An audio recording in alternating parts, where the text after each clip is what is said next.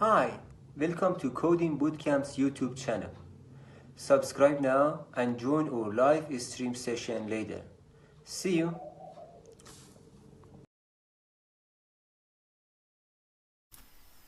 Hello everyone, welcome to coding-bootcamps.com. Today we're going to be talking about one of our courses, which is Linux Bash scripting, and we're going to be doing it at an intermediate level.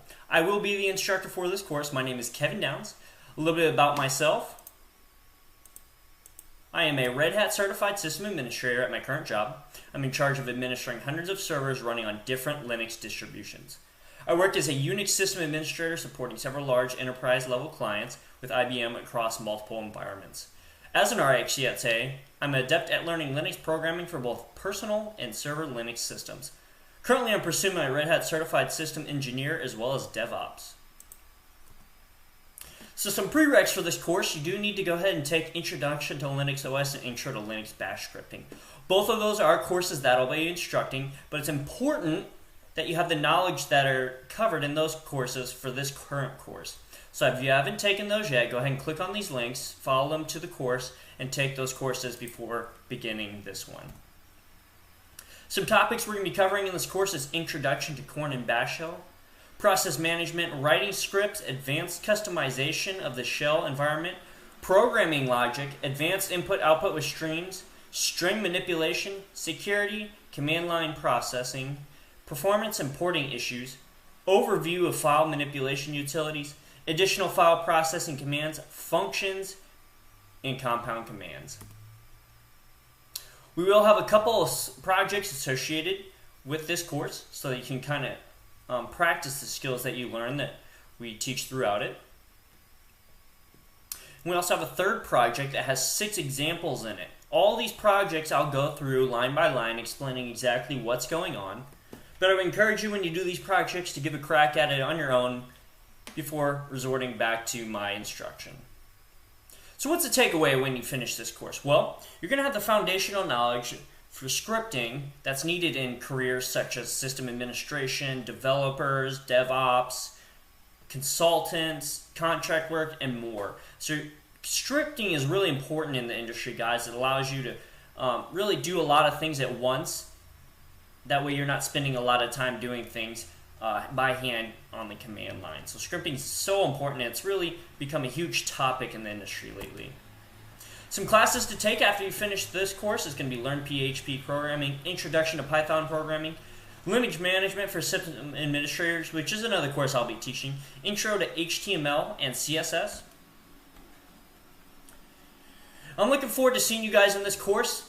Be sure to go to coding-bootcamps.com to see what other courses we have available. Also be sure to follow us on social media platforms such as LinkedIn, YouTube, Facebook, Twitter, and other platforms. What's up, guys? Welcome to Linux Bash Scripting Intermediate Level, a course by coding-bootcamps.com. I'll be your instructor, Kevin Downs. A little bit about myself. I'm a Red Hat Certified System Administrator, or RHCSA, and at my current job, I'm in charge of administering hundreds of servers running on different Linux distributions. I work as a Unix system administrator supporting several large enterprise-level clients with IBM across multiple environments. As an RHCSA, I'm an adept at Linux programming for managing both personal and server Linux systems. Currently, I'm pursuing my Red Hat Certified System Engineer and DevOps. So some prereqs for this class, guys. Make sure you've taken Intro to Linux OS and Intro to Linux Bash Scripting. The things we learn in both of those classes are fundamental and vital to the things we're going to be learning in these classes. So make sure you follow these links. If you haven't taken those courses yet, take those courses, then come back and we'll keep going with this course. So today we're going to be talking about Korn shell and Bash shell programming. So the outline for today, we're going to be comparing popular shells, talking about Korn shell compatibility for Bash, Korn and Bash shell advantages, Korn and Bash shell disadvantages, versions of Korn shell and Bash, shell command, syntax, comments, continuing command on multiple lines, special characters, pattern matching, complex pattern combinations, and tilde expansion. Let's go ahead and get started with comparing popular shells. So most Linux distributions include the Bash shell by default. But you could also switch to another shell environment. Z shell is a particularly popular alternative, and there are other shells like A shell, K shell, dash, fish, and tc shell. Okay. When you sign in the command line or launch a terminal window on Linux, the system launches the shell program. Shells offer a standard way of extending the command line environment, and you can swap out the default shell for another one if you like. If you'd like to read more about that, you can go ahead and follow this link here. And you can dive in a little bit further about these different shells. By default, guys, bash shell is what's going to be used on our lab environment, as well as many environments that you'll encounter. And it's also one of the most popular and commonly used is bash shell. Okay. So let's talk about the compatibility for Corn shell to bash. So K shell or Corn shell and bash are shells in the field of computer programming, and they each have their own set of commands and features. K shell and bash shell are somewhat related to each other, since K shell encompasses the feature of the .sh or Bourne shell, the predecessor of the bash shell. Both have programmable shells and command processes in Linux and Unix computer systems, and they also carry out commands via a keyboard terminal or from a file. K shell is also known as the Corn shell, as I have said previously, and Corn shell was developed by David Corn. And it attempts to merge the features of fellow shells like the C shell, TC shell, and Bourne shell. It allows the developers to create new shell commands when needed. Bash also acts as an extension of the Corn shell, since it incorporates the features of the latter with some added features. So let's talk about the advantages between those two. So the Corn shell was developed many years before the emergence of the bash shell. Because it is older than bash, it has fewer resources, and it also attracts a limited scope of computer users. So to compensate, the Corn shell has released different versions like PDK shell, which is public domain K shell, and MK shell, which is a modification of the PDK shell. There's also K shell 88 and the most recent K shell 93. The Corn shell has associative arrays and handles the loop syntax better than the bash shell does. The Corn shell's printed command is also better than the bash echo command. The shell's rhistory command allows a quicker process of doing a rerun of older commands. So let's talk about the versions of shell and bash. Shell, or the shell command language, is a programming language described by the POSIX standard. So guys, you might be familiar with like C# or C++, and other things like that. In Linux, SH is similar to those in the fact that it's a programming language, right? Shell.sh. It has many implementations such as K-Shell 88 and others. Bash can also be considered an implementation of shell. Because shell is a specification, not an implementation, /bin sh is a symlink or hardlink to an actual implementation on most POSIX systems. Ultimately, it's up to you to decide which one to use by writing the shebang line as the very first line of the script.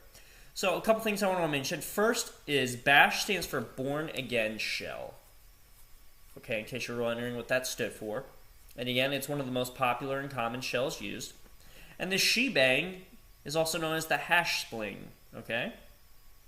And it's the very first thing you see at the beginning of all scripts, and we're going to see that later. Basically, it just tells the loader what interpreter to use when writing your shell, or your script. Okay, so it'll read that line. It says, okay, I'm using bash shell, or corn shell, Z shell, fish shell, or one of those shells, and it'll interpret it as such. So we're going to talk about the syntax for the shell command. So any shell can be used for writing a shell script. To allow for this, the first line of every script is hashtag or pound, exclamation point, and then the path to the shell. Okay, so this is the shebang, or also known as the hash spling. Okay, the pound, exclamation point characters tell the system to locate the following path name, start it up, and feed it to the rest of the file as input. Any program which can read comments from a file can be started up this way as long as it recognizes the hashtag or pound sign as a comment convention. The program is started, and then the script file is given to it as an argument. Because of this, the script must be readable as well as executable. Some examples of this are Perl, awk, TCL, and Python.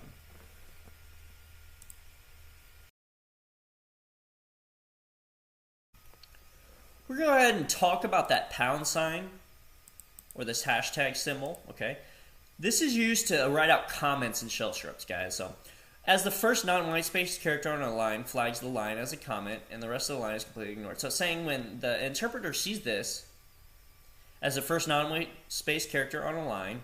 This flags it to read the line as a comment, and the rest of the line is completely ignored.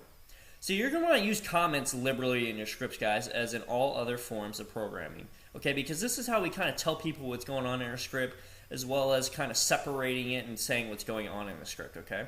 So I'll show you that real quick on our virtual box here.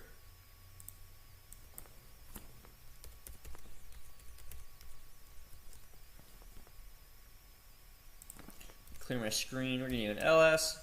We're just going to cat for, actually we're gonna vim this for underscore example script I have here. Okay, so see, we got some stuff going on here. If I do insert and I type a hashtag or pound sign, and I say, I can even do echo this line is a comment. And you'll notice when I run the script, it's not going to echo that.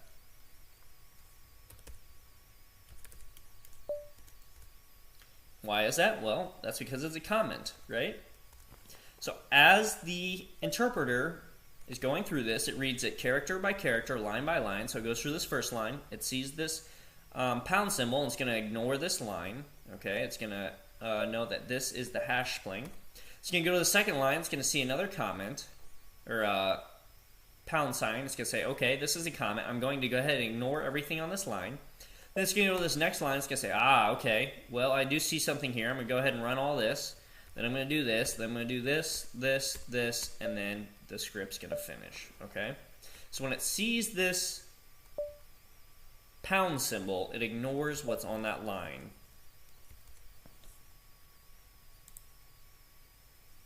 That's very useful, as I said. As you saw, we can put comments anywhere we want in our script and not have to worry about it being interpreted.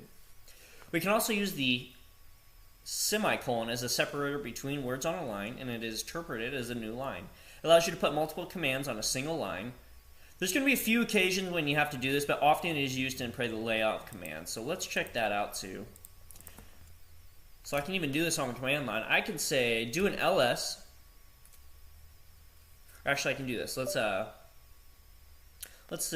do ls semicolon and then echo hi, and we can say let's do a df-h command. So what this is going to do is it's going to do ls first, and it's going to execute that, then it's going to echo hi, it's going to execute that, then it's going to do df-h. Okay, and we see that here. So we did an ls. That's our ls. It echoed hi, and then it did a df-h, which is all this, okay? So guys, this is no different. What I just did is no different than me doing ls, enter. Okay, I'm going to clear my screen, actually. So it's no different than me doing ls, enter, echo, hi, enter, and then df-h, okay? So those commands aren't running into each other, and they aren't being fed into each other. It's running each one separately, and then moving on to the next one, except you can write it all on one line, as opposed to having to do one, hit enter, do the next one, hit enter, do the third, hit enter, okay? We can do the same thing in our scripts. We can put that semicolon in our scripts so that we don't have to write multiple lines. We can write it all in one line. So let's talk about special characters here. Most characters, such as splat, or single quotes, exclamation point, are not interpreted, for example, so they're not taken literally, by means of placing them inside double quotes. When we place special characters inside double quotes, typically they're not going to be interpreted as the special character. They're taken as is and passed on the command line being called. So an example of using the asterisk could go like this. So if I were to do echo star, it's going to go ahead and echo everything, right? Which we see here. If I do echo star.txt, it's going to echo everything that ends in .txt. However, if I do echo quotation mark star quotation mark, it would just echo the letter star. Same with echo quotation mark txt quotation mark, we just echo txt. Thanks for watching. Feel free to add your questions as comments down below. Right? And I can show you that here on our VirtualBox. So I do ls. I see I got a couple files that end in .sh. Okay. So if I do echo star inside quotation marks, I just get star back, right? If I do echo no quotation marks with star, okay, it's going to list everything that I have in this directory, right? Same as if I do echo star and then I say, hey, show everything that ends in .sh. So we have those two, okay? But if I do echo and I put it inside quotation marks, star.sh, I get back the literal string star.sh, okay? So it's important to know, guys, if you want something to be interpreted, you cannot place it inside of quotation marks. If you don't want it to be interpreted, then you need to encapsulate it in some quotation marks so that it's taken as a literal string, okay? Anything placed inside of these quotation marks is taken as a literal string, meaning this is a string of words. Okay, that's very important to know.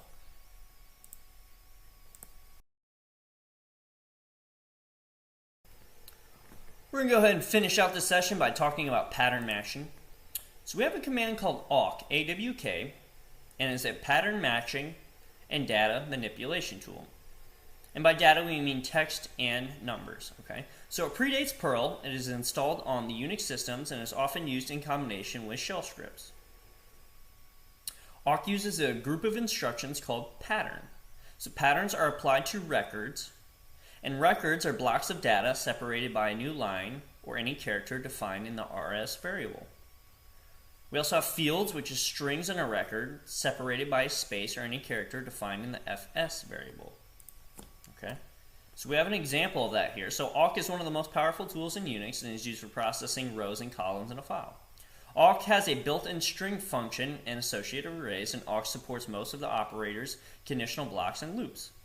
So the basic syntax of awk is as follows. So we have awk, single quote, we have the begin part of it, which is the starting action inside of curly braces. Then we have the action inside of curly braces. Then we have to hit or enter end, and then we have the stop action inside curly braces, and then the file name that it's processing, okay? So here the actions in the block, in the begin block, are performed before processing the file, and the actions in the end block are performed after processing the file. The rest of the actions are performed while processing the file. So here we have that example. So in this example, we're going to see how to execute the awk script within a file, and we're going to create a file, some column, and paste the below script in that file, okay? So we have that here. I'm going to go ahead and go to our VirtualBox. I'm going to type up that script. Okay, I'm going to clear my screen. I'm going to do some column. Alright, so I'm going to do vim sum underscore column because I'm creating the file. Okay, I'm going to do insert. I'm going to do that hash pling or shebang at the beginning. Oops. Oh, that's because, okay. That's because I didn't do .sh. So slash usr slash bin slash awk dash f. I'm going to do begin sum equals 0. And I'm going to do sum equals sum plus $5. I'm going to do end, which is print sum. Do a right quit on this. I'm going to make it executable. Okay. And now I'm going to execute the script using the awk command. So I'm going to do awk dash f. I'm going to execute the sum column. Actually, before I do that, I want to show you something. So we're executing this on a file called input file. I'm going to cat input file. And that input file is simply just the output of df-h, okay? So what awk is going to do is it's going to grab this fifth column here, which is 1, 2, 3, 4, 5, this use column here, okay? So it's going to take that fifth column and only display what's in that column, and it's going to add everything up and give us a sum, okay? So I'm going to go ahead and clear my screen. I just wanted to show you what it's doing. So it's going to take only this fifth column here, add it all up, and give us a sum. So we're going to do awk-f sum underscore column, and then input file. There you go, 773. Okay, so added all of this up here, which came out to 773. Notice it didn't give it to us as a percentage. It just gave us the straight number. So that ran the script in sum column file and displayed the sum of the fifth column in the file input file. Okay, guys, a little bit more useful way of using awk is to actually just use it on the command line. So I'm going to show you something similar here. So we have the df-h command, right? Say I only want the info in this fifth column here. I just want to see this fifth column here. I don't want to see all this other stuff. I just want to see the fifth column. Well, I can do a df-h. I can pipe that into the awk command.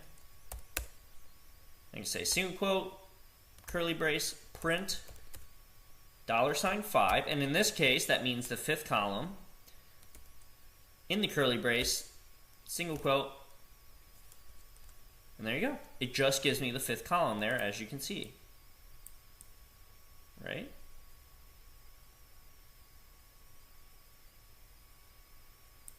So that's super handy, guys.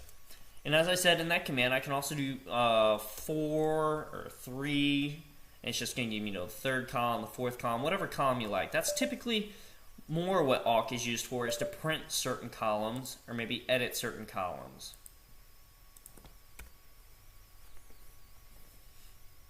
So let's talk about complex pattern combinations. There's something called Perl. And this is the most used scripting language for web CGI applications and system administrator tasks. So Perl is harder to learn and is usually installed by default now.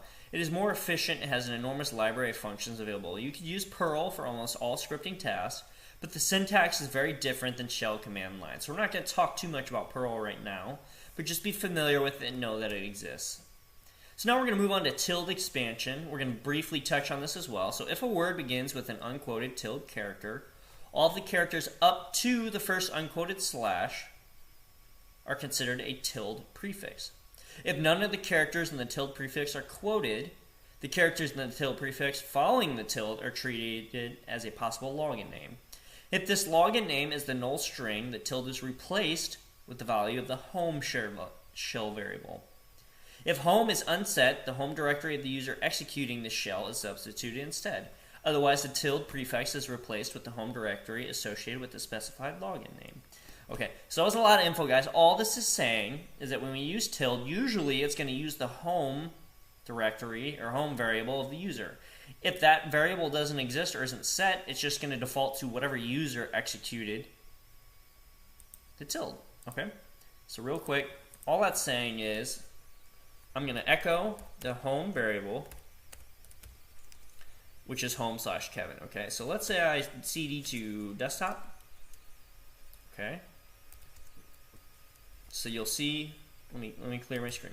So you'll see the current directory in is home Kevin desktop. If I do a cd tilde, it's going to take me to the home directory, which in this case was home/Kevin, right? Well, let's see. Sure enough, it took me to home Kevin. Okay, so that tilde is just a shortcut to that home variable. Okay, so that can be useful when you're in a script and you want to just create a shortcut to the home variable or just reference that home variable. That's typically how tilde is going to be used when we're writing scripts, or even when we're just surfing around our file systems. So in summary, guys, we talked about comparing popular shells, Corn shell compatibility for Bash, Corn and Bash shell advantages, Corn and Bash shell disadvantages, versions of current shell, Corn shell and Bash, shell command syntax, comments, continuing command on multiple lines, special characters, pattern matching, complex pattern combinations, and tilde expansion. Next session, we're going to go over process priority, background jobs, signals, traps, debug and exit, K-shell coprocessing, Bash coprocessing, pausing, time and date, scheduling execution, run commands later, and aliases. If you feel you need a little bit of extra help, go ahead and follow these links and check out our private tutoring sessions for system administrator management. There are weekly, monthly plans available, as well as Linux and Bash scripting private tutoring sessions. Thanks so much for joining me, guys. Looking forward to seeing you in session 2 of this course. What's up, guys? Welcome to session 2 of Linux Bash scripting intermediate level. As always, I am instructor Kevin Downs, and this is a course by coding-bootcamps.com. Today we're going to be covering process management. Last session we went over comparing popular shells, Corn shell compatibility for Bash, Corn and Bash shell advantages, Corn and Bash shell disadvantages, versions of Corn shell and Bash, shell command syntax, comments, continuing command on multiple lines, special characters, pattern matching, complex pattern combinations, and tilde expansion. Today, we're going to be going over process priority, background job, signals, traps, debug and exit, K-shell co-processing, bash co-processing, pausing, time and date, scheduling execution, run commands later, aliases, how the shell finds commands, and command history and editing. So we got a lot to cover today. We're going to go ahead and get started with process priority. So the easiest way to get a quick picture of what current niceness priority on a process is to open up the top process with top. So they change the priority when issuing a new command. You do nice-n, the nice value, and the command. And an example of that here would be nice-n 10 apt-get upgrade. Okay, 10 isn't a very high nice value, guys. So niceness ranges from -20, giving it the highest value, to 19 with the lowest nicest value. So this command here is going to increment the default nice value by +10 for the command, apt-get upgrade. This is often useful for times when we want to upgrade apps but don't want the extra process burden at the given time. Remember, a positive number is given less priority for a process. So as I said, -20 is actually the highest you can have, and 19 is the lowest. So real quick, I'm going to show you that top command. So we do top here, and if you look at this little column labeled NI, it shows you all the niceness of all these commands running. 0 is a neutral number. And -20 is a very high niceness, okay? So these guys have top priority right now for the CPU, all right? The better the niceness level, the more CPU cycles it's going to get, okay? Let's go back to our PowerPoint. Let's check out background jobs. So the shell normally indicates that the job has been stopped and then displays a shell prompt. You can manipulate the state of this job, such as by putting it in the background with the BG command, and then run other commands, and then eventually return the job to the foreground with the FG command. If you're running a job and want to do something else, use the Control-Z key sequence. This key sequence sends a stop signal to the current job, and the shell normally indicates that the job has been stopped and then displays a shell prompt. You can then manipulate the state of this job, putting it in the background with the BG command, and run other commands, and then eventually return the job to the foreground with the FG command. The Control-Z sequence takes effect immediately and is like an interrupt in that shell, discards pending output and unread input when you type a sequence. Guys, that's a lot of verbiage there. Basically, all this means is we can put a process in the background. Okay, so let's say if I do a sleep 60 command here, what's going to do is it's going to put my shell to sleep no matter what I try to do. It's not going to do anything. Now, if I do Control-Z on my keyboard, there you go. It sees it stopped that command. I'm going to clear my screen. Now, if I do a sleep 60, I use an ampersand symbol, this will actually throw the job in the background. Okay, so now I can do whatever I want. Okay, and you'll see that job's going to be running in the background. If I do jobs, there you go, you'll see that sleep 60 is actually still running. You'll notice the other one that was stopped. I can do FG to bring it back to the foreground, and sleep 60 is back in the foreground. And I've lost control of my shell again, right? Because it's putting my terminal to sleep. That's what that command does. Again, I can hit Control-Z, and it suspends that process. Okay? I can do sleep 60, BG, and you notice it's not actually going to put it in the background. Okay? If I do sleep 60, BG, okay? In this particular case, it's not going to work because sleep 60 is putting the terminal to sleep. However, if I was running a command, I could type in BG and it would put it in the background. Okay, this is a kind of a unique command that puts our shell to sleep. Let's head back to our PowerPoint. Check out the next slide. So a job being run in the background stops if it tries to read from the terminal. If you have enjoyed watching this video, please subscribe to our YouTube channel. Thank you. Background jobs are normally allowed to produce output. You can disable this option by issuing the stty space to stop command. If you set this terminal option, then background job stop when they try to produce output or read input.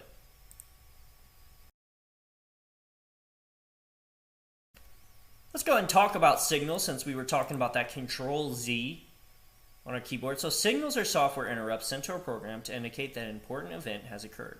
The events can vary from user requests to illegal memory access errors. Some signals, such as the interrupt signal, indicate that a user has asked a program to do something that is not in the usual flow of control. Here we have a little graph of different signals we can send to the terminal. We have 1, 2, 3, 8, 9, 14, and 15. So 1 is a hang up signal, 2 is an interrupt signal, 3 is a quit signal, 8 is issued if an illegal mathematical operation is attempted, 9 is kill, okay, and this is I guess the best way to say this is the impolite way to kill a program. This tells it, hey, shut down immediately, you have no choice, we're killing it, okay? 14 is an alarm signal, and it's used for timers, and 15 is a software termination signal, okay? This is the polite way to shut down stuff. If you can, do a kill-15 on something, and that way it finishes running any codes it has to, and then it exits out. 9 will kill it immediately, it won't give it a second chance, and it'll just immediately end what's ever running, okay? So try this one first, and then if that doesn't work, then you can do the 9 and kill it immediately, okay? The Control Z we're doing was this guy here, which is a signal interrupt. Or I'm sorry, Control C is the signal interrupt here. And D is the signal quit. Okay? So when you hit the Control C button or break key at your terminal during execution of a shell program, normally the program is immediately terminated and your command prompt returns. This may not always be desirable. For instance, you may end up leaving a bunch of temporary files that you won't get cleaned up. So you can trap these signals in a quite easy way, and the trap command is following syntax. So you can do trap, the command, and then the signal you want to give it. Okay, so maybe you want to run a command, you don't want it to immediately end, you want it to clean up and finish whatever it's doing. So you can use the trap command to do that. So the command can be any valid Unix command, or even a user-defined function, and signal can be a list of any of the number of signals you want to trap, which we saw earlier in that graph. There are two common uses for traps in shell scripts. One is to clean up temp files, and the other is to actually ignore signals. So let's actually talk about debug and exit. So core and shell offers debugging options but can be turned on or off using the set command. So we have set-x, which displays commands and their arguments as they are executed. And we have set-v, which displays shell input lines as they are read. We also have use of the intelligent debug function. So we would add a special variable called _debug. We would set _debug to on when you need to debug a script.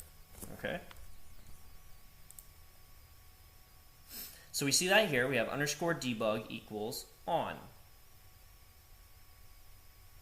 Okay, and you would actually set that in your script as you're writing it. This would be a parameter set up in it.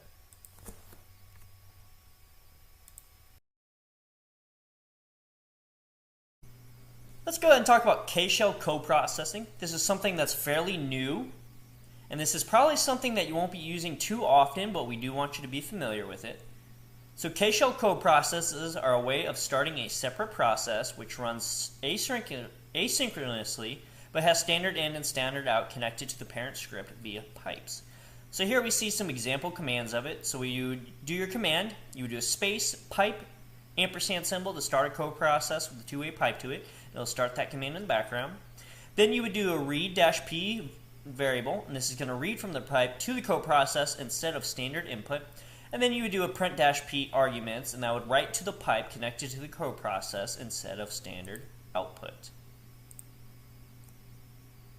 Okay, so let's actually go ahead and check out an example of that.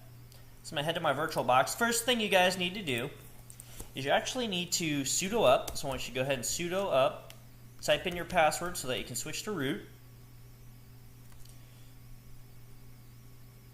Oops.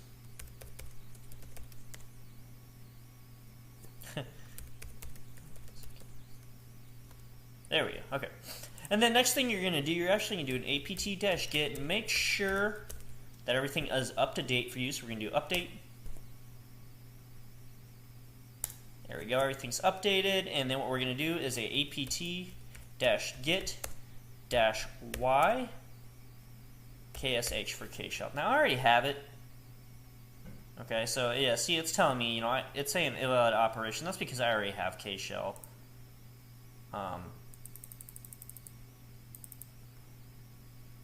But you'll need to install it. Oops, actually I forgot one important part of that, which is install kshell. There you go. So you'll see on mine, if I scroll up a little bit here, it says that I already have kshell installed. I always have the newest version, okay? So that's what you'll need to do, apt-get-y install kshell. Okay, so that's what you need to do first, just so we can actually use this. We're also going to be using kshell in the future. So you want to make sure that you have kshell. I'm going to clear my screen. Next thing we're going to do is we're going to actually enter a kshell. Okay, to do that, all you're going to do is type in ksh. And now we are in the kshell. Okay, so to do this example, what we're going to do is I'm going to show you a script I have written up, which is vim. Okay, and the script itself is called toUpper.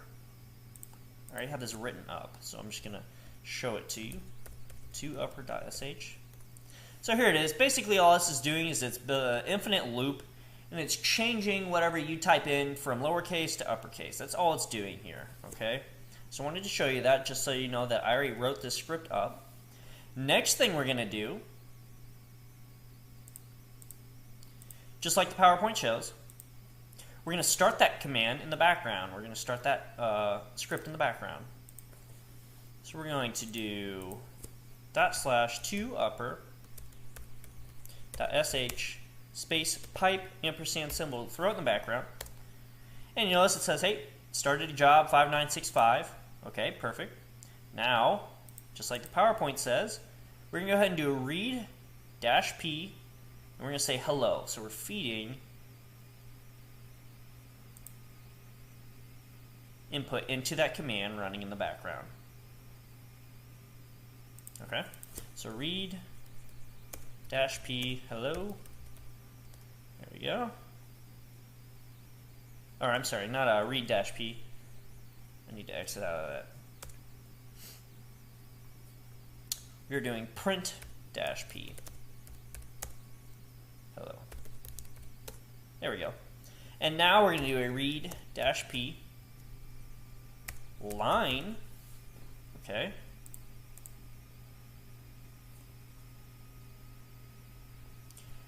So we actually did the print -p first to supply an argument. Now we're going to do a read -p variable. Okay.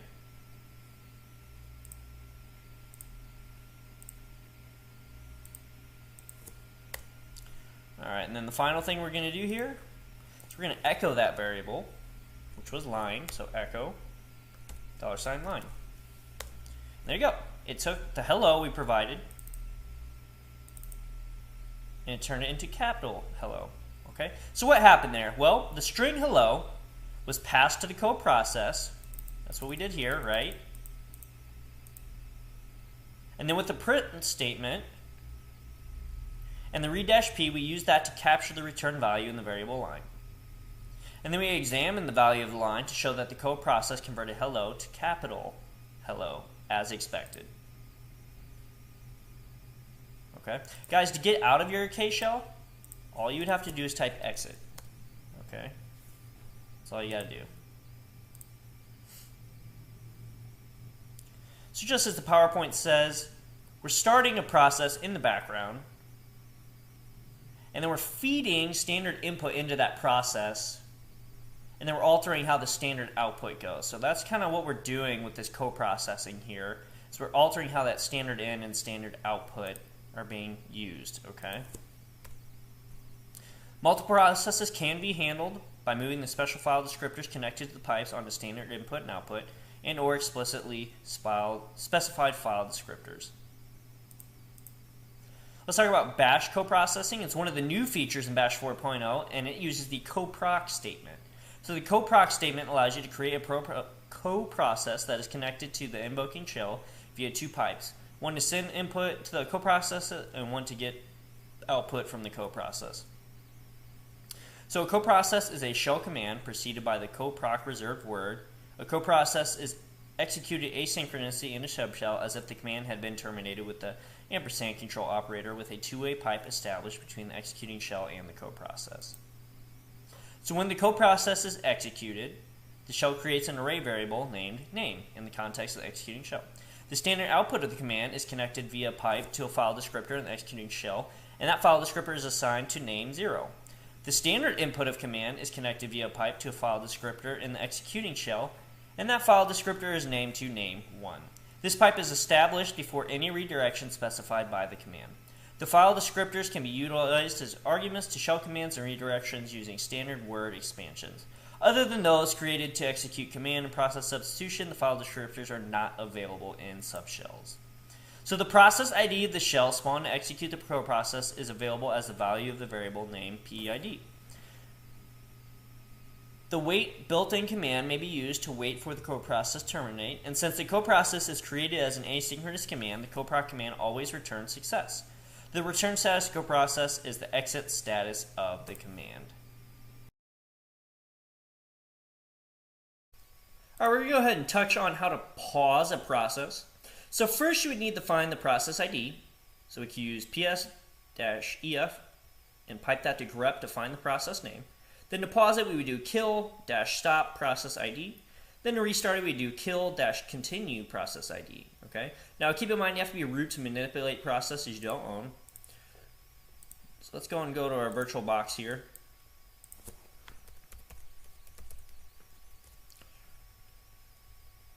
I'm going to clear my screen. I'm going to sudo up to root. Alright. Now I'm going to do sleep 60. I'm going to throw that in the background. Okay. I'm going to do a ps-ef pipe grep sleep. And there you go. You see I have the sleep command running.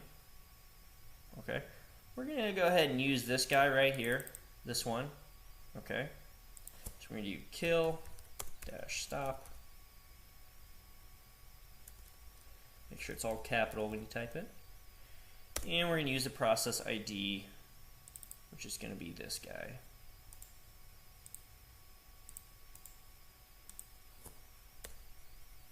And there you go. You see it stopped. Now if we want to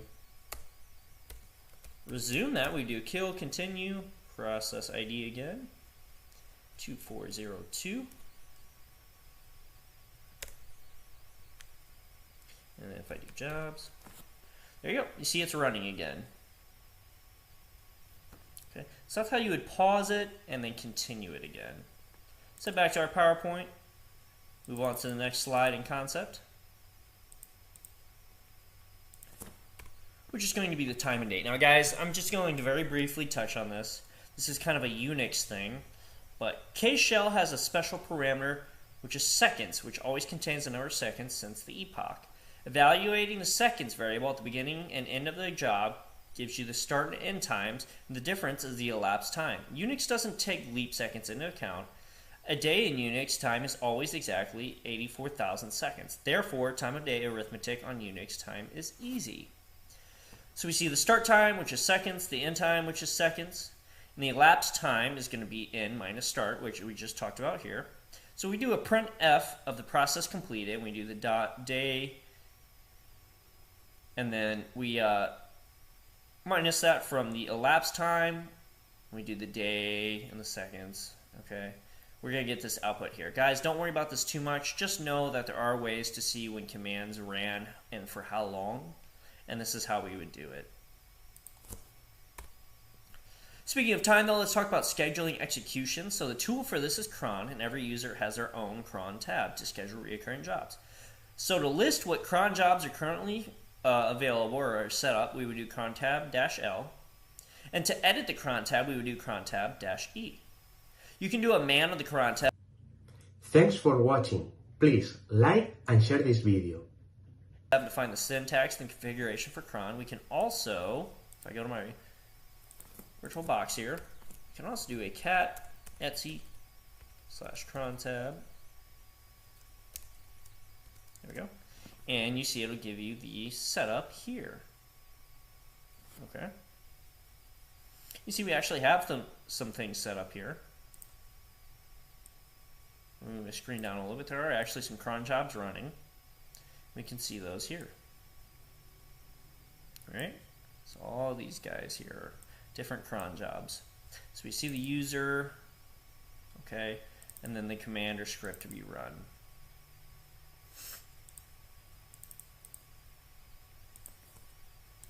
Clear my screen, and we'll head back to the PowerPoint.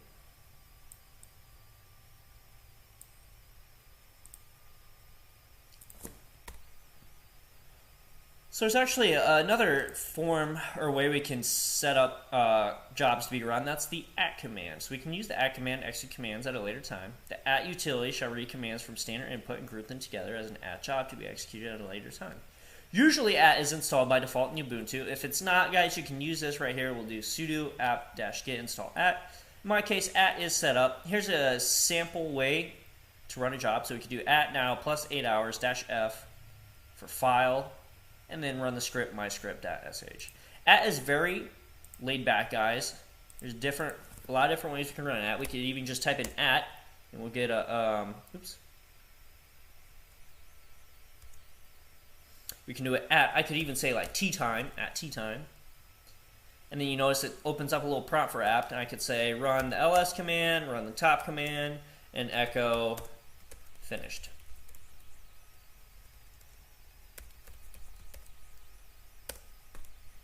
And then done. Oops. And then I would hit Control D to finish that. And you see here, job 2 is going to run Tuesday, September 15th at 1600, which is 4 o'clock or tea time. I can also do @now plus 8 hours, just like it said. And so do echo hello. It's in 8 hours. There you go. Oops.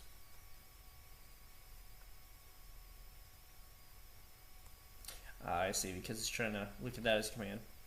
Okay, if I had a script to run though, I could put it here. I don't have any scripts that I would like to run, but you see from the example, this is kind of how we set that up. So we could set it up as a one-liner, or we can even just do @the time, and then put all the different commands that we want to run at that specific time. So that's handy.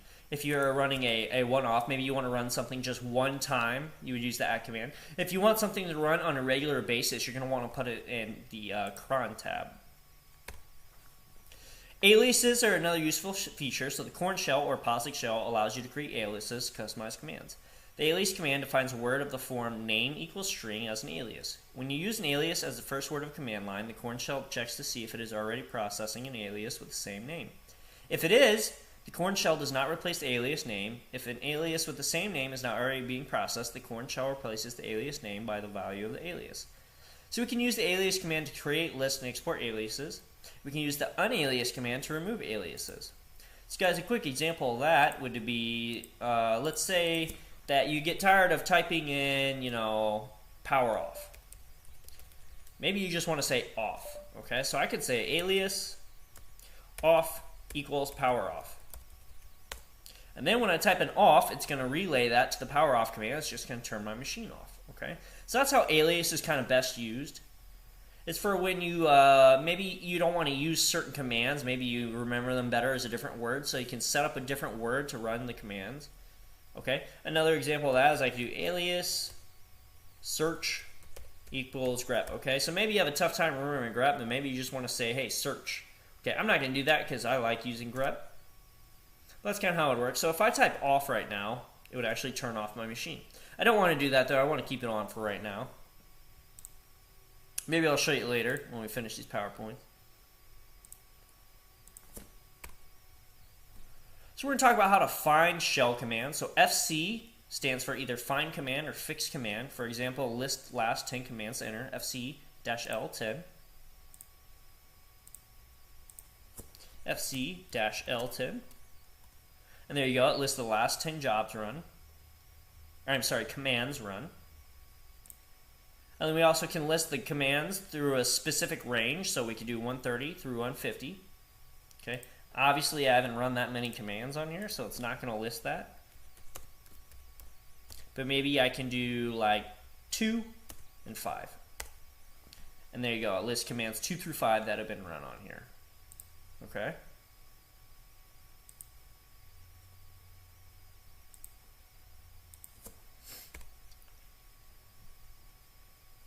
You can also list by a certain phrase, such as SSH, which is going to list all commands since the last command beginning with SSH. I haven't done any SSH, I don't think, on here, so we probably won't see any for that.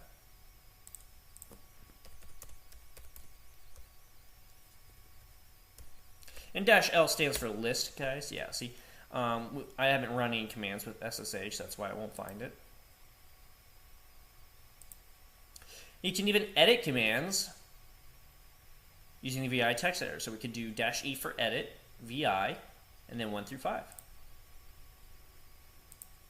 So I could do a FC, -E for edit, VI, 1 and 5. There you go. I can even edit these commands here in the VI editor. Okay.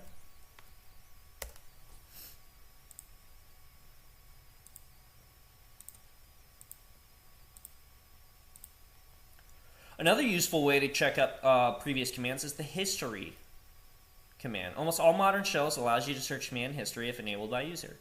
User history command display the history list with line numbers. Lines listed with a star have been modified by user. So type history at your shell prompt and check out what it does. Let me clear my screen real quick. So if I do history, it's going to pull up all the commands I run, which you can see here. Okay. Another useful thing is if I type bang bang or exclamation point, and then a number, oops, there we go, it will actually run that command again. So if I do 178 here, so I do exclamation point, 178, it's going to run that sleep 60 ampersand symbol command again.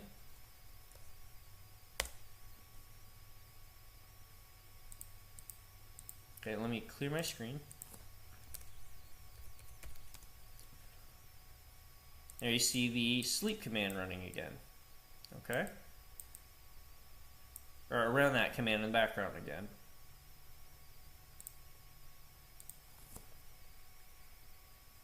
So another useful way to check out previous commands. So in summary, guys, we talked about process priority, background job, signals, traps, debug and exit, K-shell co-processing, bash co-processing, pausing, time and date, scheduling execution, run commands later, aliases, and how the shell finds commands, and command history and editing.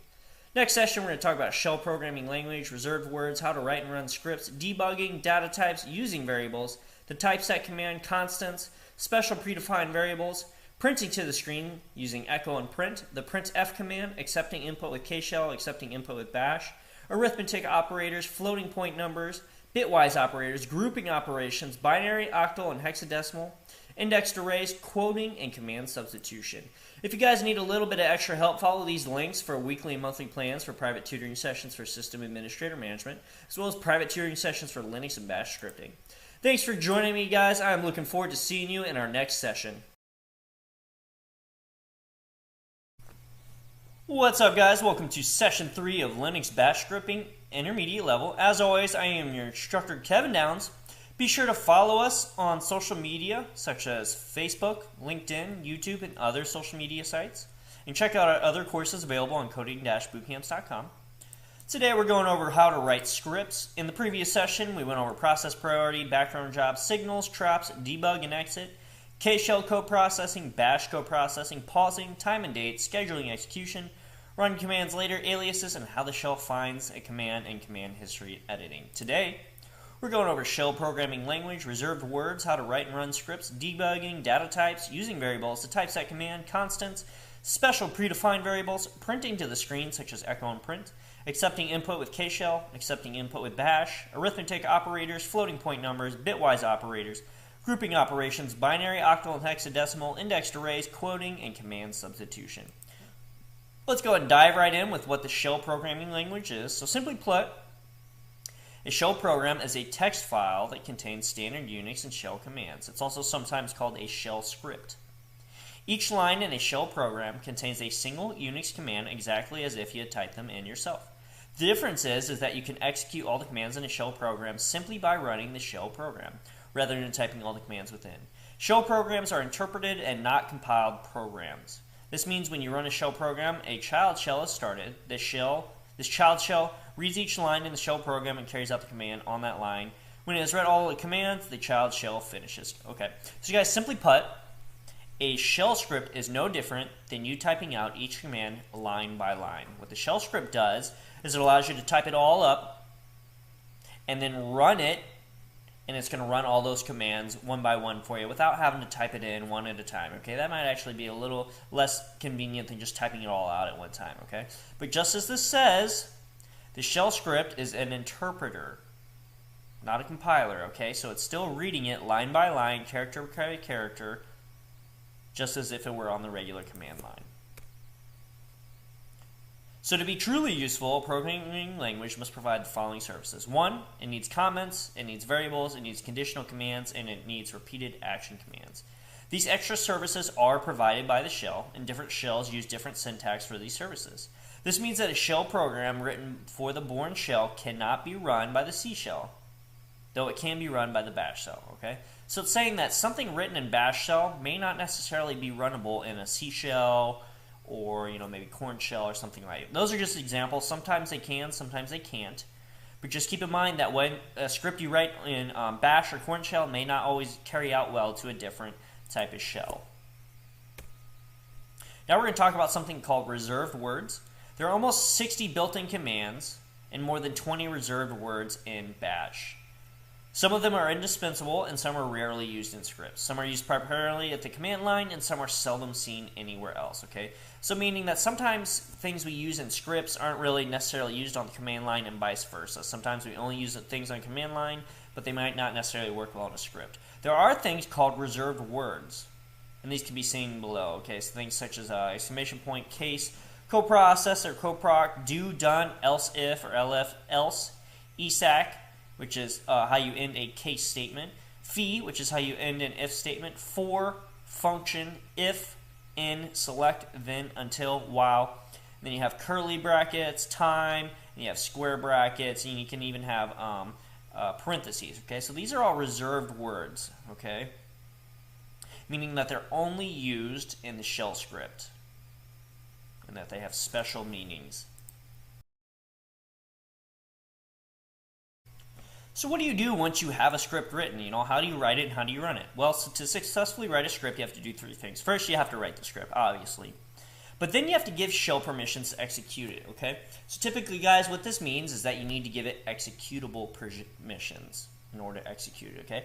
You have to also keep in mind that if you want other people to run it, you might have to set executable permissions for them, okay? So a safe bet is to just give all executable permissions, but sometimes you may not want to give everyone executable permissions, so you have to do a little bit of thinking before you decide which executions to give to run those scripts, okay? And you also have to put it somewhere the shell can find it. So wherever that script is, you can't just say, hey, run this script if it's in a different directory, right? So you have to supply the full path if you're going to execute a script that's in a different directory. We're also going to talk about debugging. So -x option to debug a shell script, you use that -x option to debug a shell script. So when you run a shell script with the -x option, you can do bash-x in the script name, such as domains.sh. I'll show you that real quick just to show you what it does. So I have a pretty simple script written up here. Let me log in.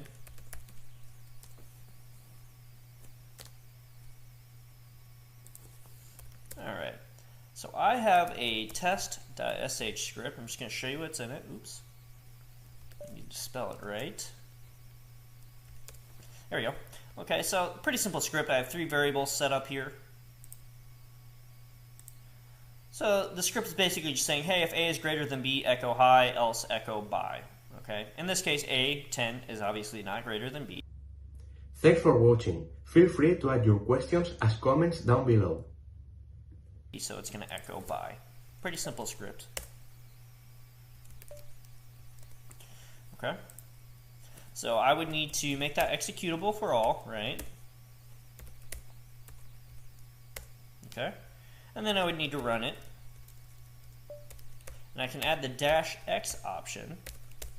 You're going to see something interesting happen, okay?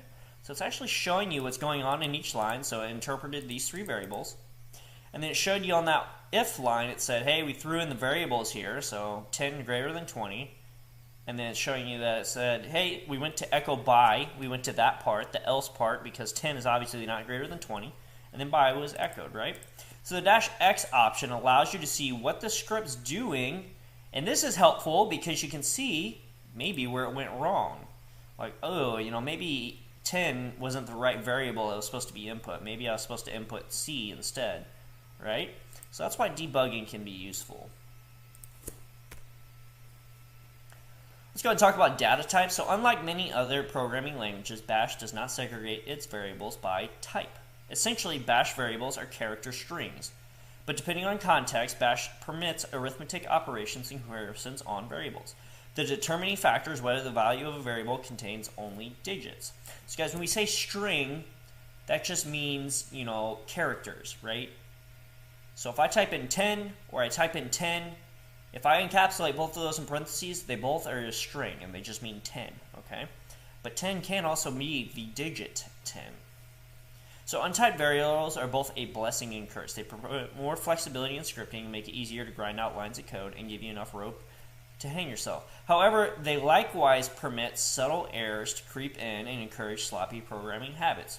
So Bash is a little flexible with how you submit variables and strings, but don't get trapped into that. Make sure you're using good programming practices. You always want to define variables, use quotation marks, even if you don't have to. So to use a variable is a character string to which we assign a value. The value assigned can be a number, text, file name, device, or any type of data. A variable is nothing more than a pointer to the actual data, meaning that a variable just holds a value. It's just a placeholder. The shell enables you to create, assign, and delete variables. The typeset command. So typeset and declare are exactly the same. The only difference is the typeset is considered obsolete. Okay? So when we say declare a variable, let's say I have a variable called a. If I do a equals 10, I am declaring that a variable equals the number 10. Here we have the typeset command, which is obsolete. So just be familiar with how it runs, but also know that, you know, it's not really used anymore. So we have typeset, a number of options here, -p, and then the name of the variable, and then the value of the variable. So it sets variable values and attributes, and just as we said, this is an obsolete method. And if you check the man page, it even lists it at the same time. So declare, options, -p, name, value of it, typeset, options, -p, name and value of the variable. And this declares the variables and or gives them attributes. So not used anymore, but we want you to be aware of it in case you run into it in a script and you're curious as to what that is. So typeset is actually portable to some other shells though, for example KShell 93. If you're aiming for cross-shell portability, you might actually want to use typeset. If you don't care about such portability, you can just use declare, okay? So it might still be a good idea to use typeset just because it allows your script to be a little bit more versatile across multiple shell environments. Let's go ahead and talk about constants. So read only prevents subsequent changes in the value of any of the name arguments parameters of the form. So we have a variable name, and then we have the value of it. We can assign the value to the corn shell variable name as well as marking name read only. If read only is called without arguments, it lists with appropriate quoting. The corn shell variables are set as read only. The following format is used. So if we do a variable, we set it equal to a value, and we put it in parentheses, this is going to be suitable for reading by a shell script, but to ensure the portability of the read-only access, the -p option should be used. Okay, so we encapsulate the value here. Okay, this allows it to be portable. If we don't, it's going to set it as read-only. We also have special predefined variables. So to create a variable, you just provide a name and a value for it, as we've seen several times. So I can do variable named a, so I can do a equals 10, and that's setting a variable a equal to the number 10. So your variable name should be descriptive and remind you of the value they hold. So obviously a variable named a isn't very descriptive. So a variable name cannot start with a number, nor can it contain spaces. It can, however, start with an underscore. To read the variable, we then place its name preceded by a $sign anywhere in the script we would like. Before Bash interprets or runs every line of our script, it first checks to see if any variable names are present. For every variable it is identified, it replaces the variable name with the value. That's simply how we call the variable. Okay, it sees the $sign and knows, hey, this is a variable. Let me see what that is being stored in that variable. So $1 is the first command line argument passed to the shell script, also known as positional parameters. $0 is the name of the script itself.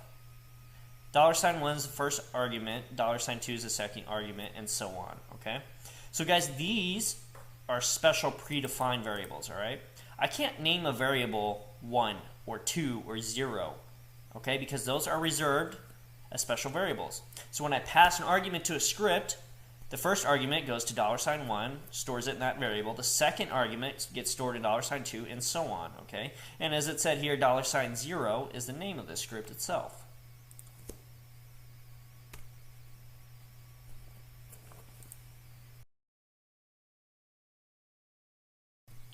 Let's talk about a very common thing used in shell scripting. That's going to be printing to the screen, okay? We can use that doing echo or print. So we have the echo command, and all the parameters to the echo command are printed to the screen. So for example, we could do echo hello world, and it's going to print that to the screen. You can also add echo to your shell scripts. So we could echo memory information, free-m, and echo disk information, and df-h, and it's going to echo this exactly. Oops.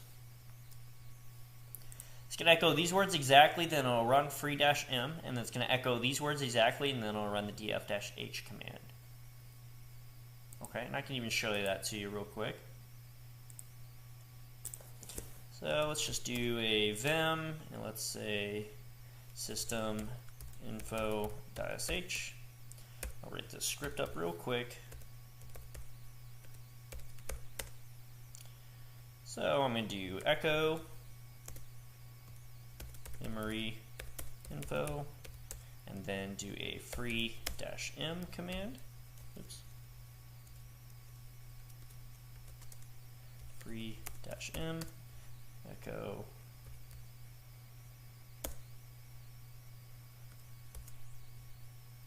disk info and a df-h.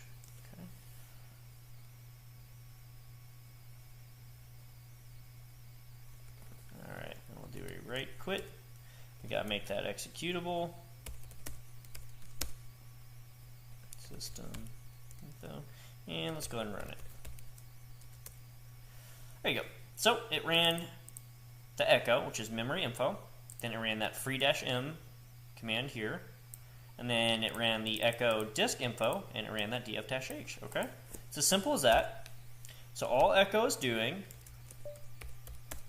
is displaying exactly what you tell it to as a standard output to the screen. That's all. Echo hello world. Okay? And print. You can do the same thing. Hello world. Assuming you have the right stuff downloaded. There we go. Okay. Printf. Printf. So printf is going to be used in Corn shell. So as you can see, it doesn't really play nice here in Bash shell. Let's head back to our PowerPoint. So here we are, the printf command. So you can also use the printf command as follows. So we can do printf hello world. Notice it had that \n in it, and that's why it didn't look right on my system. So printf. So I do it like this without that \n, and it's a little off, right? Okay, if I run it again with that \n, that looks much better, right? So what that's doing is it's adding, or it's getting rid of the extra line on there. So it's ending that line. So when I do it here, you see it sends it and gets rid of the end line here. When I do it with this, it's formatting it nicely. Okay. Same thing can be done in a script. We can do print memory information \n free-m print disk information \n dfh, and it's going to do exactly what it just did with the echo command. Okay. So how do we accept input with KShell? So we want to use the read option here. Okay. So if you guys remember how to get to KShell, do a clear here. We just type in KSH. Now we're in KShell. I can do echo, please enter your name. It says please enter your name, and do a read name. I say Kevin. And I'm going to do an echo variable name, Kevin. Okay. So what is this doing? Well, the echo is not doing a whole lot here, right? It's just echoing please enter your name. What the read command's doing is it's going to read the input from the user, which is me, and store it in whatever you specify here. Whatever you specify here is going to be the variable name. Okay, in this case we put it name. So when we echoed the variable name, it took my input of Kevin, stored it in name, and so when we echoed name, the variable name, it outputted Kevin, right? Simple as that. So the read command can be very effective when you're writing scripts. So here we see it on bash. So let me actually exit out of bash. So remember to exit out of Corn Shell. You just hit exit. We'll go back to our PowerPoint. So if you would like to ask the user for input, then we use a command called read, just like Corn Shell. And we see a little script down here. Echo, who am I talking to? Read var name. Echo, it's nice to meet you, var name. Okay. I have a very similar script on my machine. And it is called name.sh. Okay, I'm going to clear my screen real quick. So I'm going to run that script. Basically, it's just asking for my name, and then, actually, let me show you the script first. So you see here, it's just going to echo enter your name, then it's going to use that read command name, so it's storing whatever you enter in that name variable, and then we're just going to echo the name variable. Okay, so let's run that script.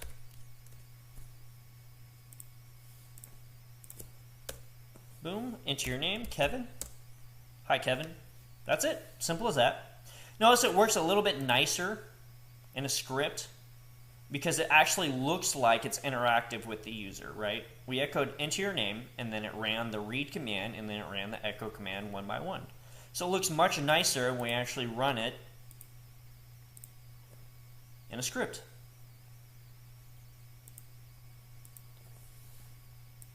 So very useful, the read command. Let's go and talk about arithmetic operators. So we have a little graph here, and these operators are a little hard to see, but we have a plus sign, which means addition, minus sign, subtraction, slash, forward slash, which means division. We have a star or splat symbol, which means multiplication, a percent sign, which is modulus. This is kind of unique. What this does is it divides two numbers and gives you the remainder of what's left over. So it doesn't actually give you what it divides out to, just the remainder. We have a plus plus symbol, which is a post increment, meaning it adds variable value by 1. So if we were to do a echo x plus plus, and x were to equal 5, it would just add 1 to it, and we would see 6. Okay. We have a post decrement, which works just the same as multiplication, except it subtracts 1. So if x equals 5, and we do an echo, $, double parentheses, x minus minus, double parentheses, we would see 4. And then we have an exponentiation. So we have splat, splat, or star, star. So if x equals 2, y equals 3, and we echo $, double parentheses, x, star, star, y, double parentheses, we would get 8. Okay, and I can show you that real quick. So when we are using arithmetic expressions, we want to make sure that we encapsulate it inside a $, and 2 double parentheses. Okay, so echo $. If you have enjoyed watching this video, please subscribe to our YouTube channel. Thank you. Double parentheses, that's how it knows that it's using arithmetic. And we do 20 plus 5, double parentheses. Oops, not equals 5, plus 5. There you go, 25, I can do a minus. So 20 minus 5, 15. I can do a multiplication or star or splat, which is multiplication. 100. I can do a division, which is a forward slash, which is 4. I can try and do that modulus, and it's going to give me the remainder. Remember, it's not actually going to divide by 5, it's going to give me the remainder. So what's going to the remainder going to be? Well, 0, right? 5 divides into 20 evenly, so there's a 0 remainder. That might seem like a goofy thing that we don't really need right now, but it can actually be useful in certain situations. We have that post increment, so I can say, well, I would need to set a variable here. Let's just say x equals 5. Okay, and I can do echo, $, double parentheses, x plus plus. Okay. Oops. There you go, 6. Okay. Notice too that when I ran it that first time, my spacing was off, so it didn't run it correctly. Spacing is so important when we do these, guys. So important. So all these other ones, I had spaces before and after the actual numbers. This one, there is no spacing. Okay. I can run that again and do a minus minus.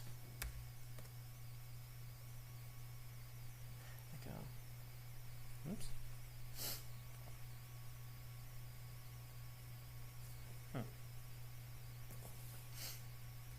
Well, I would probably, I would need to reset that variable. That's why I added it again. Well, let's look at the exponentiation one, so the exponent one. So we can do 2 star star 3. 2 to the third, which is 8. Okay, so that's how you do arithmetic, which can be very useful, but make sure you're encapsulating it with a $sign and double parentheses.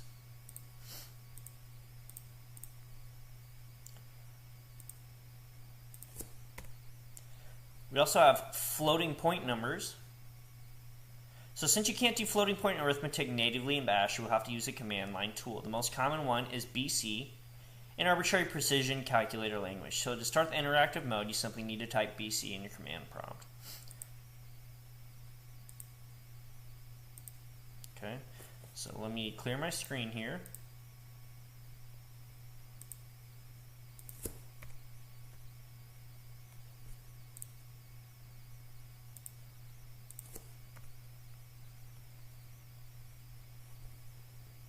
Sorry about that.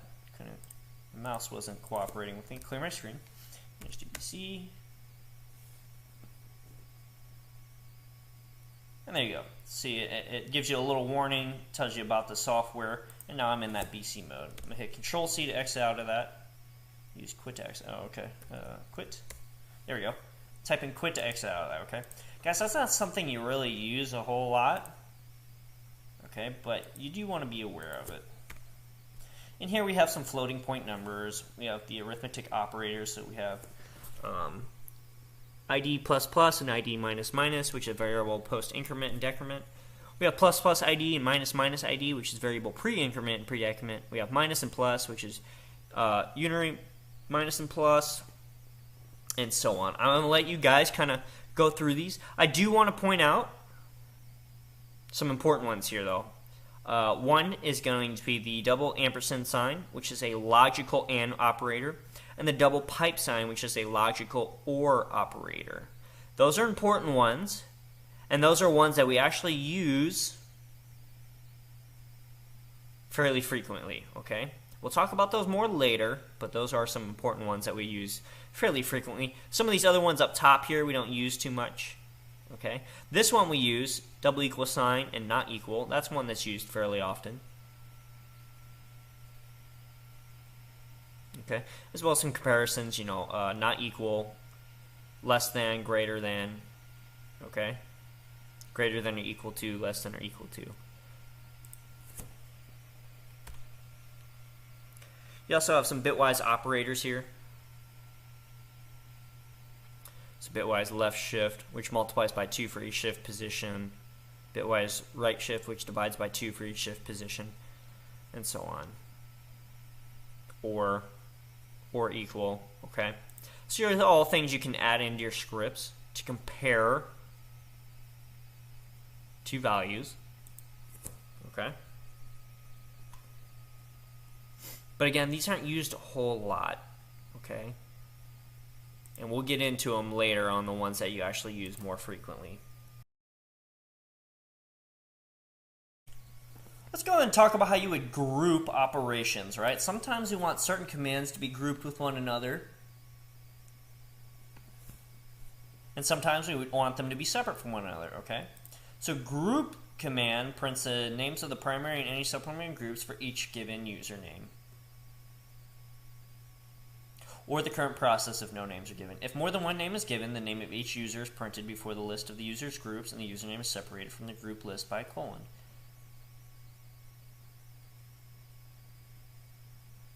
Bash provides two ways to group a list of commands to be executed as a unit. When commands are grouped, redirections may be applied to the entire command list. For example, the output of all commands in the list may be redirected to a single string. So here we have a little kind of chart or example of this. So we have a print working directory, and in here we have a curly brace, right? And then we have another curly brace. So we're saying, hey, we want ls to be grouped with these commands here, right? Because these two line up, so all this is grouped together, right? But we also want this to be part of this as a whole. So to run all of this, so line 3 through 7, and then it'll run line 8, and then after that it'll run line 9, right? Because this is encapsulating the whole thing, which is encapsulating 2 through 8, right? And 3 through 7 is being encapsulated as one single unit, and 4 through 7 is being encapsulated as one single thing, okay? So that's how we can kind of separate things. So we only want certain things around each other. These with all of this, and so on, okay? So that's a good way to kind of group things together. Let's go and talk about binary, octal, and hexadecimal. So integer values can be represented in decimal, binary, octal, or hex numeric notations. By default, integer values are represented in decimal notation.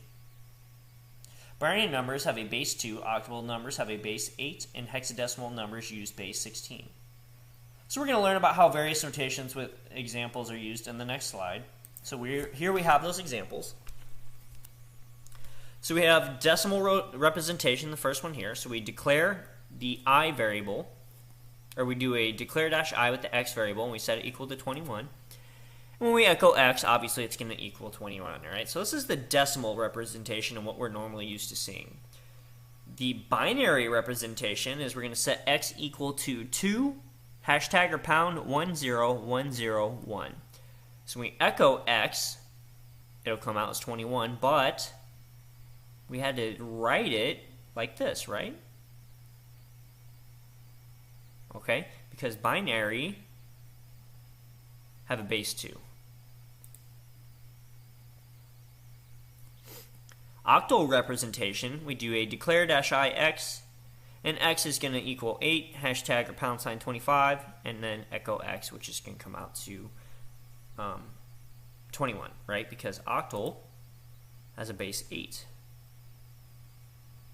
And as you can guess, the next one's going to be 16, so declare -i x, x equals 16, hashtag 15, echo x is going to equal 21, and that's hexadecimal representation.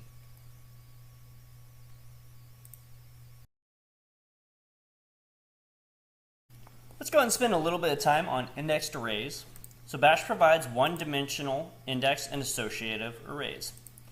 So it's important to know that we distinguish the difference between Bash indexed arrays and Bash associated arrays. So indexed arrays are arrays in which the keys are ordered integers, while Associative arrays are keys in which they are represented by strings. Any variable may be used as an indexed array, and the declare built-in will explicitly declare an array. There is no maximum limit on the size of an array, nor any requirement that members be indexed or assigned contiguously.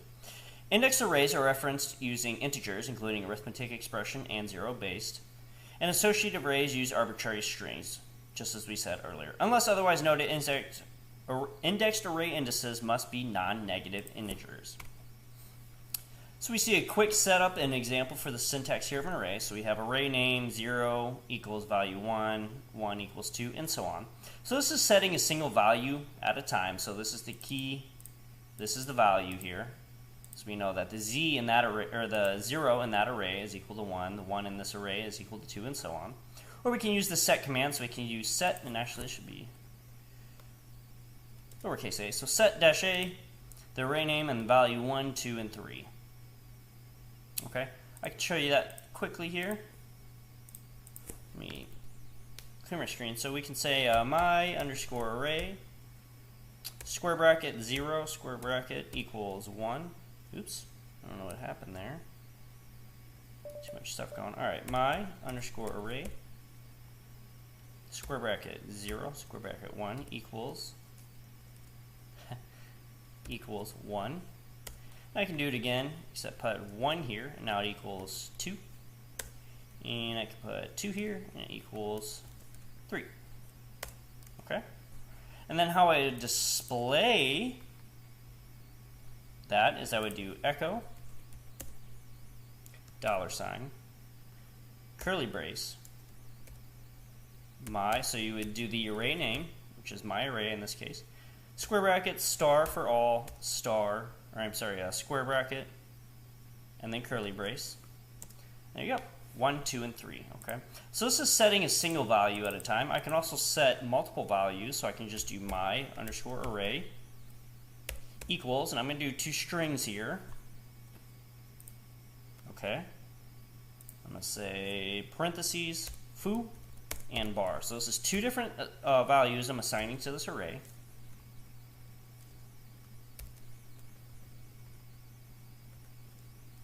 Okay. Now when I echo it, there we go. We see foo and bar. So I assign more than one value at a time here. So 2 different ways to do it, a single value at a time and multiple values at a time. Let's head back to our PowerPoint.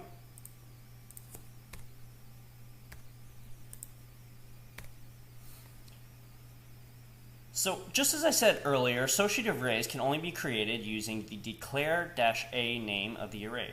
Attributes may be specified for an array variable using the declare and read-only built-ins. Each attribute applies to all members of the array. So you can read more about that at the link below here. So you just follow this link here. So if I go to my virtual box here, I can do declare -a, okay, and my underscore array. Okay, and now we need to insert some values to it, which is why it didn't work here. But that's how you would declare an associative array.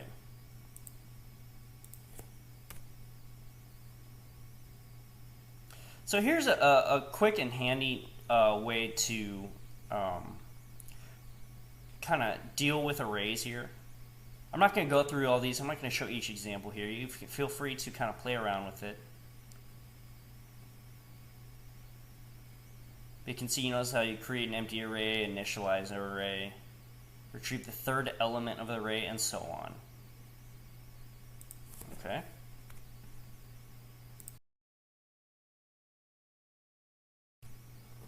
Let's go ahead and finish out this section by talking about another important concept, and that is quoting. So quotes are used when assigning values containing white space or special characters to delimit parameters and variables and to assign command output. Okay. So guys, all that's saying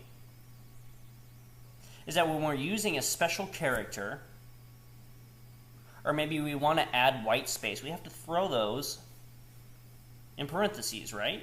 Or I'm sorry, not parentheses, but quotation marks.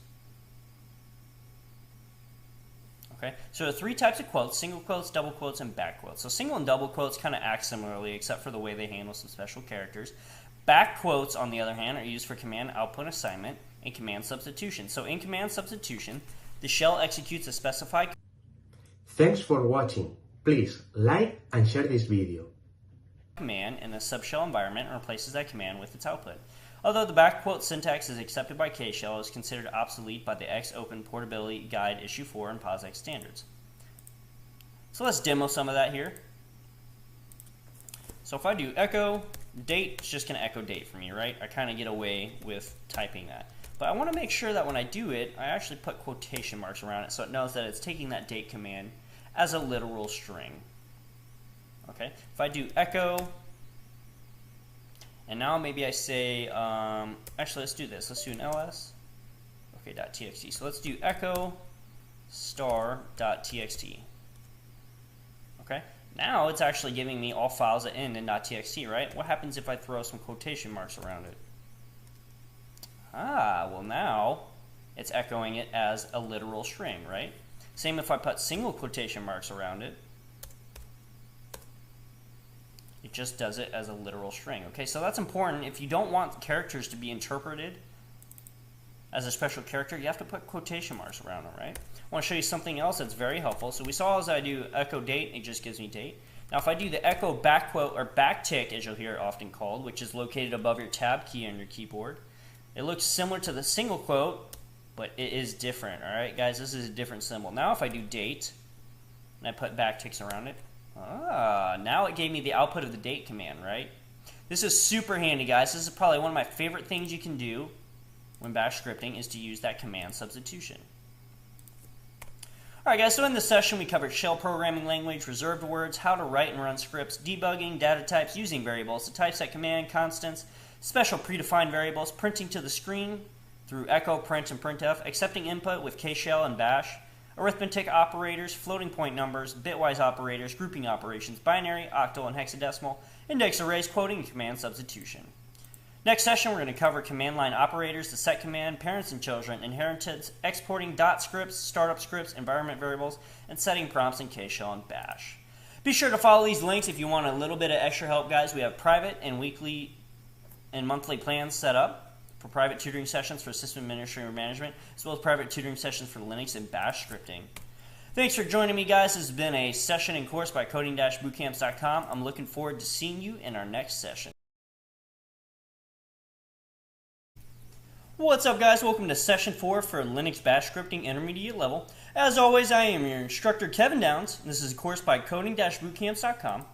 Today we're going to be going over advanced customization of the shell environment. So last session we covered shell programming language, reserved words, how to write and run scripts, debugging, data types, using variables, the typeset command, constants, special predefined variables, printing to the screen with echo and print, accepting input with KShell and bash, arithmetic operators, floating point numbers, bitwise operations, grouping operations, binary, octal, and hexadecimal, index arrays, quoting, and command substitution. Today we have a little bit less to cover, so we can spend a little bit more time on each one. So we have command line options, the set command, parents and children, inheritance, exporting, dot scripts, startup scripts, environment, variables, and setting prompts in KShell and bash. So we're going to get started by looking at some command line options. So to pass data to your shell script, you should use command line parameters. And we've seen this before, but we're going to touch on it again. So here we send two parameters, 3 and 5, to this script here. So how do we read these parameters into our script? Okay, so let me go ahead and pull that script up for you. So I do an ls here. Oops. I do an ls here, and we see a parameters.sh. Okay, let's go ahead and take a look at that script. So in it we see our hash spling, okay, and then we see we have a variable set up here to equal the sum of variable or parameter 1 and parameter 2, and that's setting that equal to the variable name total. And then we're echoing the first pass parameter is parameter 1, and the second pass parameter is variable 2. And we have echo total is total, okay? So if I run that script and I pass two parameters to it, 3 and 5, there you go. The first parameter is 3. The second parameter is 5, and the total is 8. So it added both of those up, and that gave us the total variable. Okay? So we can send parameters to our scripts, and remember that $1, 2, 3, 4, and so on is reserved for parameters to be given to our script. right? And that $0 refers to the script itself. And in this case, we named a variable total and set it equal to variable or parameter 1 plus parameter 2. Okay. Now let's talk a little bit about the set command. So calling set without arguments displays the names and values of all core and shell variables sorted by name in the following format. So you'll see the variable and it equals and it'll be encapsulated in quotation marks. So the quoting allows the output to be re-input to the shell using the built-in command eval. So guys, what the set command does is it's used to modify the operating parameters of the shell environment, which means that the environment can be customized. So if you'd like your shell environment to do certain things, you can use the set command to set up variables to make your environment behave in that way. Okay, I can show you that here. So if I do set, no arguments to it, we see, let me see if I can scroll up for you here. Alright, we see a lot of things set up here, right?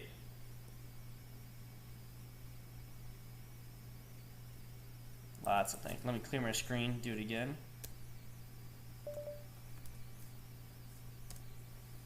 So we see a lot of things set up here, right? And this is all the different variables and how our environment's set up, okay? If I do shell, I do the same thing, set, there you go. We see more variables set up, right? We have a variable name, we have the equal sign, different variables set up for it, right?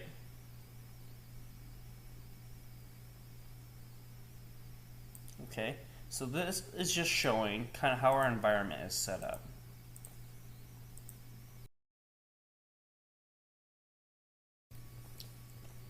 So let's go and talk about parents and children. So parent scripts can be used to create multiple copies or instances known as child objects that behave and respond similarly but can still be unique on their own.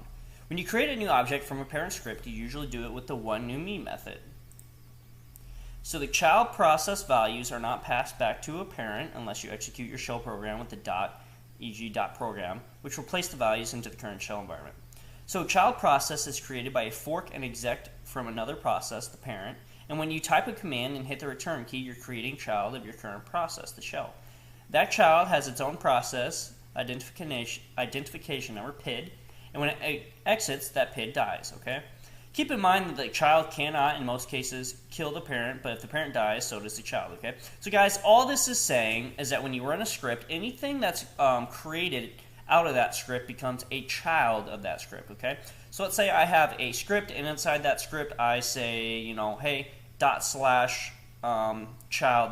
So I'm saying, hey, start another script called child script, okay? So that child script is going to be a child process of the parent script, okay?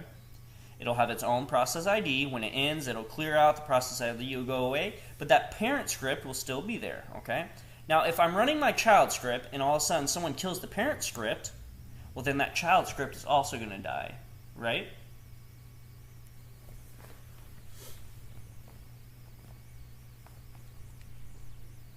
So that's all that's saying, guys. And this fork and exec, that's basically just saying, you know, when you start something, you have two forks that come off of it. So if you kind of think of a diagram, you would have one side of it and another side of it going off, right? Or if you think of fork you use to eat, when you have a parent process, think of it as like the handle, and then you have, you know, 3 or 4 child processes coming off of it. So it's forking off that parent process, and the 4 prongs of the fork are the child processes.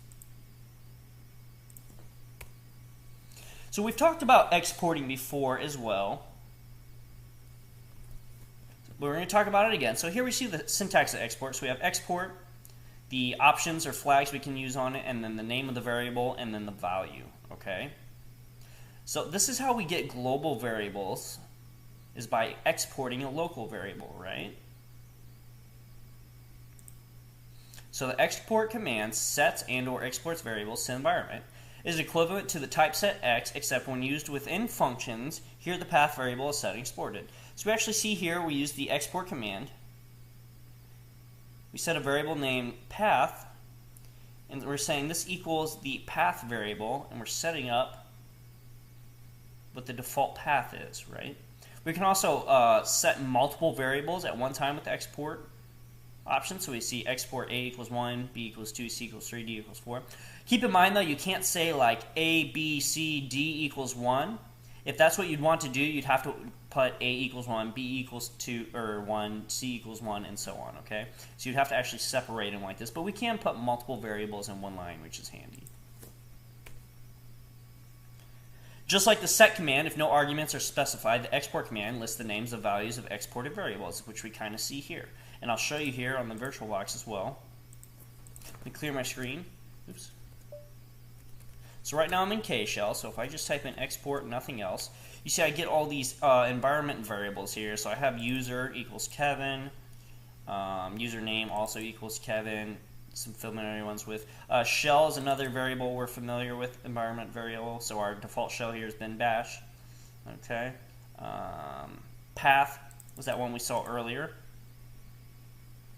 Okay, so you can actually change this path variable. Now if I go back to my bash shell, clear my screen, and I do export variable as well, you'll see the same thing, right? We have a bunch of you see a bunch of environment variables here. And we also see that declare variable, which we talked about in previous sessions, or declare command, I mean. So we see some default environment variables here, right?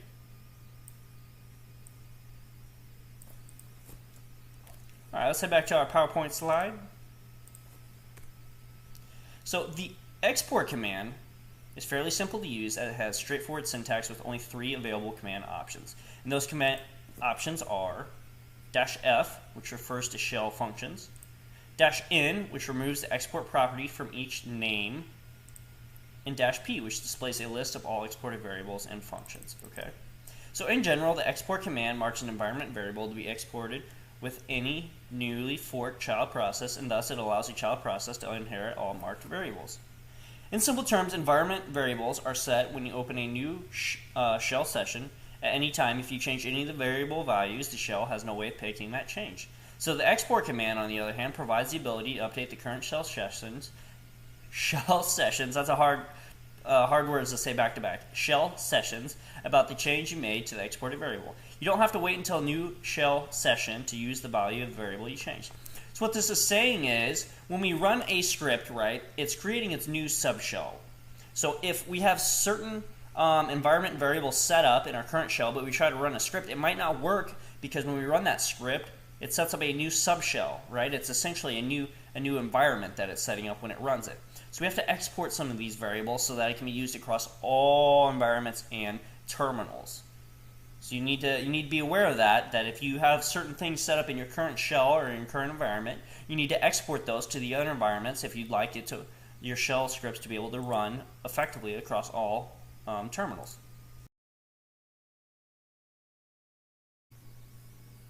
Alright guys, we're going to move on to our next topic, which is dot scripts. So the period, or dot, is shorthand for the bash built-in source. It will read and execute commands from a file in the current environment and return the exit status of the last command executed.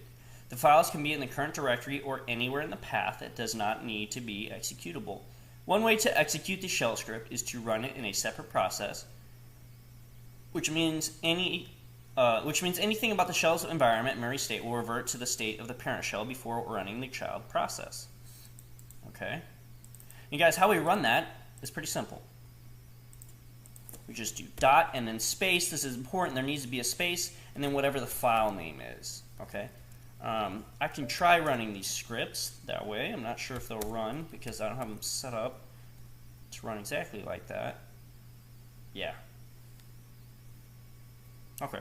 Yeah, see, I don't have these scripts set up to run like that. But that's how you would do it. You would do a dot or a period, a space, and then the file name. Okay? So guys, this last part's really important here. So, as it said,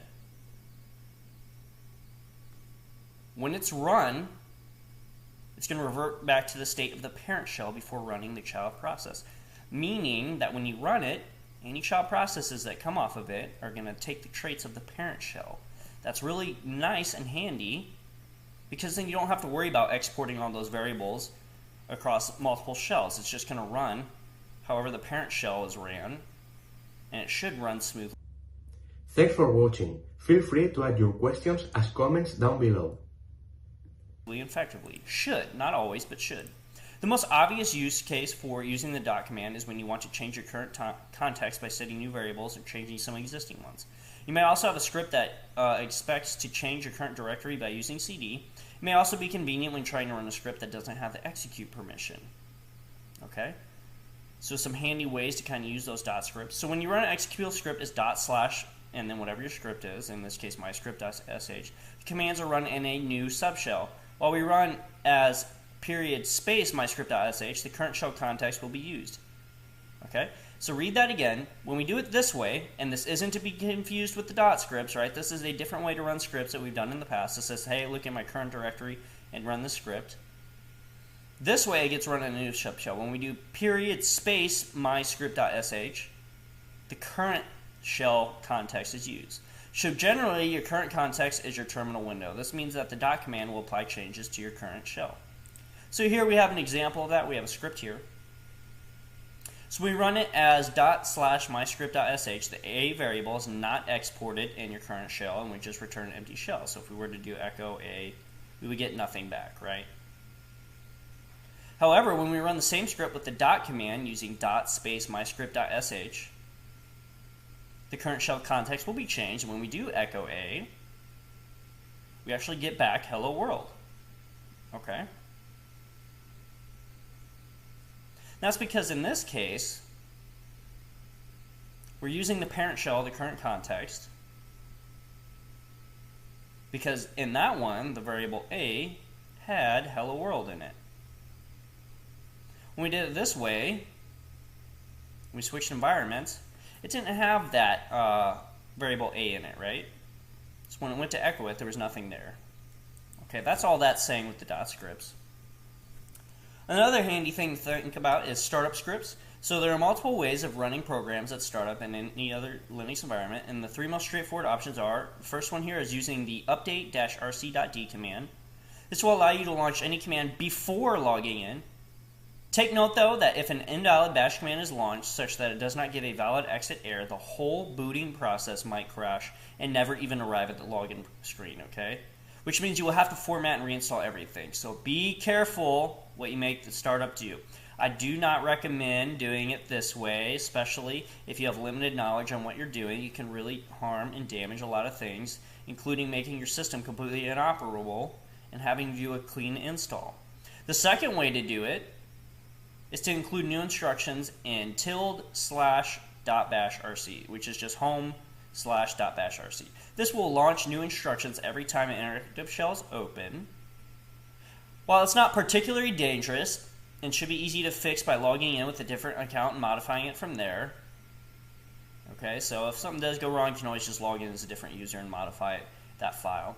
However, just a word of advice, do not write any command that requires opening a terminal to execute, as this will give you an endless cascade of terminals opening and running in .bashrc and so on and so on, okay? So if you set up something that needs to open a new terminal in order to execute, you're just going to get all these windows popping up endlessly over and over and over and over and over again, okay? So what I recommend is doing this third option here, which is to include new instructions in the home/.profile. So in our opinion, this is the best method to launch applications you might be interested in using from startup, as anything included here will be launched from the first login shell only, which means no cascading, and immediately after you've logged into your account. So let me actually show you this .bashrc real quick. So if I go to my virtual box here, I do a cat tilde, which stands for home, it's a shorthand for home, and then /.bashrc. And guys, remember when we have a period in path names, that means this is a hidden file. Okay, so what that means is if I do an ls, you don't see that, but if I do an ls-la, which means show hidden files, well now you see all these files with periods on them, right? One of them being .profile, right? If I scroll up a little bit here, you should see .bashrc, all right? So that's what that period means. Remember, that means hidden file. So if I do a cat tilde /.bashrc, there you go. So these things are ran before boot up and login. Okay. Now if I do the same thing but for .profile, you see a little bit simpler format, and here we have less stuff actually in it. So here we see bash being ran. We also see the home directory being imported and setting the path variable for the user. Okay, so that's how you can get some things to start up automatically when you first boot up your system.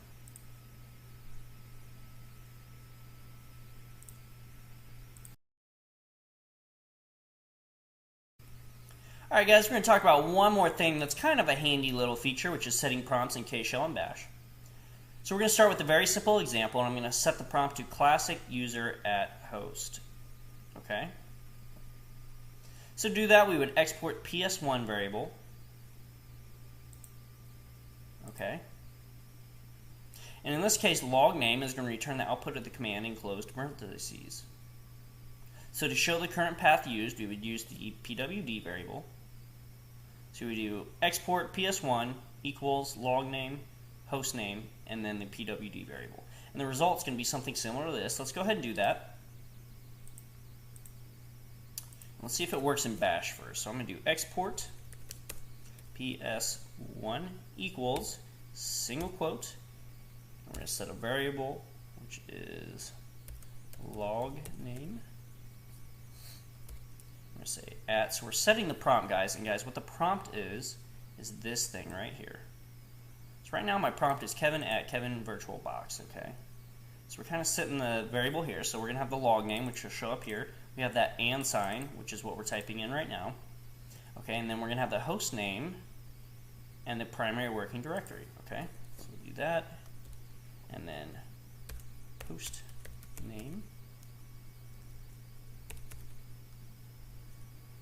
-s colon $, so pwd variable $, single quote. All right.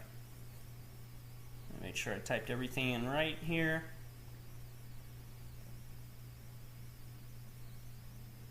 All right. And there you go.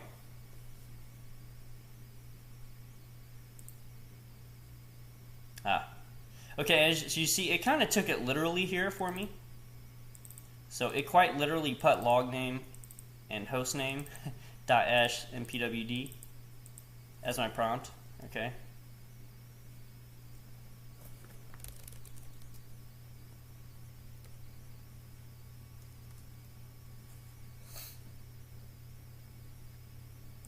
So when I do host name,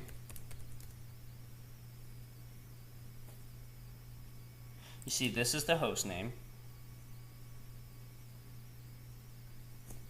And if I do, let's see if I do log name. Yeah. When I do log name, you see that it's Kevin. Okay. And then when I do pwd, you see that it's home/Kevin. Okay. Clear my screen.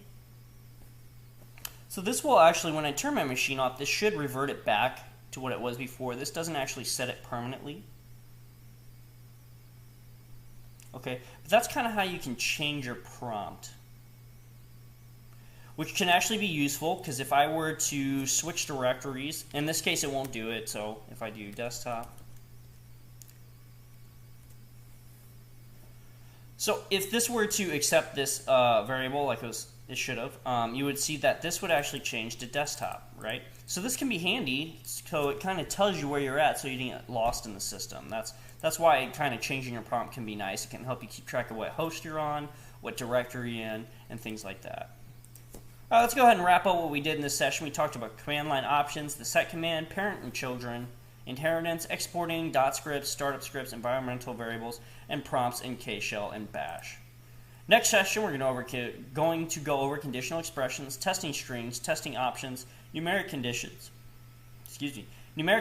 testing completion status, truth and corn and bash shells, the case statement, loops, while and until, so the while and until loops, the for loop, menus and the select statement, redirection and loops, and when to use different constructs. If you're looking for a little bit of extra help, be sure to follow these links for weekly and monthly private tutoring sessions for System Administrator Management and Linux and Bash Scripting private tutoring sessions. Thanks so much for joining me, guys. Looking forward to seeing you in Session 5. What's up, guys? Welcome to Linux Bash Scripting Intermediate Level. As always, I'm your instructor, Kevin Downs. Today, we're at Session 5. We're going to be talking about programming logic. So in the previous session, we covered command line options, the set command, parents and children, inheritance, exporting, dot scripts, startup scripts, environment variables, setting prompts in K shell and bash shell. Today, we're going to be going over conditional expressions, testing strings, testing options, numeric conditions, testing completion status, truth and corn in bash shell, the case statement, loops, while and until, the for loop, menus in the select statement, redirection and loops, and when to use different constructs. Let's go ahead and start with conditional expressions. So a conditional expression is used within the double square bracket compound command to test attributes of files and to compare strings. However, word splitting and file name substitution are not performed on words appearing between double brackets, okay, which we're going to talk about here in a little bit. So each expression is constructed from one or more of the following unary or binary expressions, which you can see here at this link. So you can check that link out and see the list there. But let's go ahead and talk about comparing strings, which we can do inside of single square brackets or double square brackets. So the first one's just going to be an equal sign, which means is equal to. So if I do if square bracket, quotation mark, $a, quotation mark, space, equals, space, quotation mark, $b, quotation mark, space, square bracket, that simply means if A is equal to B. Okay? And do take note of the white space surrounding the equal signs in between the two. Okay? If there's no white space there, that does not mean the same thing as this above here. And I'll show you that on our virtual box just so you can see it a little bit more clearly. Oops.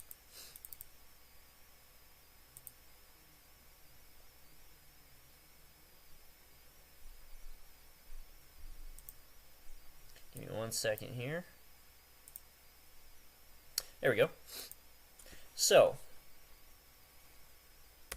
setting up my statement here. I'm just in a text editor right now, so I do if, which is an if statement, space, square bracket, because I want to test a statement here, and I'm testing two variables. So, if square bracket space, quotation mark, $a, quotation mark, is equal to, so equal sign, and I have to put a space before and after the equal sign, B, okay, and then I could put something after this, like then, else, something like that, okay? But this is what we're testing right now. We're just testing to see if A is equal to B, okay? And as I said, that right here without the spaces does not equal the same thing as this with the spaces, okay? That won't work and your code will actually break. So the next part we're looking at here is the double equal sign, okay? This also means is equal to.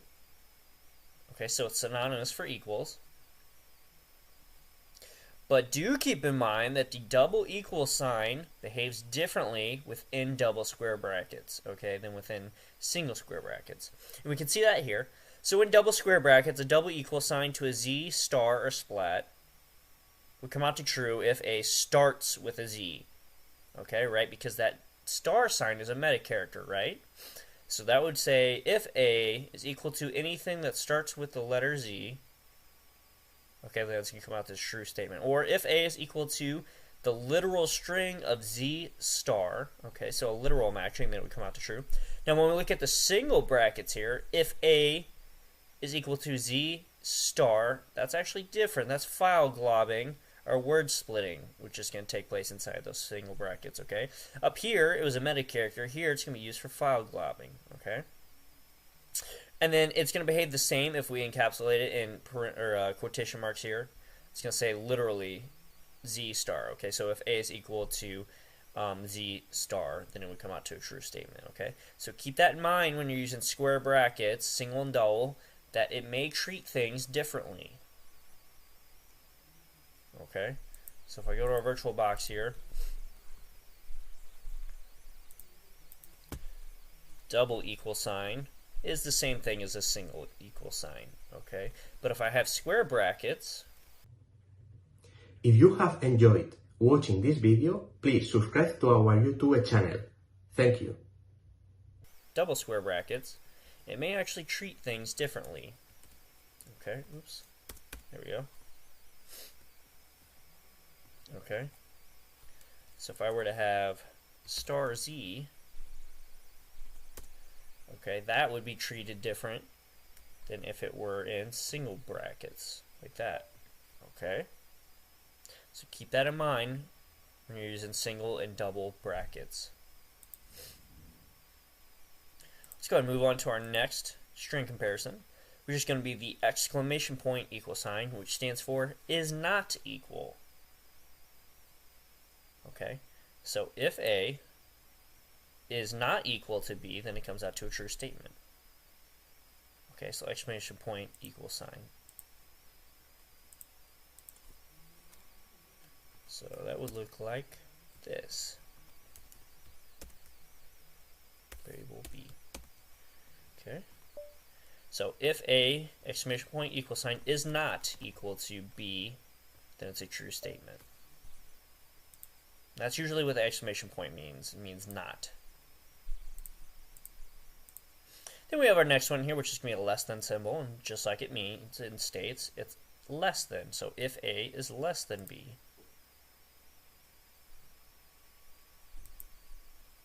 And that's going to be in the, let me go back to our PowerPoint, ASCII, so ASCII, okay, alphabet order, meaning, you know, A, B, C, D, E, F, G, all the way to Z. Okay, so normal alphabet, so that's what's going off of, in alphabetical order there, if A is less than B, okay? So that would look like just like what we think.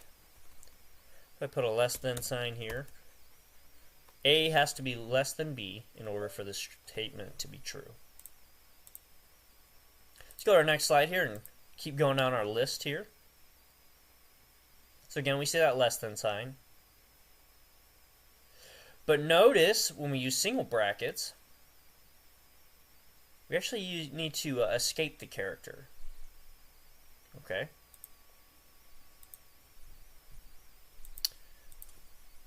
So when we're using these single brackets, we need to throw that backslash in there to escape that character. Otherwise, it's going to be interpreted differently. We just want it to be interpreted as less than. Now, if we have square brackets, oops, we don't need to use that escape character. We can keep it as is and it would mean less than. Okay. So since we've kind of talked about single and double square brackets here, you know, when do you actually use one or the other? So a single square bracket is an old POSIX cell, and it's an actual command, okay? Double square brackets is a little bit more versatile and forgiving, and it's actually just a keyword. Most bash shells are going to be using double square brackets, okay? So you're pretty safe if you use double square brackets most of the time. If you're using single square brackets, just keep in mind that it's going to interpret things differently. It may not work on as many things, okay? So square brackets or double square brackets is a little bit more versatile, and you may want to stick with that just to be a little bit on the safer side. So next symbol we're looking at is greater than sign, which of course is going to mean is greater than.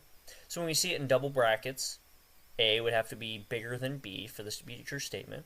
And again, when we use single square brackets, we need to escape the character with a backslash.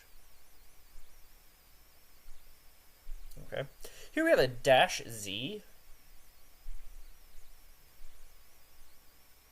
So here we're checking to see if the string is null, meaning it has a zero length or nothing was put in there. Okay.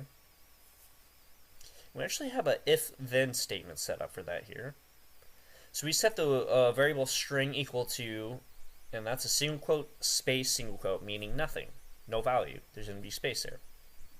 So if Z, or dash Z, and then we put this variable string there, then echo string is null.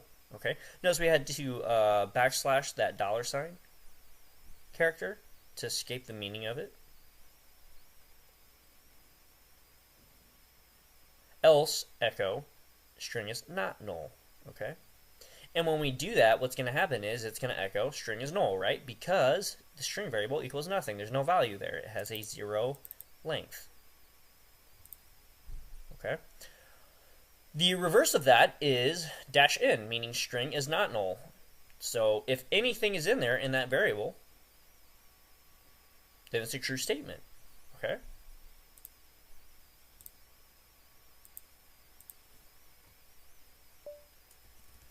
So that's going to kind of look like this, -z. Okay. So if A has nothing in it, then this can be a true statement. If we have -n. If A has anything in it, has some value, then it's going to be a true statement. Okay. So those are some common string operators we can use in string comparisons when doing some of our scripts. Alright guys, we kind of looked at doing some string comparisons here, and we saw those single and double square brackets. Okay.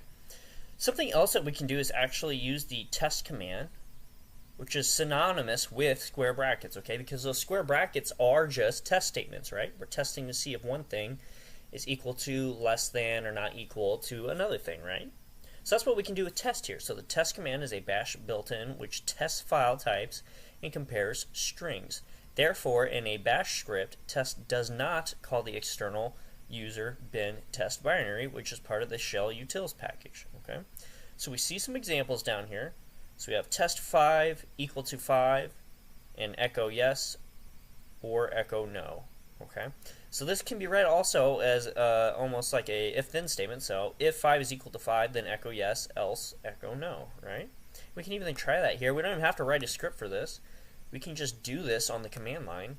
So we do test first, then the number 5, -eq, which stands for equal to, okay, 5. So test if 5 is equal to 5, double ampersand sign, echo, yes. Then we do a double pipe, echo, no. So test 5 is equal to 5 and echo yes or echo no. So if we hit enter, 5 is equal to 5, so we should see yes. And sure enough, we do. Okay. If we go back to our PowerPoint, we see another one. Test 5 is equal to 15 and echo yes or no. Okay. So test 5 -eq for equal 15, double ampersand symbol and echo yes or echo no. Well, 5 is not equal to 15, so we should see a no. And sure enough, we get no. We look at our next one. Test 5-ne, which is not equal to 10, and echo yes, else echo no. So test 5-ne for not equal 10, and double ampersand sign, echo yes, or echo no. Okay. Obviously 5 is not equal to 10, so it echoed yes. Next we have another one that's actually just testing to see if it's a file.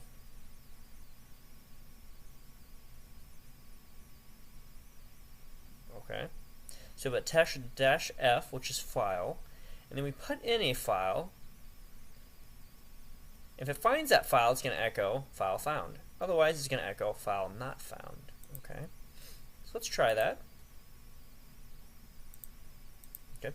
Real quick, before we do that, let's actually do a cat /resolve.conf. Well, that file does exist. Okay. Okay. By the way, this file is how you do DNS. This is where you set up some of your DNS servers. Okay, but that's besides the point right now. But we know that file exists now, right? So if I do a test-f on /etsy/resolve.conf, so I'm seeing if this file exists. If it does, echo.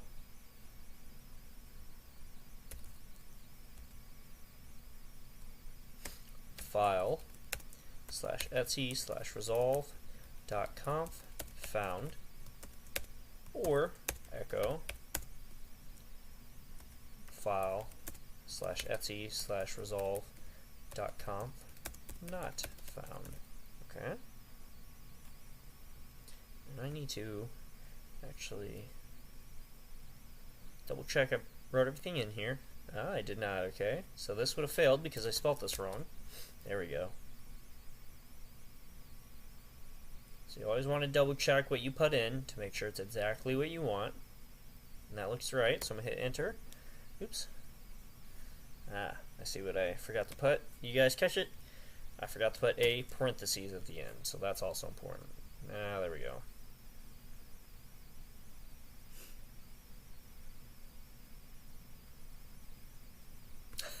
Looks like I had several errors here, guys. Too bad you can't be here to catch me when I put these typos in. There we go.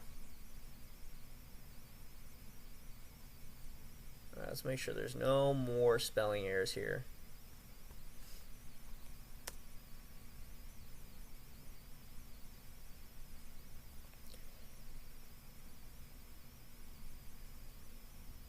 Okay. So it says etc resolve.conf not found. Okay. So echoed that second part there.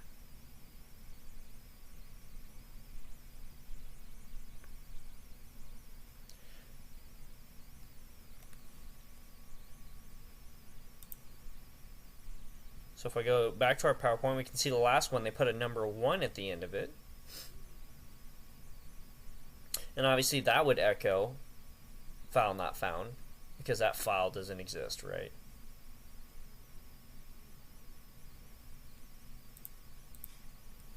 So that's kind of how you can use the test statement. You can test certain statements out. You don't even have to write a shell script for it.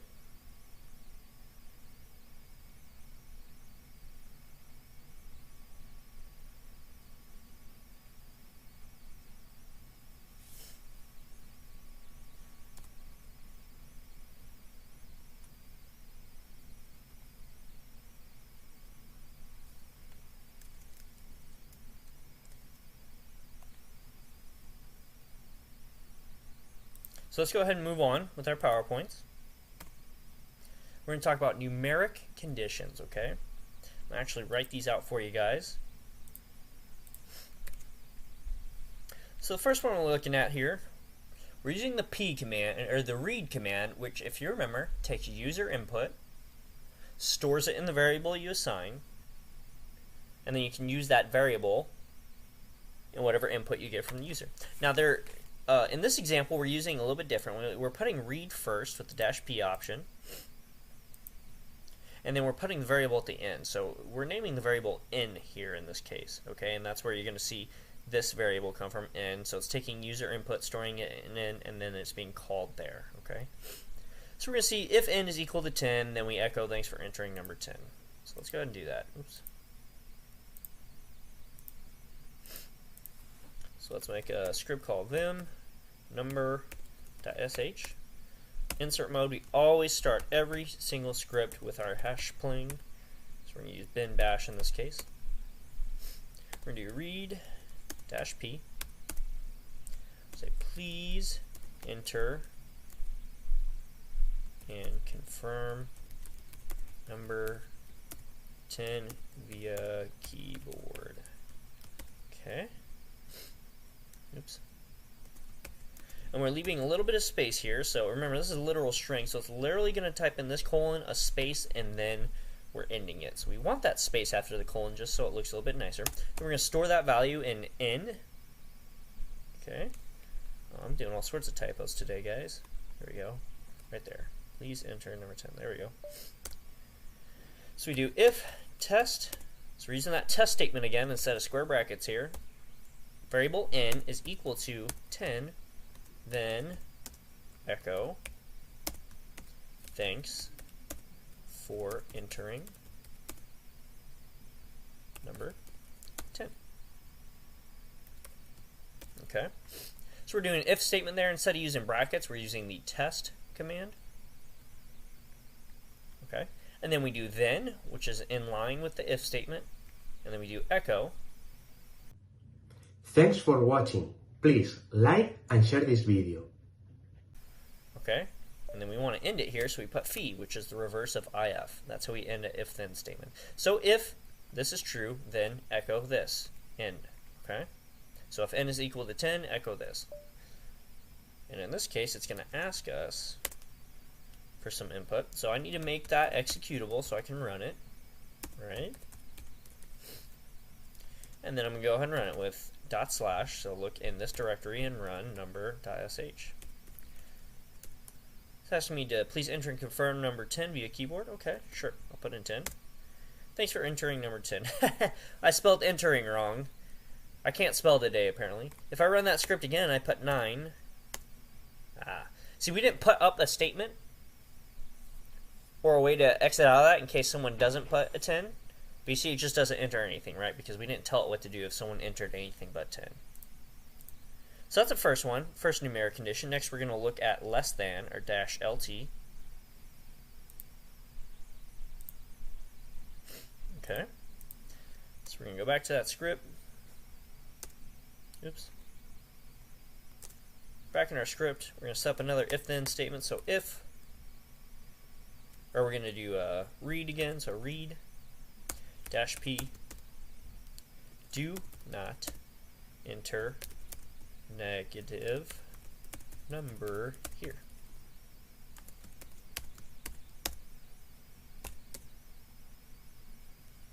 So if variable n,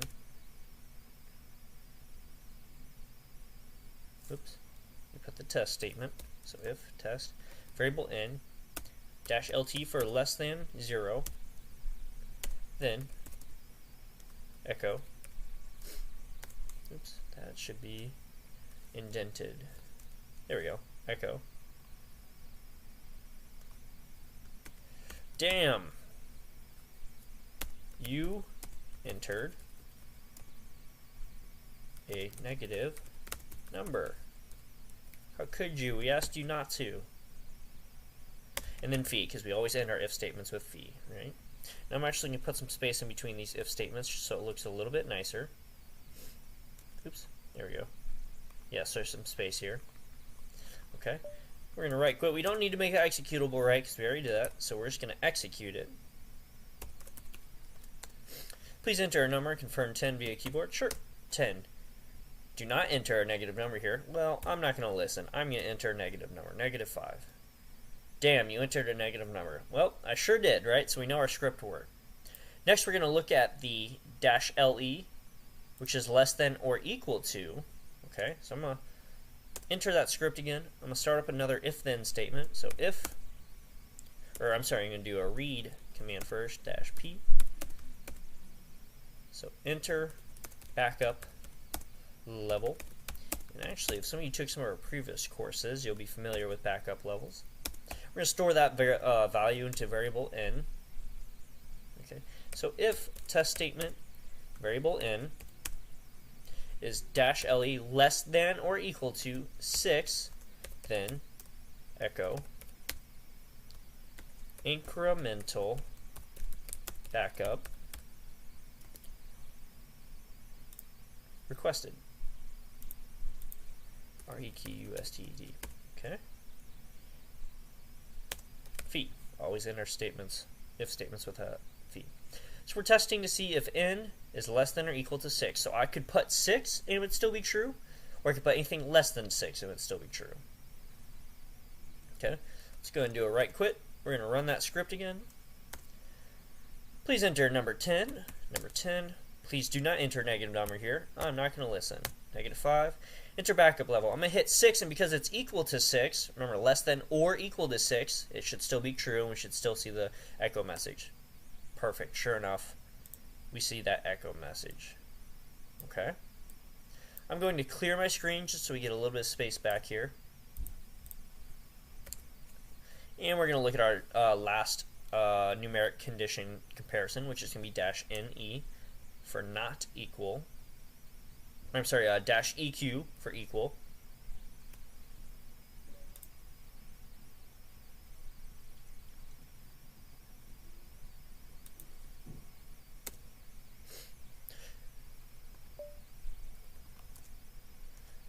Okay.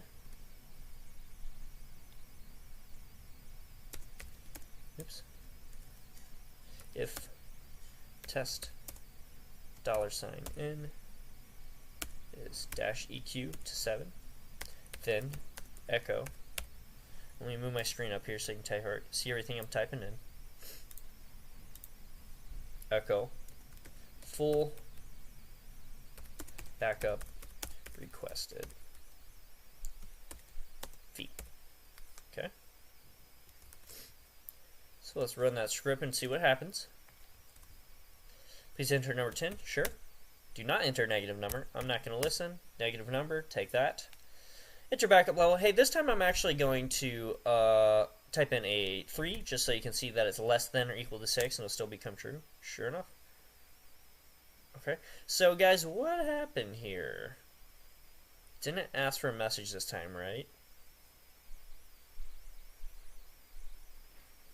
Well, that's because we didn't use the read statement, right? So if I run that script again, and this time I put 7 here, oops, you see it didn't echo that first message, but it did echo that second message, right? And that's because we have two different if and test statements here. So if oops, keep control of my mouse here, there we go. So if n is less than or equal to 6, then echo this. Then we set up a whole other statement and said if test variable n is equal to 7, then echo this. And we typed in 7. So this wasn't true, so it skipped this. It didn't echo this. This was true though, so it echoed this. And we didn't even have to use the read command because we're using the same variable in all of these. Okay. If I would have put 7 anywhere else on here, it would have echoed this after it went through all these, right? Because it goes one by one, line by line. Okay. Alright guys, so we're going to talk about something that's actually really handy in making sure that you did something correctly, which is going to be testing completion status. So we can display the exit status of the commands using echo $, question mark. And as you can see, we have used the grep command to find out username stored in USR variable. If grep command finds user in the etc password command, its output would return an exit status of 0. Okay. So I'm actually going to use it in conjunction with some of the things we just did. Okay. I'll do an easy one first. So I'm going to do an ls command, okay? And then I'm going to do echo $, question mark. And what will we get back? 0. And that's because the ls command was successful. Now I'm going to say let's cat a file that doesn't exist. I'm just going to type in a bunch of gibberish here. That file doesn't exist. Now let's do the same echo command, echo $, question mark. Now we got a 127. Well, what does that mean?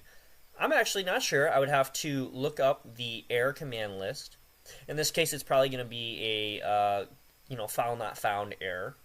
So if we go back to our PowerPoint, you can actually see that the question mark $, is a special variable in Bash that always holds the return exit code of the last executed command, and you can view it in a terminal by running the echo command as we just did, and the return codes range from 0 to 255.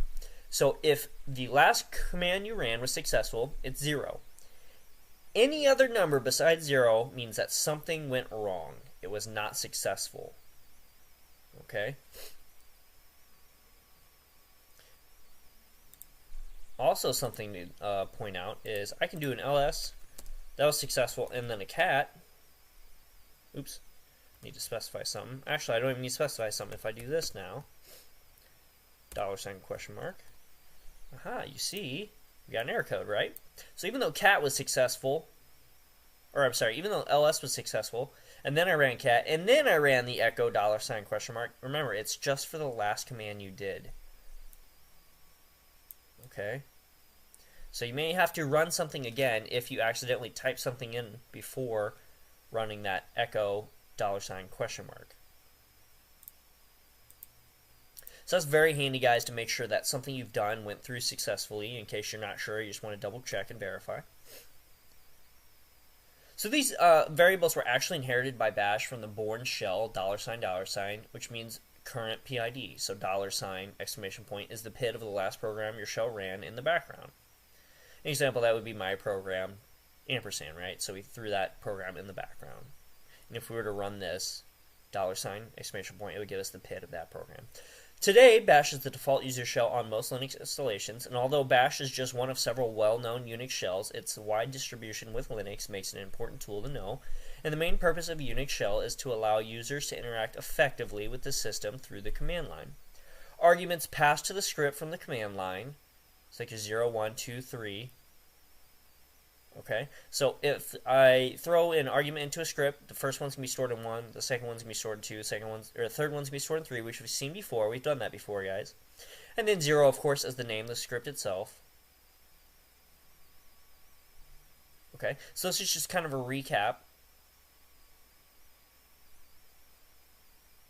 of arguments being put into scripts. And up next, we're going to be looking at the case statement. Alright guys, we're going to go ahead and start talking about the case statement. So while the case statement in Pascal and the similar switch statement in C, which is the C language, C programming language, can be used to test simple values like integers and characters, the Corn shell's case construct lets you test strings against patterns that can contain wildcard characters. Like its conventional language counterparts, case lets you express a series of if, then, else type statements in a concise way.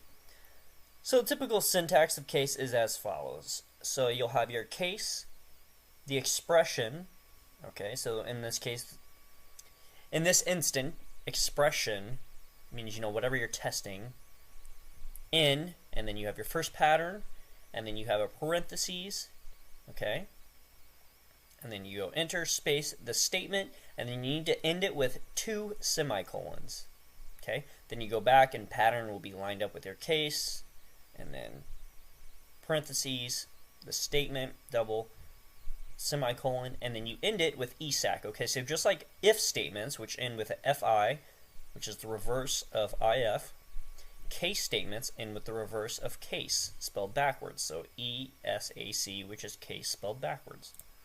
So here we have an example of a case statement. Okay, feel free to kind of copy this out or have it up. I'm going to go ahead and type this line by line just so you can kind of see how we would write up a case statement. Let me log into my box here. Let me clear my screen. So we're going to do a vim. We're just going to call this case.sh. We're going to insert, and we always start with the hash bling, guys, every single time. Then we're going to do a shopt -s no case match. Okay. What this is doing, guys, is this just matching the patterns here, regardless of whether the uppercase or lowercase matches. Okay, so it's going to match it regardless of that. What we're going to do is we're going to do an echo. We're going to do enter name of the month. We're actually going to do a read command here.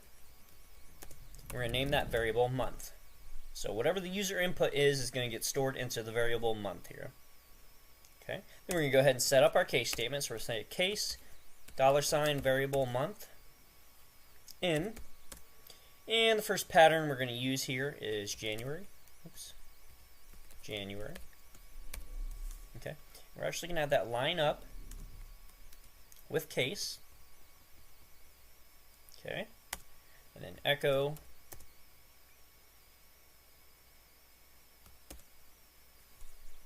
And we're going to say 24th of January,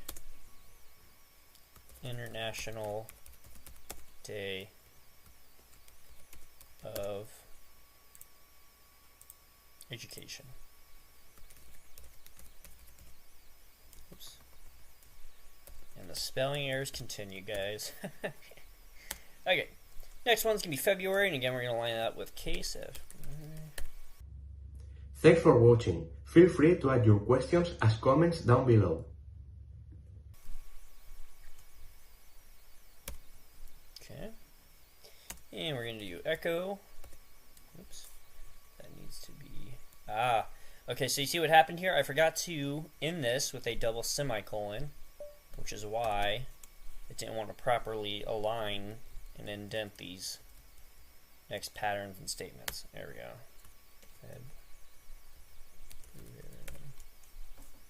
Okay, there we go. Now it's indenting it correctly. Echo 20 of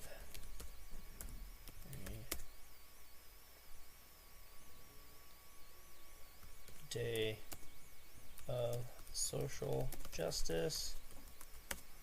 And guys, we can put whatever we want here for these echo statements. This is just kind of some fun facts about the month. I did it again, guys. So remember, you gotta put these semicolons at the end here. There we go. Echo 8th of March, International Women's Day. And semicolon, 2 semicolons, and May, echo,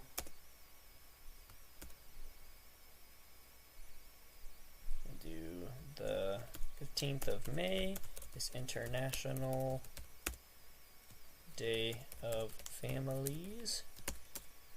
There we go. Oops. April, echo,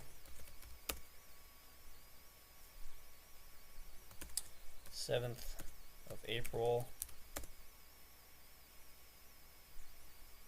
is the World Health Day. And guys, just for the sake of saving a little bit of time here, I'm just going to start putting shorter echo statements here. So it's not going to totally match up with our example. Okay? But you'll get the idea when I start putting in these patterns. So June, we're just going to put echo. You said June.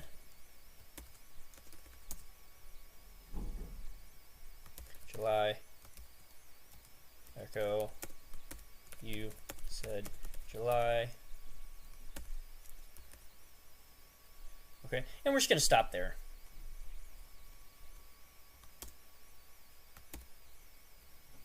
Okay. And then to end a case statement, what do? We spell case backwards. There we go. So you see here all the patterns are lined up with the case here, and ESAC is lined up with case. Okay, and then the echo statements are indented after the patterns that you're trying to test for, and it's end with a semicolon here. Okay, so we're going to go ahead and right quit out of this. We're going to make it executable. And we're going to go ahead and run it. Okay. So say, hey, enter name of the month. Now I'm going to do it lowercase just to show you that it will match it using that phrase we used earlier. There you go, 21st. I spelled January incorrect. So one bad thing about Vim in Linux is it's not going to spell check things for you. So I did spell it incorrectly, but that's the correct echo statement. That's what we put in. If we run it again, I can put something like May, all caps. It's going to say the 15th of May, International Day of Families. Okay, I can run it again. Okay, now if I spell it incorrectly, J with 2 U's, it's not going to know it, right? Okay, so I do have to spell it correctly. It's just with that no case match, you know, I can do uppercase or lowercase, okay? So that's how the case scripts are written, guys. Go back and look at it one more time. You have your case to start off with, your expression. Okay, in this case, we're just using a variable that we kind of set up here. Okay, I could just also do like a, you know, A is greater than B or something like that, or even put some wildcards in here. I could say, you know, for everything that starts with a Z, B, E, etc. It's just matching patterns below here. These are the patterns we're matching against. If it matches one of these patterns, okay, then it'll do whatever you put under it. It doesn't have to be an echo. You could also put a command under here. Or you could tell it to start a new file or create a file. Okay, whatever you want. It's just when it matches that pattern, it does whatever you tell it to do under it. Okay.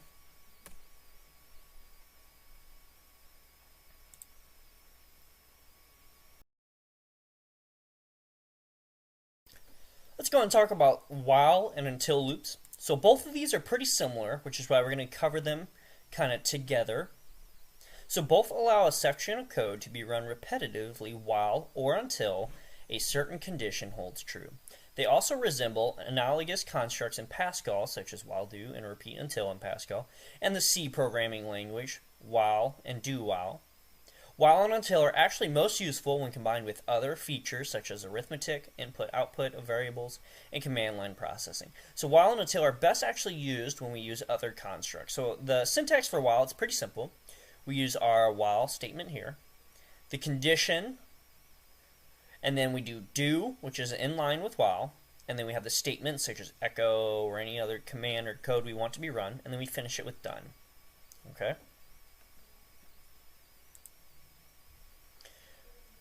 For until, you just substitute until for while in the above example, and you have the same setup. Okay, so until we just go here, and then everything else remains the exact same. As with if, the condition is really a list of statements that are run. The exit status of the last one is used as the value of the condition. You can use a condition with the double brackets here, just as you can with the if statements. So this is saying when you run the until statement, the last value is now run and used as the new value or beginning value. The only difference between while and until is the way the condition is handled. In while, the loop executes as long as the condition is true. And until, it runs as long as the condition is false. However, the until condition is checked at the top of the loop, not at the bottom as it is analogous constructs in C and Pascal.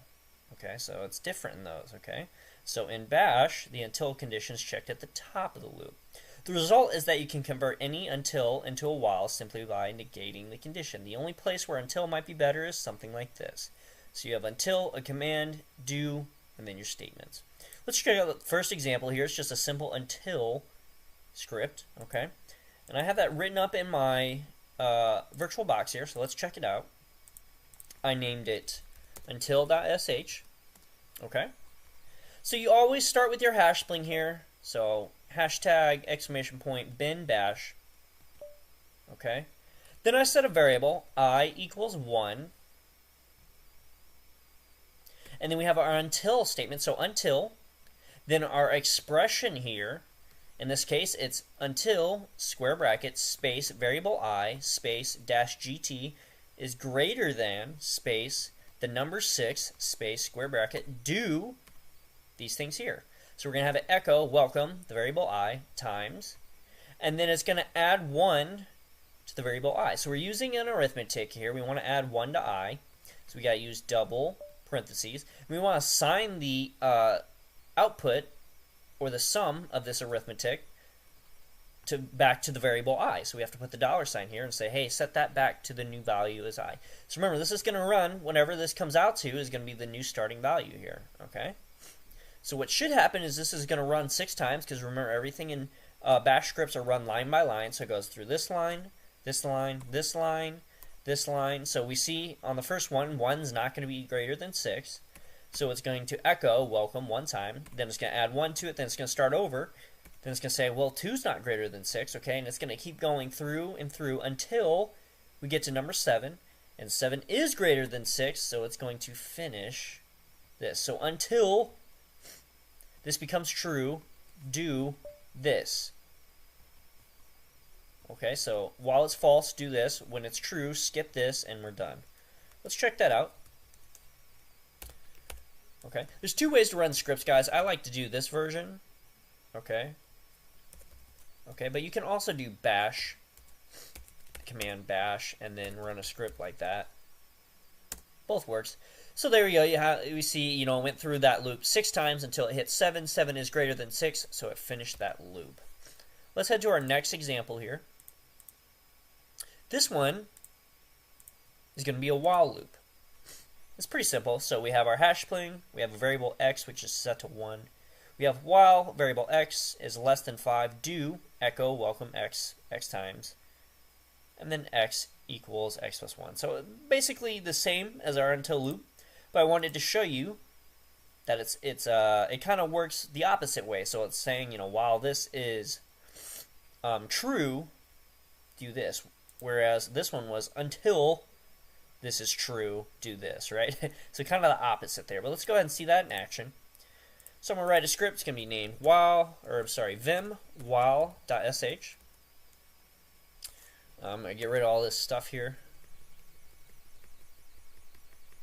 There we go. So we're going to start with our hash playing. So hashtag or pound sign. Oops.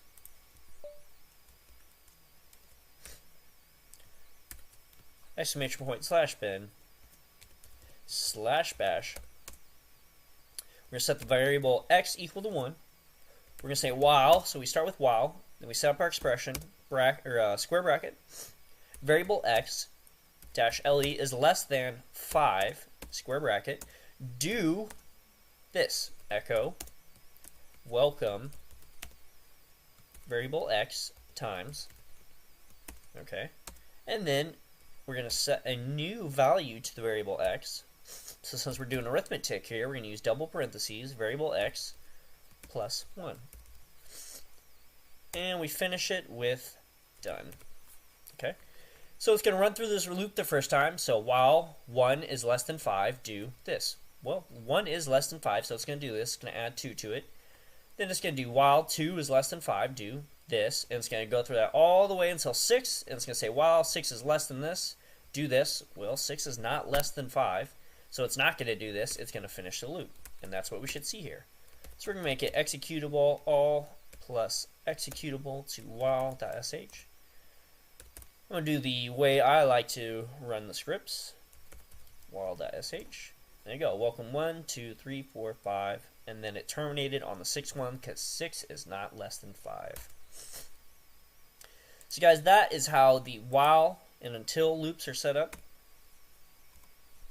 Okay, they can be effective if you need something to run multiple times or until something is no longer the case. These are useful for, say, when maybe you have a file that's running and when it finishes you want it to disengage or stop. So that's when while loops or until loops can be useful. Is when you want something to run, you don't necessarily want to sit there and watch it, so you can write up a script to say until this is not running anymore, or while this is running, do this, and then when it's not, finish it. So that's kind of how this skill can be used with in actual real case scenarios.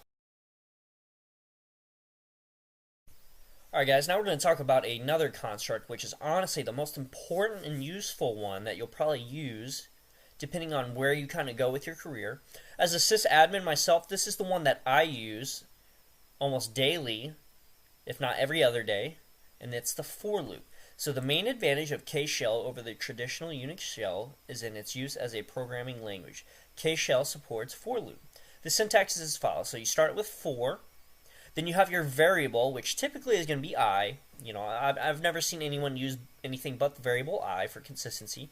So for variable in, and then your list. Do echo variable. Done. Okay.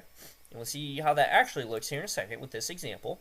So we have our hash string. We say for I, and just like I said, most people are always going to use I. For I and 1, 2, 3, 4, 5, do echo welcome I times. So guys, what this is going to do, it's going to say for I, which I gets substituted here, and it's going to look at this first one. It's going to say welcome 1 times. It's going to go back through. Welcome 2 times. Go back through.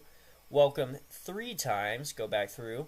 Welcome 4 times. Go back through. Welcome 5 times, and then it will finish. Okay, so let's see that in action. So we're going to make a script called for.sh. We're going to start with that hash string /bin /bash. We're going to say for I in 1, 2, 3, 4, 5, do, echo, welcome, variable I times. If you have enjoyed watching this video, please subscribe to our YouTube channel. Thank you. Done. Simple enough, easy peasy. So we're going to make that executable.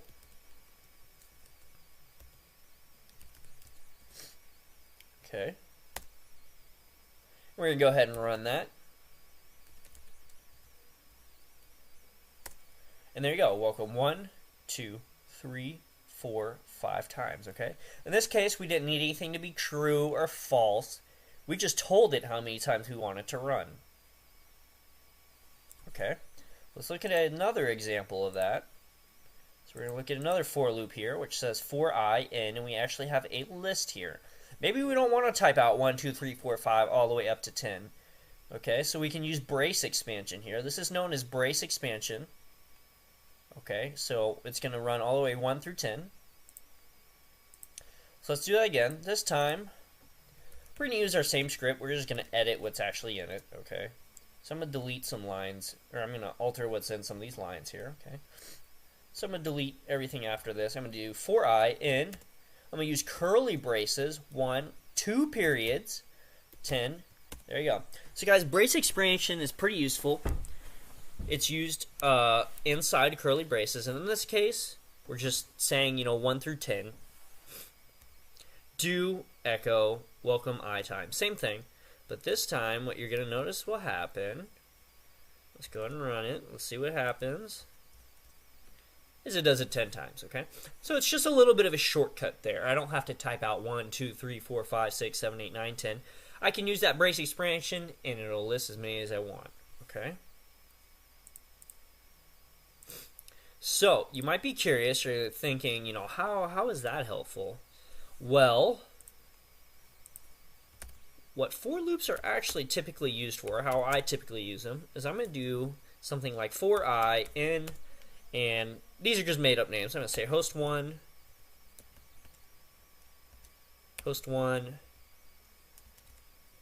server 2, server 3, etc., etc. So I'm putting server names or host names there. And then I would put a semicolon, and I would say do, maybe pass WD, where I would, how I'm typically going to do is I'm going to do like SSH, my username, which I'm just going to make up a username, Kevin, and then I would put the I variable here, I, okay, and then I would put another command. I would say, maybe I want to, copy a file here, so I could do like scp, certain file, etc. I'm not going to type the whole thing out, but you kind of get the idea here. Is what I'm actually doing. And let me actually end it here. So scp, done. Okay. So what I'm actually doing here is I'm saying for I in a bunch of servers do, and I'm logging into each one of these servers, and then do this. So what it's doing is it's logging into this first server. That's the first part of the for loop here. Then it's copying something to that server, and then it's done. And then it's going to the next one, doing the same thing on the second server, etc., etc. So that's how a for loop is actually helpful, is that I can say, hey, here's a list of servers. I want you to do these things on it, and then finish and exit out of them. So that's where the for loop really comes in handy. And as you can imagine, it's really nice. If I'm doing the same thing, I need to do it on 30 different servers. Well, it's really nice for me to be able to just copy that server list into this for loop, and then I can say, hey, do this thing, and then I just hit enter, and I wait for it to do it, and then I don't have to type it in 30 times, okay? So that's where the for loop can become very useful, guys. Alright, guys, we're going to finish out here with a couple other constructs, which are going to be menus, and then some redirection we can do. So we're going to take a look at this menu example here. There's a lot going on here. To make it a little bit easier, I went ahead and wrote up the script ahead of time. So we're going to pull it up and kind of show you what's going on. So guys, PS3 is actually your terminal, okay? So it's one of the outputs of your terminal, okay? So we're setting that variable equal to terminal question mark, okay? So you might be a little bit confused. So we're not actually setting a variable equal to terminal. We're setting the terminal equal to an echo statement, which is what's currently on here. And you're going to see what that means here in a second. Before we do that, we're going to look at a select term here. So what this actually does is it has you select a statement here. So real quick, I want to point out, in our example, we have these different phrases here. For your time and our time, and just to make things a little bit easier, I just made it A, B, C, and D, okay? Just so we can kind of have a little bit easier time to see what's going on. So we have select term in A, B, C, D, and A. So when we use select term, or the select statement, we have to give the term, and we have to say in, and then we have to give the terms here. Actually, I need to make sure this says D. There we go.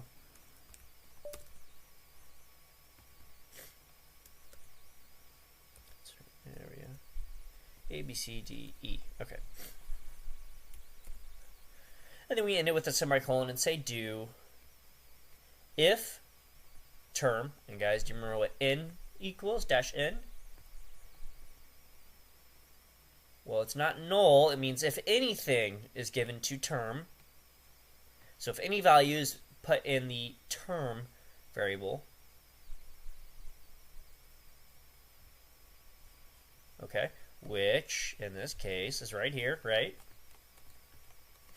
So the select statement is taking user input and storing it in this variable here, whatever we want to name it. In this case, we're naming it term. Okay, so whatever they pick here, it's going to get stored in this. So if anything is stored in the variable term, then we're setting a new variable here. In this case, we are setting a variable. This time it's all caps, term is equal to the variable term. We're going to print term is term, okay? So we're using the word term a lot here, so try to really pay attention to what's going on. So print is analogous to echo, guys. So we're printing term is variable term to the screen. So that's going to get printed to the screen.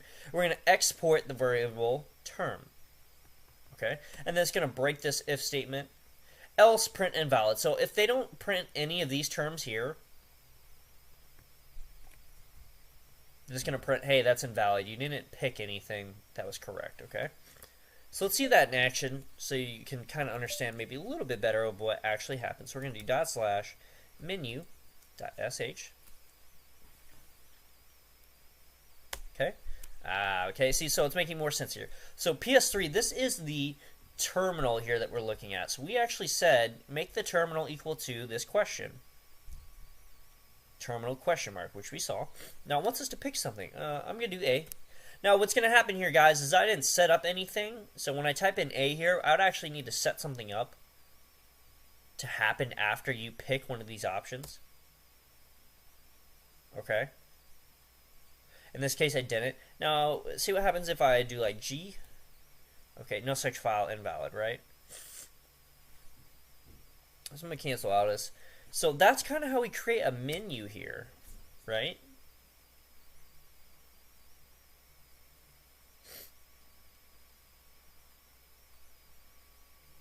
So we're creating a menu here. This can be really nice. So this can actually be very handy script if we want users to do something. And we can get really fancy with this. So we can say, you know, if they pick A, then do this. If they pick B, then do this. If they pick C, then do this. And we can set up a lot of options.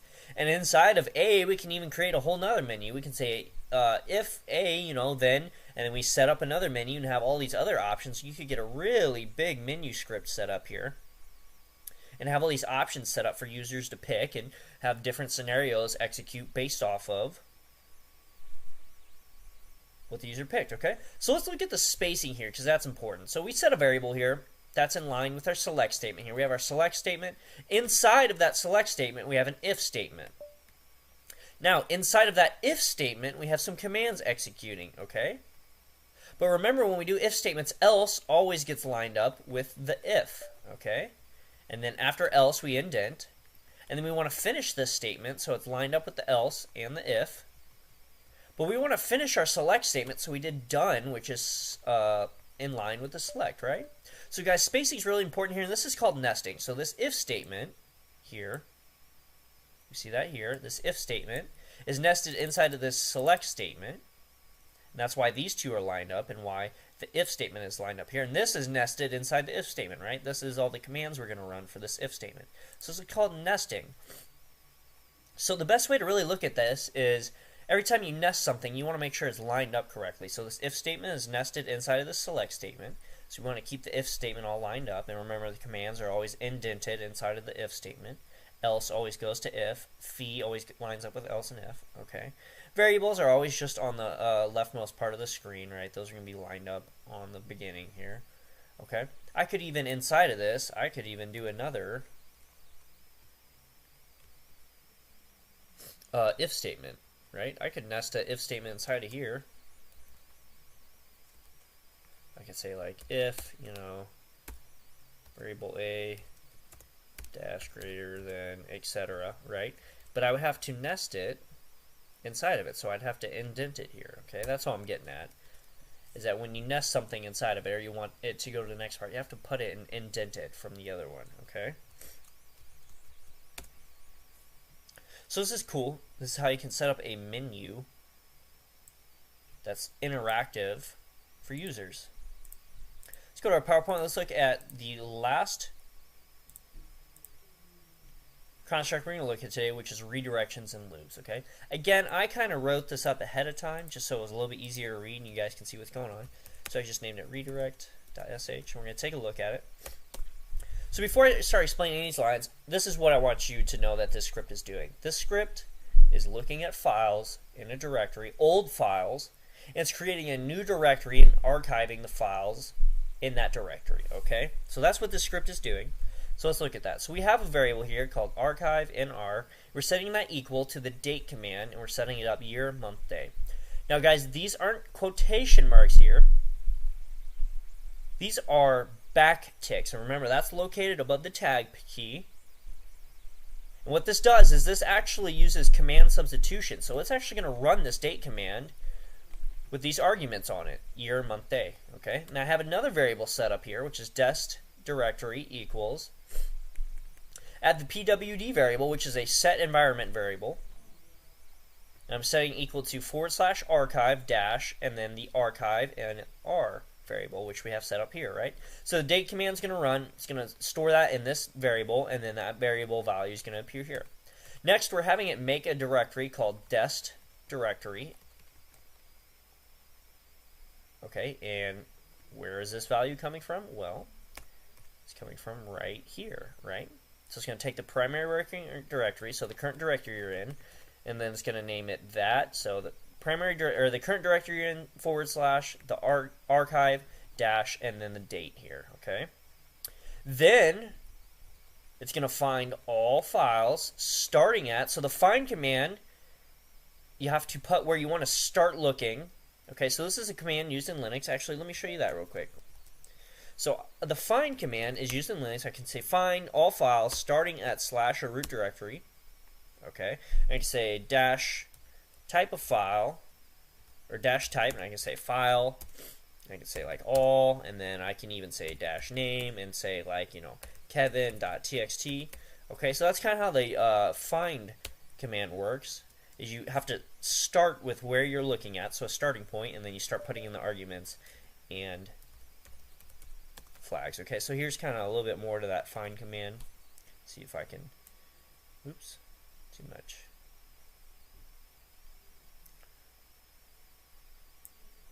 So that's kind of the everything that's listed with the find command.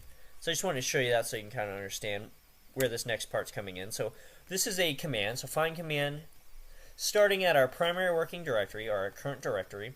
The type is going to be file. We're going to look at all files. We're going to look at the last edit time. That's what this is, -m time. So the last time was edit. We're going to say 5 months back. Okay? And we're going to pipe that into a while statement. So while read -d. Okay?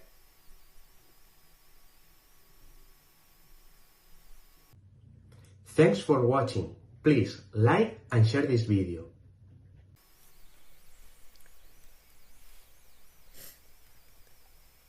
We have another variable here. So we're catching any files with spaces in them. We're saying do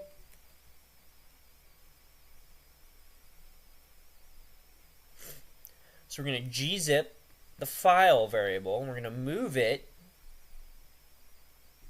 to file.gz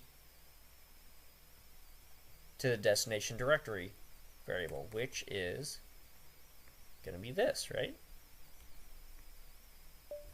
So all we're doing right here is we're gzipping the file, which we just found, or files that we just found, and we're moving them, or in this case, we're just renaming them and moving them to the new directory that we created up here. And then we're going to echo the file name was archived, okay? A lot going on there. Let's see what happens. So we're going to make that executable. Okay. And now we're going to run it. /redirect.sh. Oops, did I spell it wrong?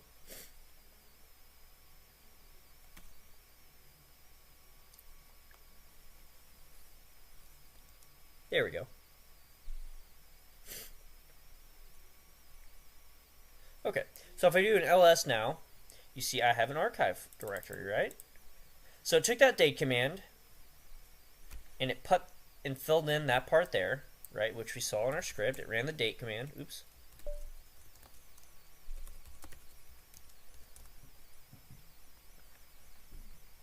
So it took the date command and it filled it in here. That's this part, right? And stored it in the current directory. So if I go back here, we're looking at this directory. So we have the date here. For me, it's the 19th of September, 2020. It stored it in my current directory and named it archive. Okay, now if I go to that directory, I shouldn't have any files in it because I don't really have any files that are that old. Yeah, there's no files in there because I don't have any files that date back 5 months. Okay. Oops, did not mean to do that. Oops. Back one. There you go. So that's what that file did. Alright, there was a lot going on there, guys. I know that. But what I wanted you to see is how useful these scripts can be. How we can use multiple things in it. We can even pipe the find command into this while loop. Okay, so we redirected the output of this find command. It found files, and it put it in this while loop. And all those files that were found were ran through this while loop. So it found the first file, it gzipped it, named it, threw it in that directory archive that we made. It found another file, zipped it, threw it in the archive directory we made, and so on until it doesn't find any files, and then it finishes. Okay, that's exactly what happened. In this case, it made the archive directory, but it just didn't find any files that were old enough for me. Okay, so let's finish out our PowerPoint here. Let's talk about when to use different constructs. So the corn and bash shells are very similar, but there are some differences. The shebang line is the very first line of the script and lets the kernel know what shell will be interpreting the lines in the script. Now guys, you've heard me call this shebang hash spling, okay? Those terms are interchangeable. The hash spling and shebang are the same thing. But as you see here, it tells the script what shell it's going to be using to interpret the script. So it is really important that you put the right shebang. The shebang line consists of a hashtag or pound sign and then an exclamation point followed by the full path name to the shell. So you see me put bin bash here, just like this one. You can also do corn shell. Local variables are in scope for the current shell. When a script ends, they are no longer available. So for example, when they go out of scope, local variables can also be defined with the built-in declare function. Local variables are set and assigned values. So this means when a script runs, any variables that were inside of it immediately terminate when the script is done running. They don't last or stay around. Okay, and that's important to know. So guys, we went over conditional expressions, testing strings, testing options, numeric conditions, testing completion status, truth and corn and bash cells, the case statement, loops, while and until, the for loop, menus and the select statement, redirection and loops, and when to use different constructs. Next session, we're going to go over redirection review, opening additional streams, redirection operators, inheriting and duplicating streams, caution with the exec command, and here documents. Guys, if you need a little bit of extra help, be sure to follow these links to the private tutoring sessions for system administrator management. There are weekly and monthly plans available, as well as Linux and Bash scripting private tutoring sessions. Thanks so much for joining me, guys. I'm looking forward to seeing you in our next session as we continue along with this course. What is up, guys? Welcome to Session 6 of Linux Bash Scripting Intermediate Level. As always, I am your instructor, Kevin Downs. Today, we're going to be talking about advanced input-output with streams.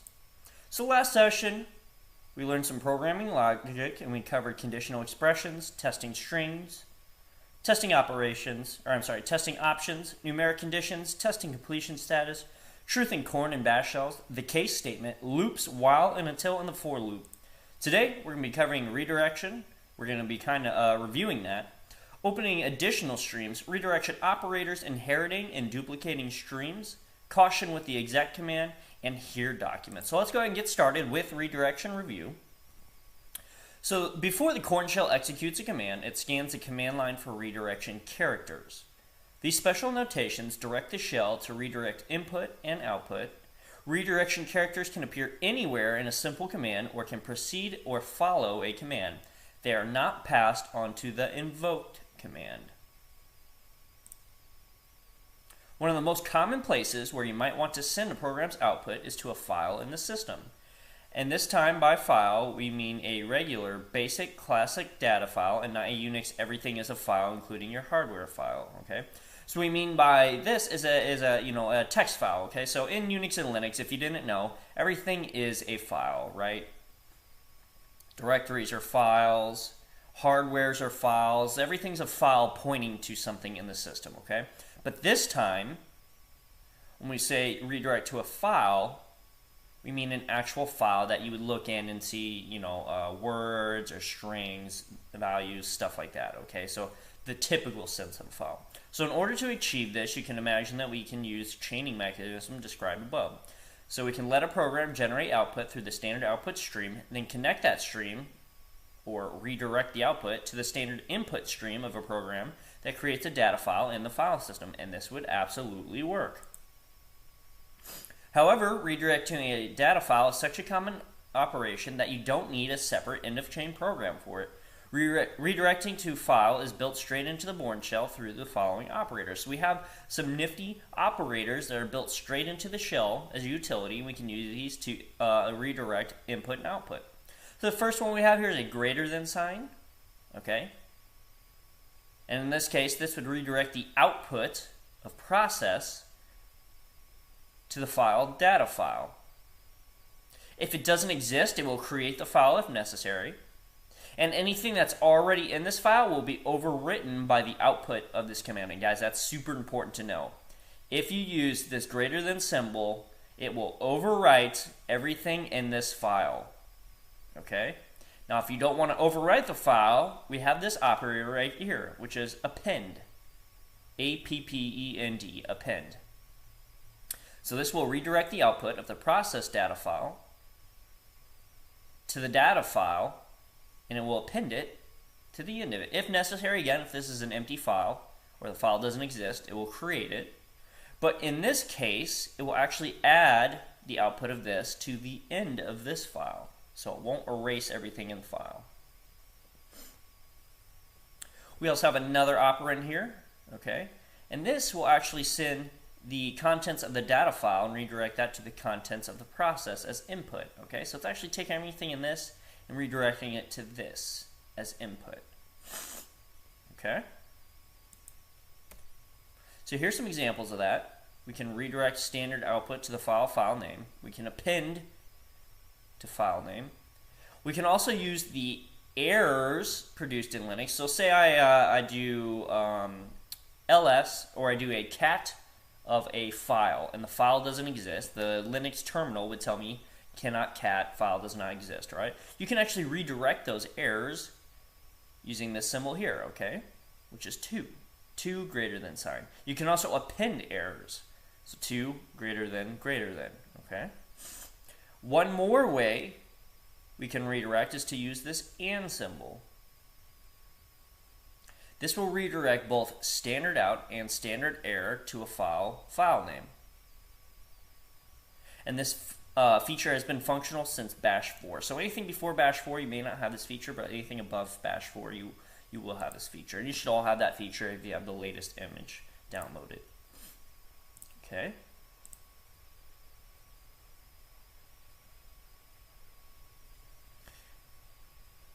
And just some more examples here, okay? So M is a file descriptor, okay? And it's going to default to 1 if not explicitly set. N is the file name. So file descriptor M is directed to N, okay? So this is the syntax of a redirect command, okay? Oops. Now if you want to redirect both error and output, you would use that AND symbol or ampersand symbol. Okay, and here we're going to go ahead and go through an example of this. So I'm going to write a script for this one. First thing we're going to do is we're going to echo this statement and redirect it to redirect.txt. Okay. And then we're going to do another echo statement and we're going to append it to redirect.txt. And then we're going to do a third echo statement that will also append. And then the fourth statement that won't do anything. So let's check that out on our virtual box. Excuse me. Give me 1 second. Need to log in here.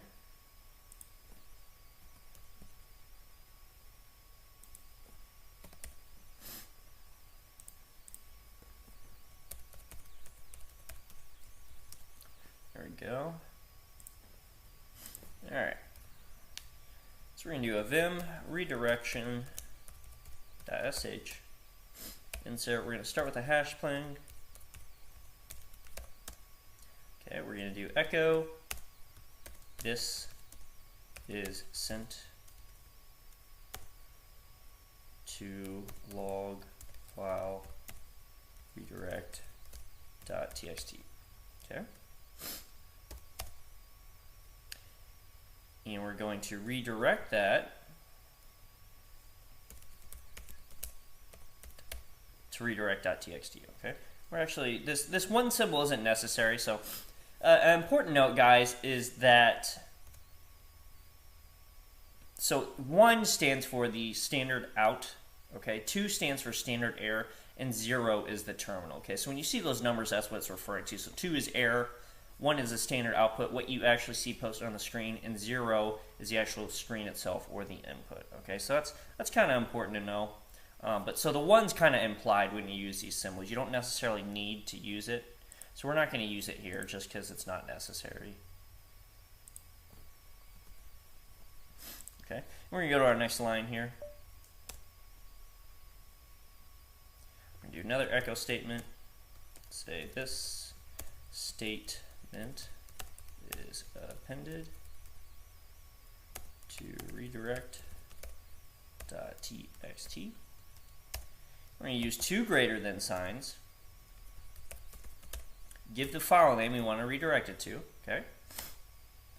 So this is going to append it. So we should see this line at the end of this file after this line.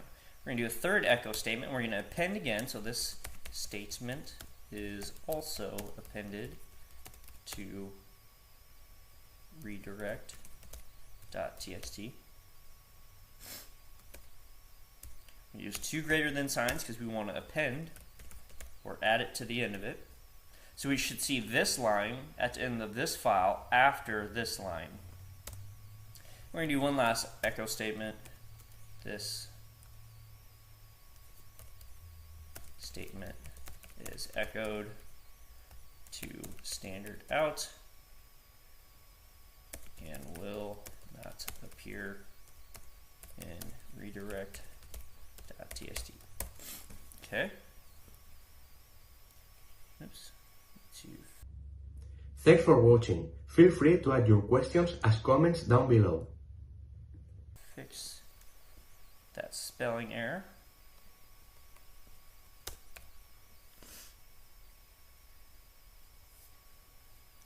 Alright, let's go ahead and right click that. Oops. We're going to make it executable so I can run the script. And we're going to go and run that script. There you go. So we got that last statement right. This statement is echoed to standard out will not appear in the redirect.txt. Okay, because we didn't redirect it at all. Let's go ahead and cat that file.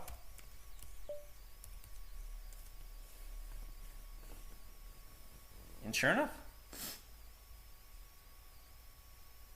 I'm sorry, I catted the wrong file. Cat redirect.txt. There we go. So we saw the first one, right? That first one was a simple redirection. Okay. But then we saw the append. So it added that second line to the end of the file. Then it ran that third line, and it added that to the end of the file. And then it ran the fourth line in that script. And that was not a redirection, so it just put it out to the screen, okay? So you can kind of see how the redirection works there. In the next example, we're going to go ahead and do it on the command line to show you that we don't need to put it in a script. We can also do this on a command line, which is how it's typically used. Okay, so we're going to do a redirect of the standard error. We're going to do it one line at a time. So we're going to use bad command, so we're just going to use a command that doesn't exist and redirect that error to a file called error.txt. And then we're going to do it again, except we're going to append the error to an error.txt file. Okay, and then we're going to do a third command just to show you that it echoes a bad command. Okay. Alright, so we're going to just call it bad command, which doesn't exist. We're going to redirect that error to an error.txt. Okay. See, we didn't see anything that said, hey, I don't know what that is. So we're going to do it again.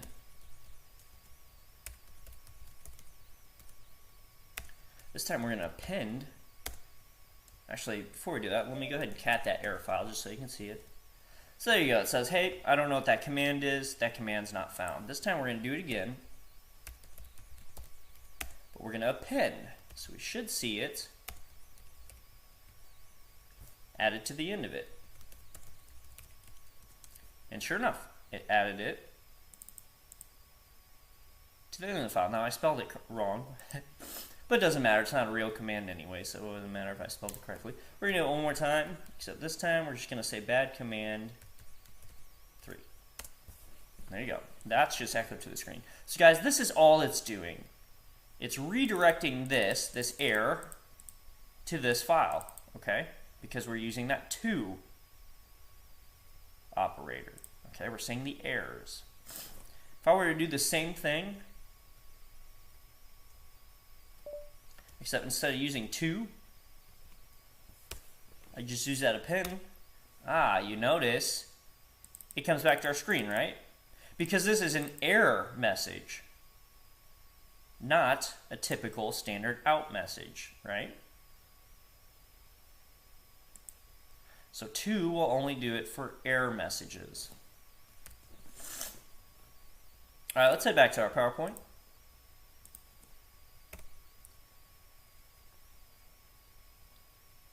So for input and output redirection, as you saw, we used the operators greater than, less than, double greater than, and double less than, and others to redirect standard files to other destinations. Pipes can be used to separate stages. So here's an example of multi-stage pipe. And guys, we've kind of talked about pipes before. We're going to briefly review it. So here we're finding the most visited sites from HTTP logs. Now, I haven't visited any websites and I don't have HTTP logs on my machine, so I can't show it to you, but I can explain it. So here we're zipping a file and we're naming it http logs.gzip. Excuse me. And we're sending that to a grep to look for the 200 expression or phrase inside of this file, okay? And then from there, we're using the cut-d command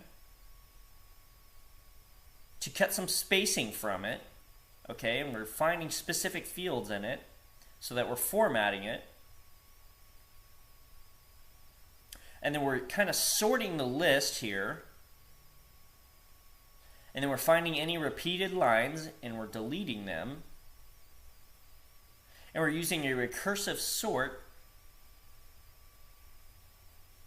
And we're sending that to a file called most frequent, okay? So as you know, pipe redirects the standard out and gives it into the standard in of the next thing.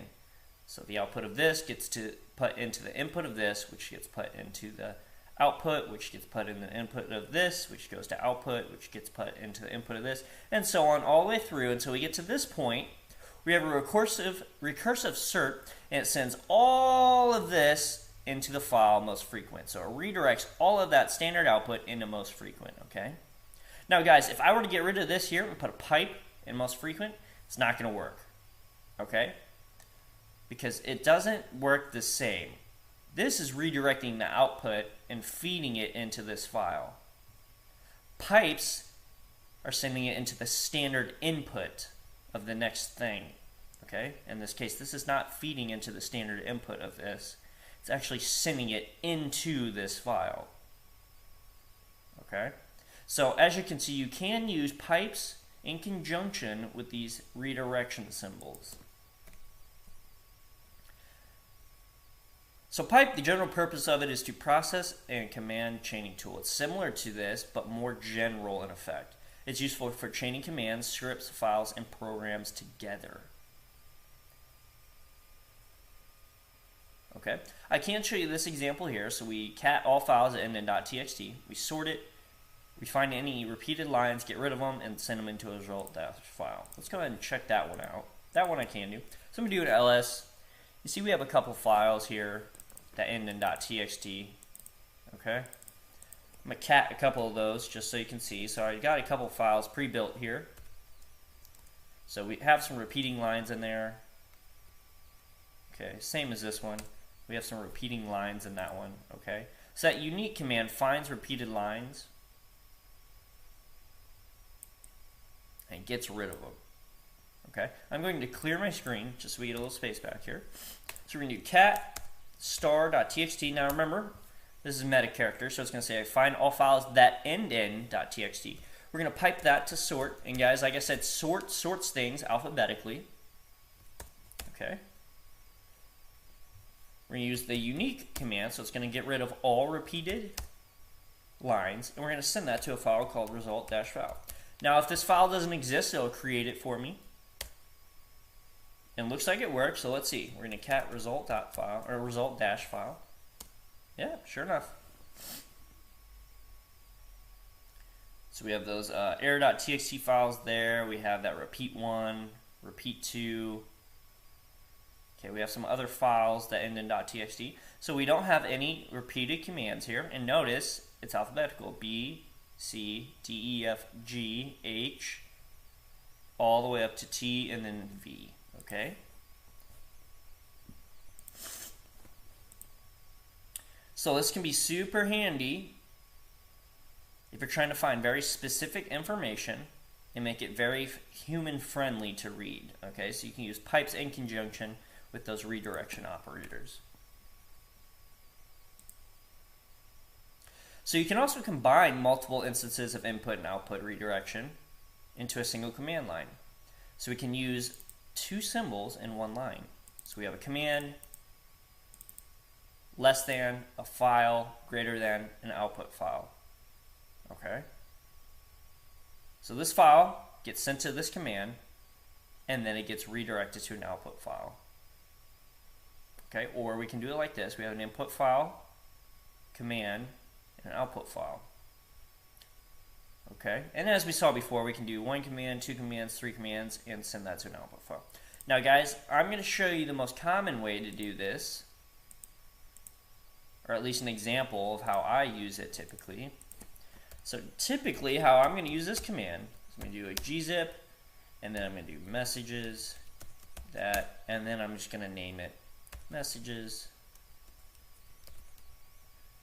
2020, and today's date is the 21st, so 09/21.gzip, okay? Actually, let me actually go to that file. So let's do a cd/var/log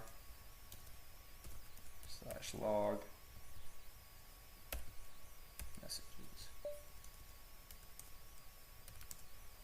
Do we have messages on here?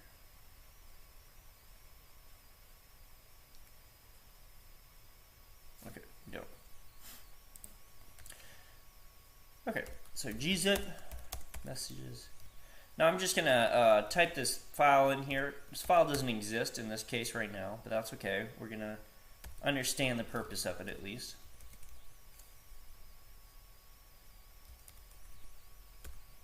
Okay.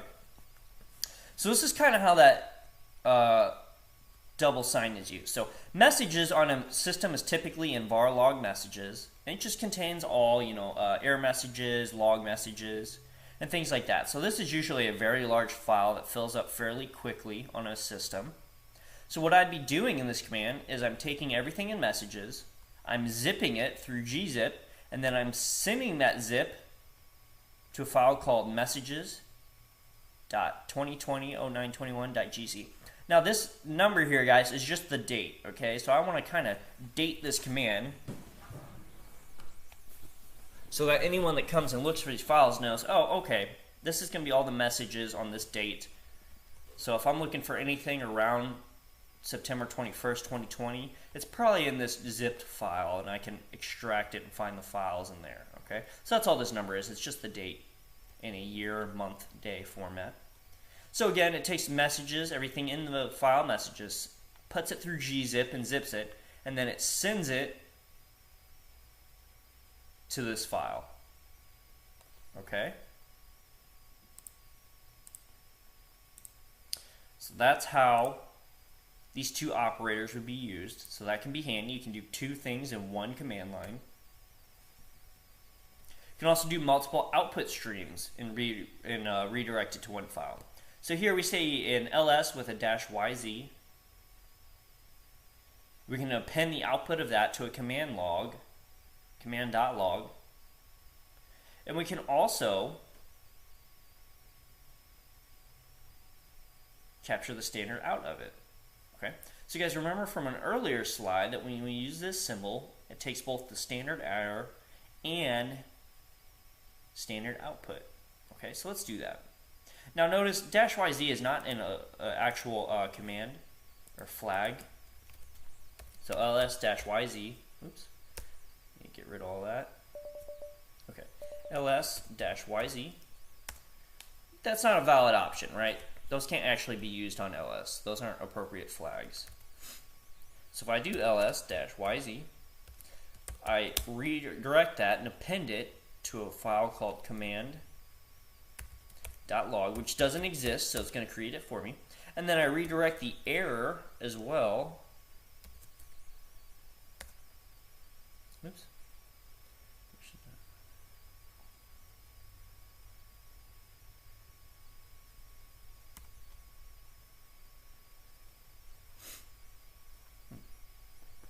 Actually, let's go back. I don't think in var log messages, I don't think it's gonna let me do it in that particular directory. So let's do command.log.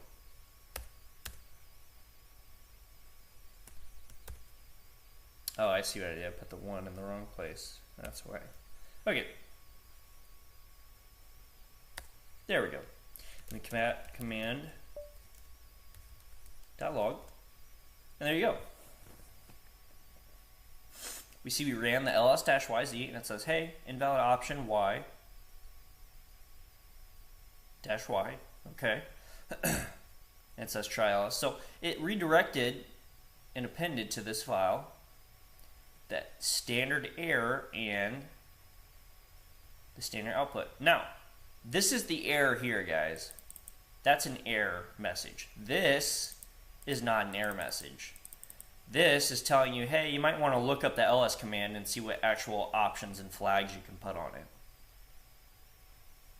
So that's why we had to use both of these redirections.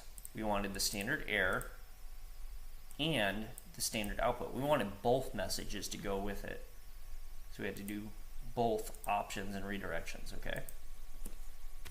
Now, if we do a similar thing, except we change the pattern of the redirections here, this is not going to give the same result, okay?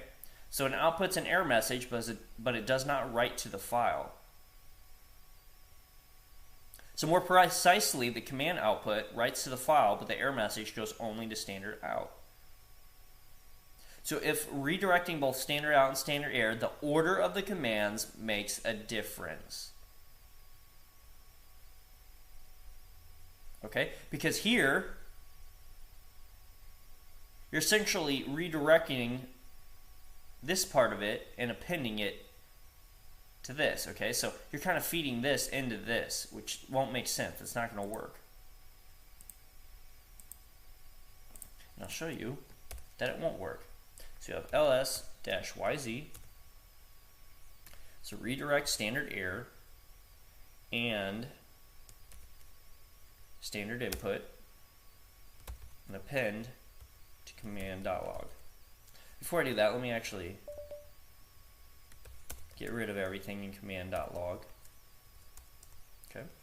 Now guys, what I actually did just there is I said, hey, redirect nothing to command.log. So essentially it's keeping that file, but it's deleting everything inside of the file. So handy little trick with redirect, because now command.log is empty. Okay. So we're going to say ls-yz, redirect the error and standard input and append to command.log.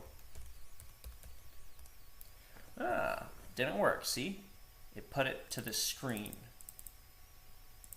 Alright, so the order that you do these redirections absolutely matters. Okay, so you have to be careful with how you're ordering it. Alright guys, let's go ahead and talk about inheriting and duplicating streams.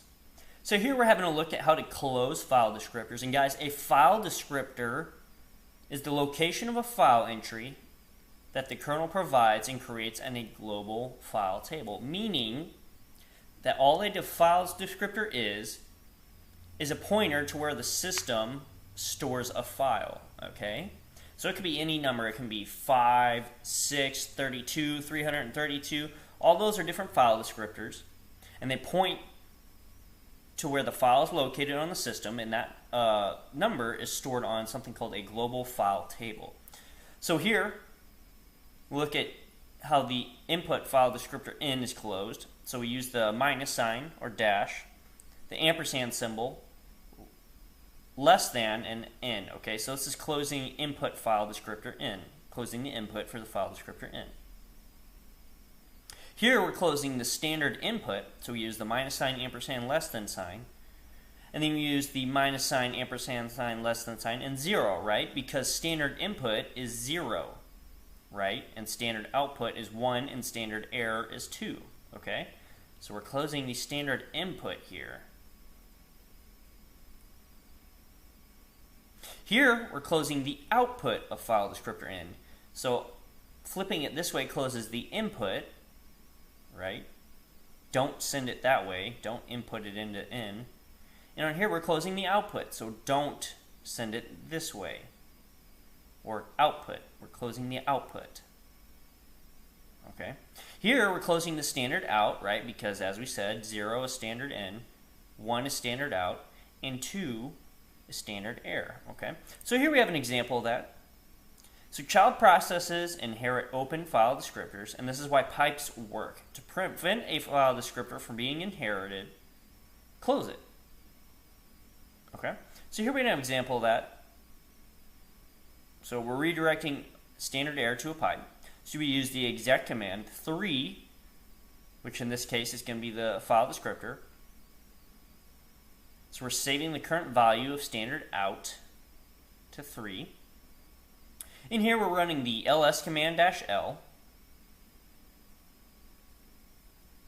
Okay, and we're saying redirect the standard error and the standard output. If you have enjoyed watching this video, please subscribe to our YouTube channel. Thank you. We're going to close here the file descriptor of it.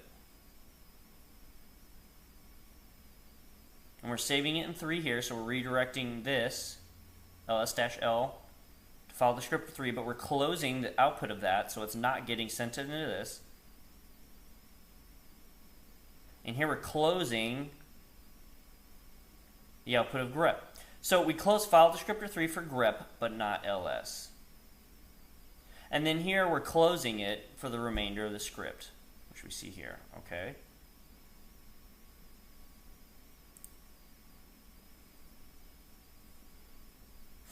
So this is used to duplicate input file descriptors. If word expands to 1 or more digits, the file descriptor denoted by n is made to be a copy of that file descriptor. If the digits in word do not specify a file descriptor open to input, a redirection error occurs. If word evaluates to dash file descriptor, n is closed. If n is not specified, the standard input, which is file descriptor 0, right? Standard n is 0, is used. Okay. Now we're flipping the sign. So before we had it going to the left, or less than sign. Here we have it going to the right, or greater than sign. So this is used similarly to duplicate output file descriptors. If n is not specified, the standard output, which is file descriptor 1, is used. If the digits in Word do not specify a file descriptor open for output, a redirection error occurs. If Word evaluates to minus sign, file descriptor n is closed. As a special case, if n is omitted and Word does not expand to 1 or more digits or dash, excuse me, the standard output and standard error are redirected as described previously. So guys, take note, read your course materials for more in-depth discussions and examples of input and output redirections and pipes. Alright, so we took a very brief look at these. Okay, so definitely look at more of the course materials and spend a little bit more time looking at them on your own to really get this concept kind of cemented in your minds, right? Because we just scratched the surface here on these, right? So take a little bit of time on your own to read those additional course materials. Alright guys, real briefly we're going to talk about the exec command and why you should take caution when using it.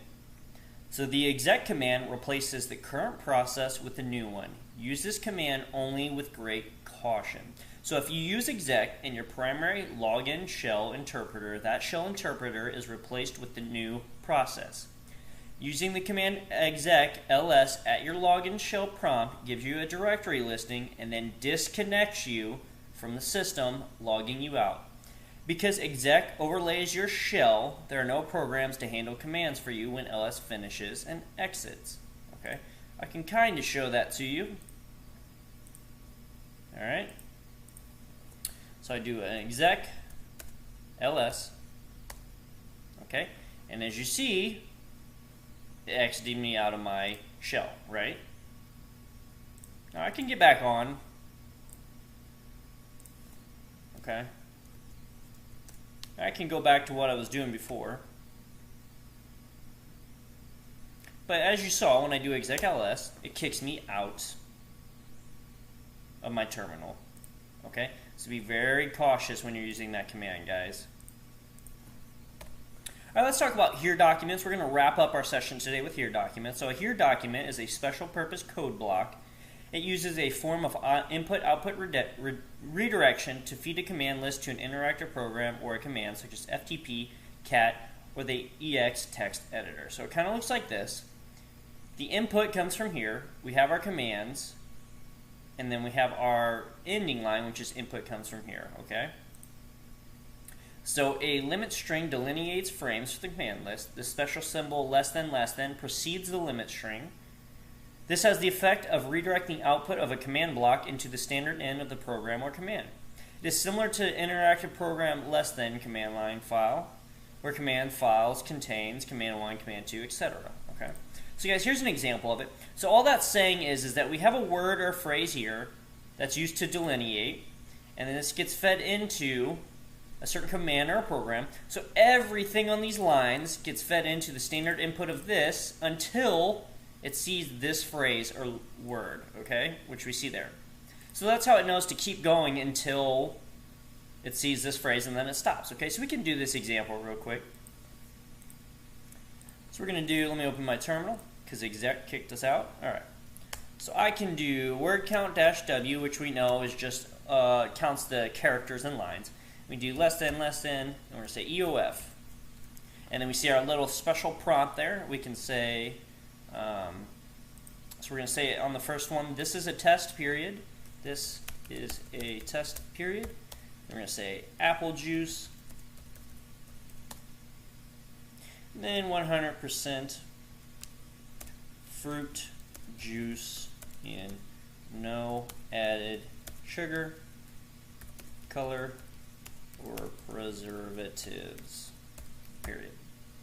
And then we would type EOF, right? Because otherwise I can just keep typing in lines that never knows when to finish. I can't cancel out of it, otherwise it won't do it for us, right? So I just type EOF here, which is the delimiter here, okay? And hit enter. There you go. It spits out 16 for me. Now I can run that command, oops. I can run that command again, and I can put whatever word I want here to delimit it. I could just put hello. Okay, and I can do the same thing. This is a test, apple juice, 100%. Now I'm going to kind of shorten the phrases here just to get to the point for you guys. Okay, and then I'm going to type hello, exactly as it was written, and it finishes it for me, okay?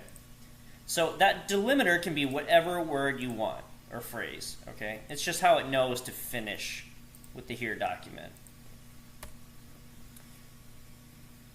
So this type of, there we go. This type of redirection instructs the shells to read input from the current source until a line containing only word with no trailing blanks is seen, which we saw earlier, EOF, which typically stands for end of file, or even hello, like I used.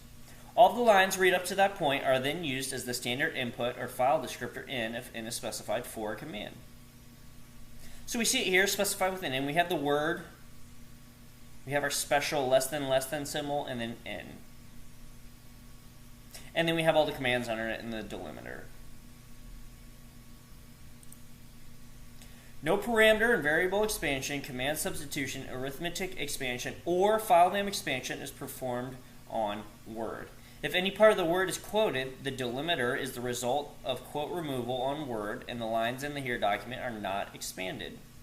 If word is unquoted, and guys, when we say word, we're just talking about that delimiter you're using. If word is unquoted, all the lines of the here document are subjected to parameter expansion, command substitution, and arithmetic expansion. The character sequence \new line is ignored, and \ must be used to quote the characters $, and single quote. If the redirection operator is less than minus, then all leading tab characters are stripped from input line and the lines containing the delimiter. This allows here documents within shell scripts to be intended in a natural fashion. So a variant of the here document is as follows. We have a word, and then we have 3 less than signs, and then n. The word undergoes, so in this case, the word undergoes tilde expansion, parameter and variable expansion, command substitution, arithmetic expansion, and quote removal. Path name expansion and word splitting are not performed, and the result is supplied as a single string with a new line appended to the command on its standard input or file descriptor if n is specified. So this way, we actually append things to whatever we put here. Okay, so it's not giving in a standard in, but it's actually appending things. So in summary, guys, we talked about redirection, opening additional streams, redirection operators, inheriting and duplicating streams, caution with exec and here documents. Next session, we're going to go over string comparison, string relations, concatenation, substring manipulations, wildcards, and pattern matching. Be sure to follow these links so you can get some extra help with private tutoring sessions for system administrator management. There are weekly and monthly plans available, as well as Linux and Bash scripting private tutoring sessions. Thank you so much for joining me, guys. Looking forward to seeing you in our next session. What's up, guys? Welcome to Session 7 of Intermediate Level Linux Bash Scripting. As always, I'm your instructor, Kevin Downs. Today we're going to be talking about string manipulation. In our last session, we went over redirection review, opening additional streams, redirection operators, inheriting and duplicating streams, caution with exec, and here documents. Today, we're going to be covering string comparison, string relations, concatenation, substring manipulations, wildcards, and pattern matching. Let's go ahead and start it off with string comparison. So if you want to determine if the value of a variable, such as variable var, is empty, null, we can do a if-then statement. So we can do if square bracket, and then we encapsulate the variable var in some parentheses, and we do a double equal sign, which means equals or is equal to, and then we do a blank literal string, so we do a quotation mark, space, quotation mark, then echo variable is null, phi, okay? On the flip side, if we want to determine if the value of a variable is not empty, then we can do a similar if-then statement, except we're going to put this exclamation point here in front of the equal sign, which means not equal. And then we're going to echo variable is not null, okay? So we can demonstrate that here. Let me get logged into my virtual box here.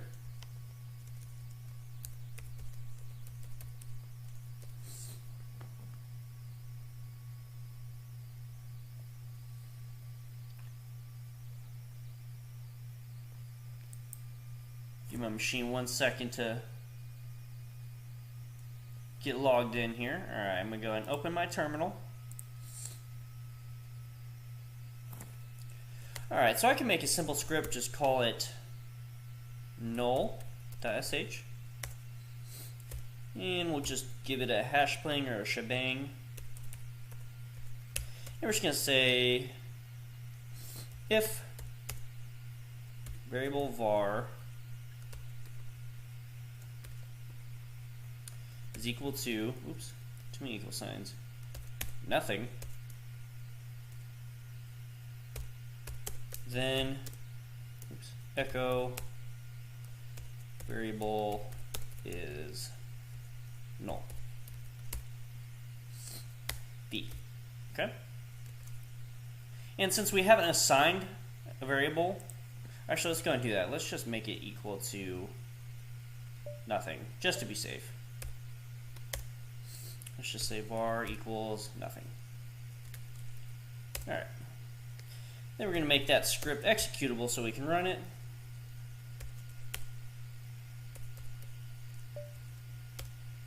And we'll go ahead and run that script. Oops. Looks like I put a typo. Yep, sure enough. Should have added a space here. There we go. That should fix it. There we go. Oops. I don't want to edit it. I want to run the script. Okay, let me.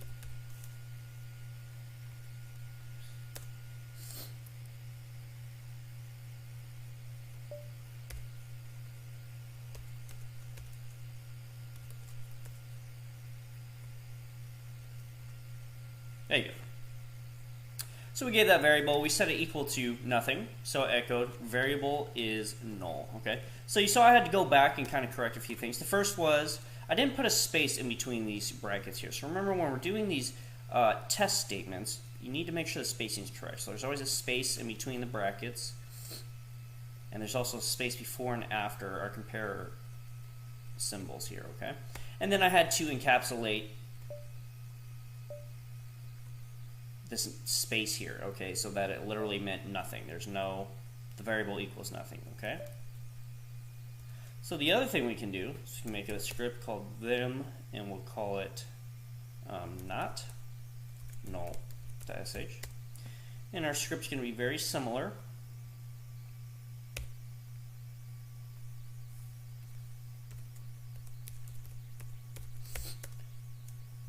Oops.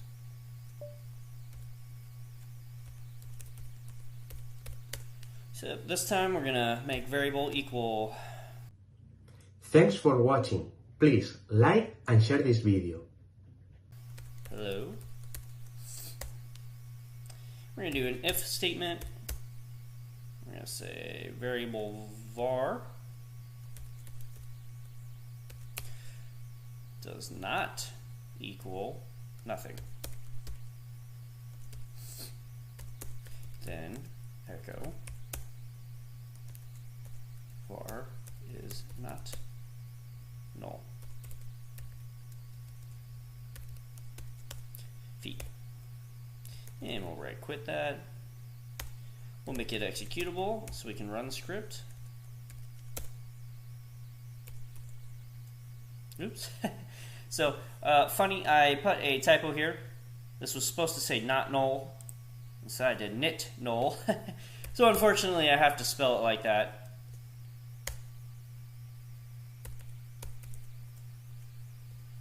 Alright, var is not null because variable var has a value in it, okay?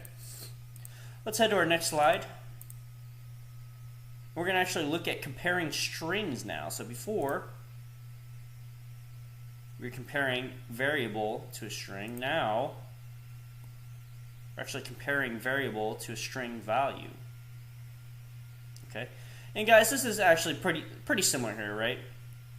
So what we're doing here is before we were just looking to see is there a value and isn't there a value. Now we're just looking to see does it equal specific values, and we see we have very similar setups here, right?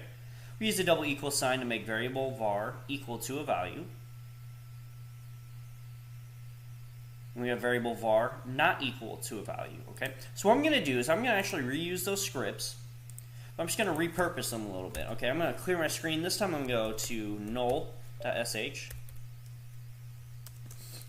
And I'm going to say, let's set variable var equal to by.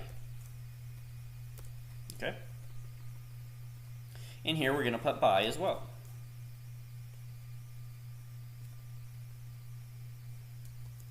We're just going to say variable is same. I got to make sure I spell this correctly, otherwise it won't work. Okay, I'm going to do a right quit. I'm going to run that null script. There you go. Variable is the same because the variable equals the other value. Okay. So now we're going to look at if it's not the same. So I'm going to do that nit null. Oops, I got my caps lock on. Nit null script. Should have been not null, but I spelled it incorrectly, but that's all right. And now we're going to say variable var equals hello. And we're going to say hello here. H-E-L-O. Or we're going to say by as well. So we have variable var set to hello. We're saying if variable var is not equal to by, then echo variable is not. I'm going to say not the same. Okay. And we're going to go ahead and run that script. There you go.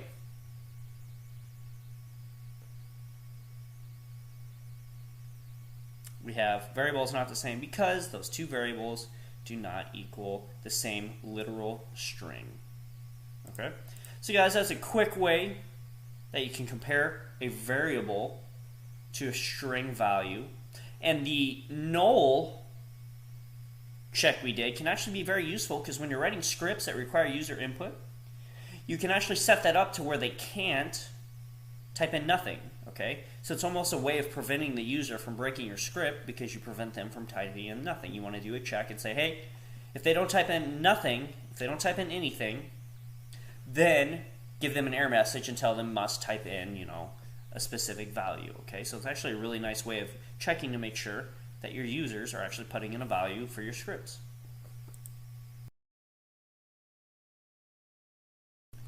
Let's go ahead and move on to substring manipulation. So we can actually check the length of strings using this command line here.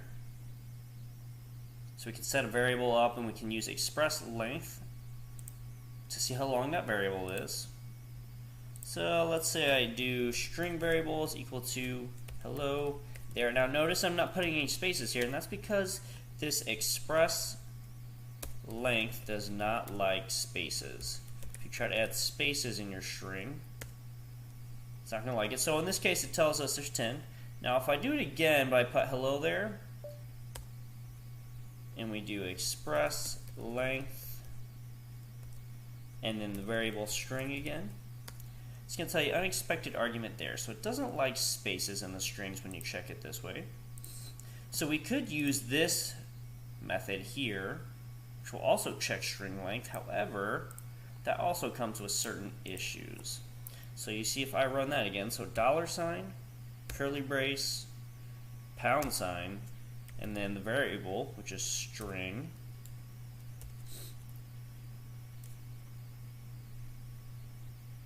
Oh, I need to give the full variable name. There we go.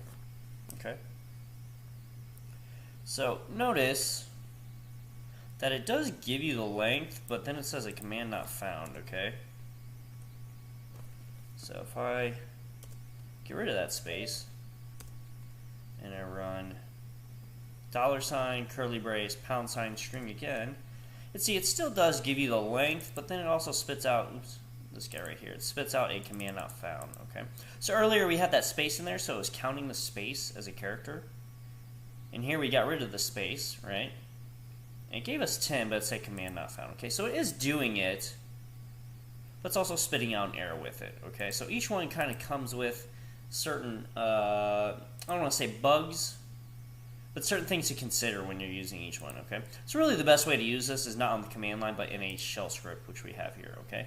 So I'm going to write this shell script up real quick. It's a very simple one, just so you can see how it works in a shell script, and it works much better in a shell script. So I'm just going to name this vim.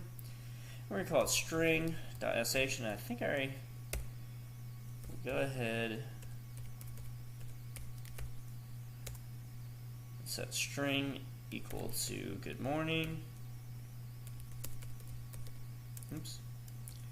Morning, and length is going to equal $, curly brace, $, str, curly brace, okay? Then we're going to echo length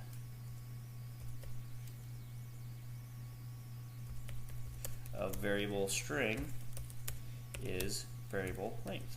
So it's going to count that length for us, and it's going to spit it out to us on the terminal. Okay, let's go ahead and make that executable. All plus executable to string.sh. Oops. And let's go ahead and execute it.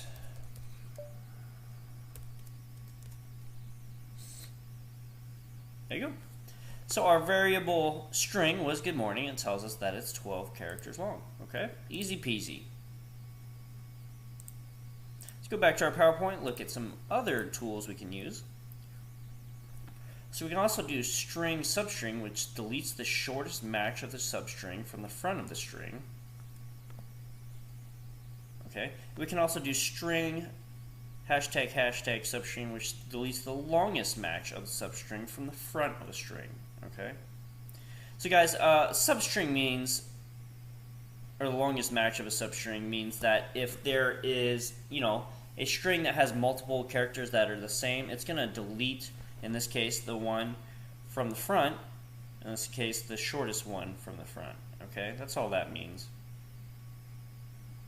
Okay, so we have two different values here. It's going to delete the shortest match from substring from the front of string. And on this one, we have two values here, two strings. It's going to delete the longest match of substring from the front of string. Now here we have some more examples of string manipulation. Okay, so let's go back and look at that a little bit. So here we have a script. I actually went ahead and wrote up the script. Okay.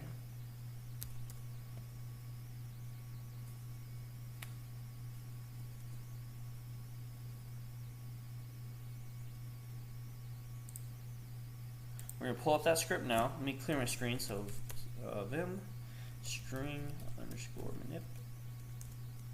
And here we go. So here's that script. So guys, we have our string here. We have ABC, cap ABC, 1, 2, 3, cap ABC, and lowercase ABC, okay? So what we're going to do is first we're going to count the length of that string here. Okay? And then we're going to echo that variable, which is going to be the length of the string, right, using express length string. Notice these are not single quotes, but these are backticks, which are located above your tab key. And remember, when we use backtick, everything inside of this is actually run as commands, right? So express length is going to give us the length of the string. Express string here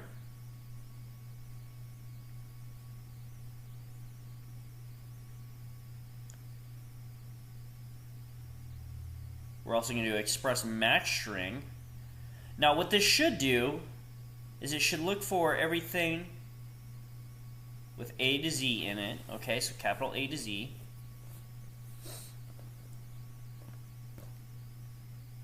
Okay, and same with this one. However, on this string it's not going to work, but I'll show you how that's supposed to work back on our PowerPoint. And then here, it's going to list the first substring and the second substring, and then the fourth and the third substring, okay? So let's go ahead and run the script, kind of see what happens. We're going to run the script, and here we go. Okay, so the first one, it listed the string length using that method we saw in the last slides. And then we use the express length command line to express the length of the string.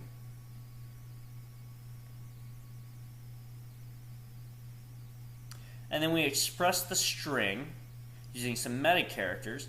Now what these two were supposed to do is tell us the number of matches, okay? So on these two, I'm going to have to go back to PowerPoint and show you what it should do.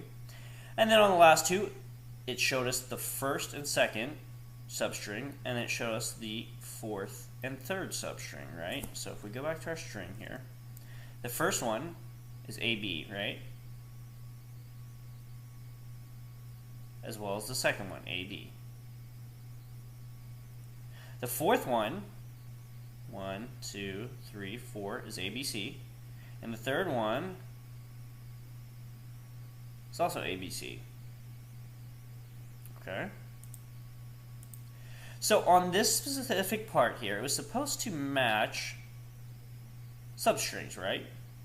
In this case, it was supposed to say that there are, if we add all the lowercase ABCs, the uppercase A through Z's up, there should be 8 matching letters. Same with this one. Okay, so guys, these are different tools for matching strings, give you the length, and giving you certain sections of strings, okay? Now guys, this is really handy. You might not notice the value of it now, but these can be extremely useful, especially when you're doing password management. And speaking of that, we have a nifty little script here for creating a random string, which can be really handy if you want to create a random password, right? So I also wrote that script up ahead of time. So we're going to look at that script. That script is called vim randomstring.sh. Now let's explain what's going on. First of all, we have our shebang or hash plane, just like always. Then we have an if statement, and we're saying if-n variable 1. And guys, if you remember from some of our other lectures and PowerPoint slides, this just means if the statement's null, right, then we're going to set string 0 equal to 1. Else, we're going to set string 0 equal to the last process ID. Remember, double $sign means the last process ID run. Okay, so if this is not null, then it's going to get this value. Otherwise, it's going to get the last process ID. Okay. Then we set 2 more variables here, so we ended our if statement with feet. We have 2 more variables here, POS, position equals 2, and then we have length, or LEN, which will equal 8. And then we're setting string 1 variable equal to string 0, which was set up here, if it was set. And then we have something called MD5 sum. So guys, what this does is it kind of encrypts or scrambles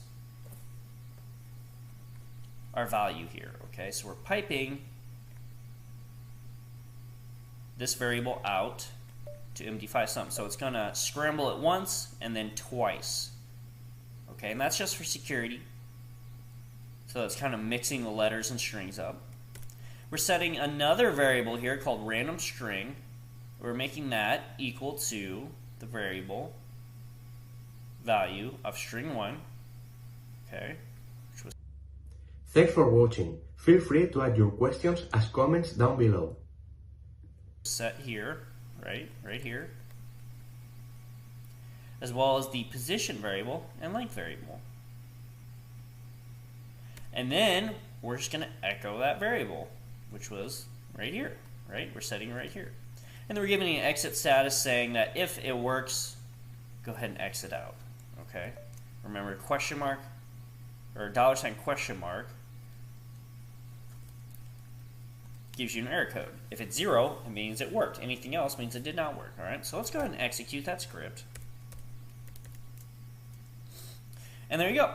We get a completely random string with numbers and letters. We can do it again. It's a completely different string with numbers and letters. All right. So guys, very handy tools that we can use for string manipulation. Make sure you read your course materials for more in-depth discussions and examples of string and substring manipulations as it covers the following 6 topics: string length, length of matching substrings at the beginning of a string, substring extraction, substring removal, substring replacement, and manipulating strings using awk. Alright guys, we're going to go ahead and finish our session with wildcards and pattern matching. We've talked about it before in previous discussions in lectures, but it's good to recap it. So wildcards in file names. Unix allows wildcards in almost all commands. It is actually a feature of the shell. Take caution though that Unix also uses wildcard characters in pattern matching. But the meaning is only similar, not identical. So multiprocessing environments allow wildcards in the listf, store, restore, and purge commands, which is a new feature. And here we have an example of that. So we do a make directory -p users-info. Now guys, the -p option here simply creates any directories above this one if they are needed and don't already exist. That's all that does, okay? So we do a list of all files that begin with, so we have this star here, and everything in front of it means begins with users-0. If the users-0 was on the other side of that star or splat, it would mean everything that ends in users-0, okay? And then we're doing an mv-v users-0 star to users-info /, okay? So we're saying rename all files that begin with users-0 to this. We're using the -v option. So we see that here below. We make our directory users-info. We list all files that begin with users-0. And we see those here. All these begin with users-0, right? And then we go ahead and move it or rename it. And we use the V option for verbose. And we see here that it's showing us exactly what it's doing. So user01.list is getting moved to that. User0.txt is getting moved to that. User02.list is getting moved to that. User02.txt is getting renamed to that, etc. So all these are getting moved or renamed to these new files. Okay, so super handy to be able to see exactly what's going on when we use that move command. So in summary, guys, we talked about string comparison, string relations, concatenation, substring manipulations, and wildcards and pattern matching. Next session, we're going to cover process ownership, set user ID and set group ID, restricted shells, other security features, the new group command, statement blocks, and case statement.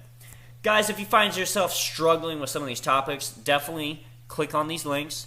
Check out our weekly and monthly plans available for private tutoring sessions for system administrator management, as well as the private tutoring sessions available for Linux and Bash scripting. Thanks so much for joining me, guys. I am looking forward to seeing you in our next session. What is up, guys? Welcome to Session 8 of Linux Bash Scripting Intermediate Level. As always, I am your instructor, Kevin Downs. Today, we're going over security on a Linux system. So last session, we covered string comparison, string relations, concatenation, substring manipulations, wildcards, and pattern matching. Today, we're going to go over process ownership very briefly, set user ID and set group ID, restricted shells, other security features, the new group command, statement blocks, and case statements. So a lot of this is review for us, guys. And we're going to go ahead and we'll start with the review of top. So this is a typical output of top here, guys. So if I actually go to my virtual box here, and let me actually exit out of this real quick, and I run my top command, you'll notice here that this is a live view of everything that's running. It shows us the processes that are running here, the user that executed it, and the process ID of it. Okay? That's a very quick, easy way to see what processes are running. If you need to get a little bit more specific with what's running, you can always do a ps-ef and then grep for a specific process. Okay, so maybe process name is you can do top. Okay, and then it shows you everything that has the word top in it and what process is running. Okay. You can also search for a process ID in the same way. So I'm just going to make up a number here. I mean, I don't actually know if this is an ID. Okay, so I got lucky. Something actually had that number in it. Okay, or actually, this is what I just ran. That's what they're showing. But you can see you see the process ID here. So you can actually search by process ID if you know the process ID. Okay. So that's a quick and easy way to kind of look at the process ownership of files, which we've kind of talked about before. We've also discussed set user ID and set group ID. So set user ID sets the owner user ID upon execution. And it's a special type of file permission given to a file. So normally in Linux and Unix, when a program runs, it inherits access permission from the logged in user. What set user ID does is it's defined as giving temporary permission to a user to run a program file with the permission of the file owner rather than the user who runs it. So guys, in simple words, users will get file owner permissionship as well as owner user ID and group ID when executing a file command or program. So it's saying that whoever created the file, you will get their permissions as opposed to your permissions when running that file. Okay? And you can set that with chmod user plus s, or chmod, and you can use the octal version, which would be chmod 4 and then your permissions. Okay, I can show you that real quick.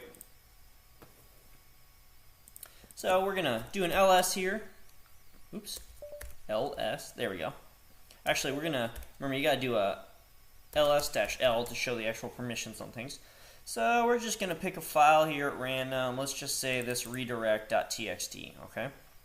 Keep in mind the permissions here. So we got read, write, read. Okay? So I'm going to clear the screen. I'm going to do a chmod user plus s redirect .txt. Okay? I'm going to do a ll. I'm going to grep for that redirect text so we don't see everything else.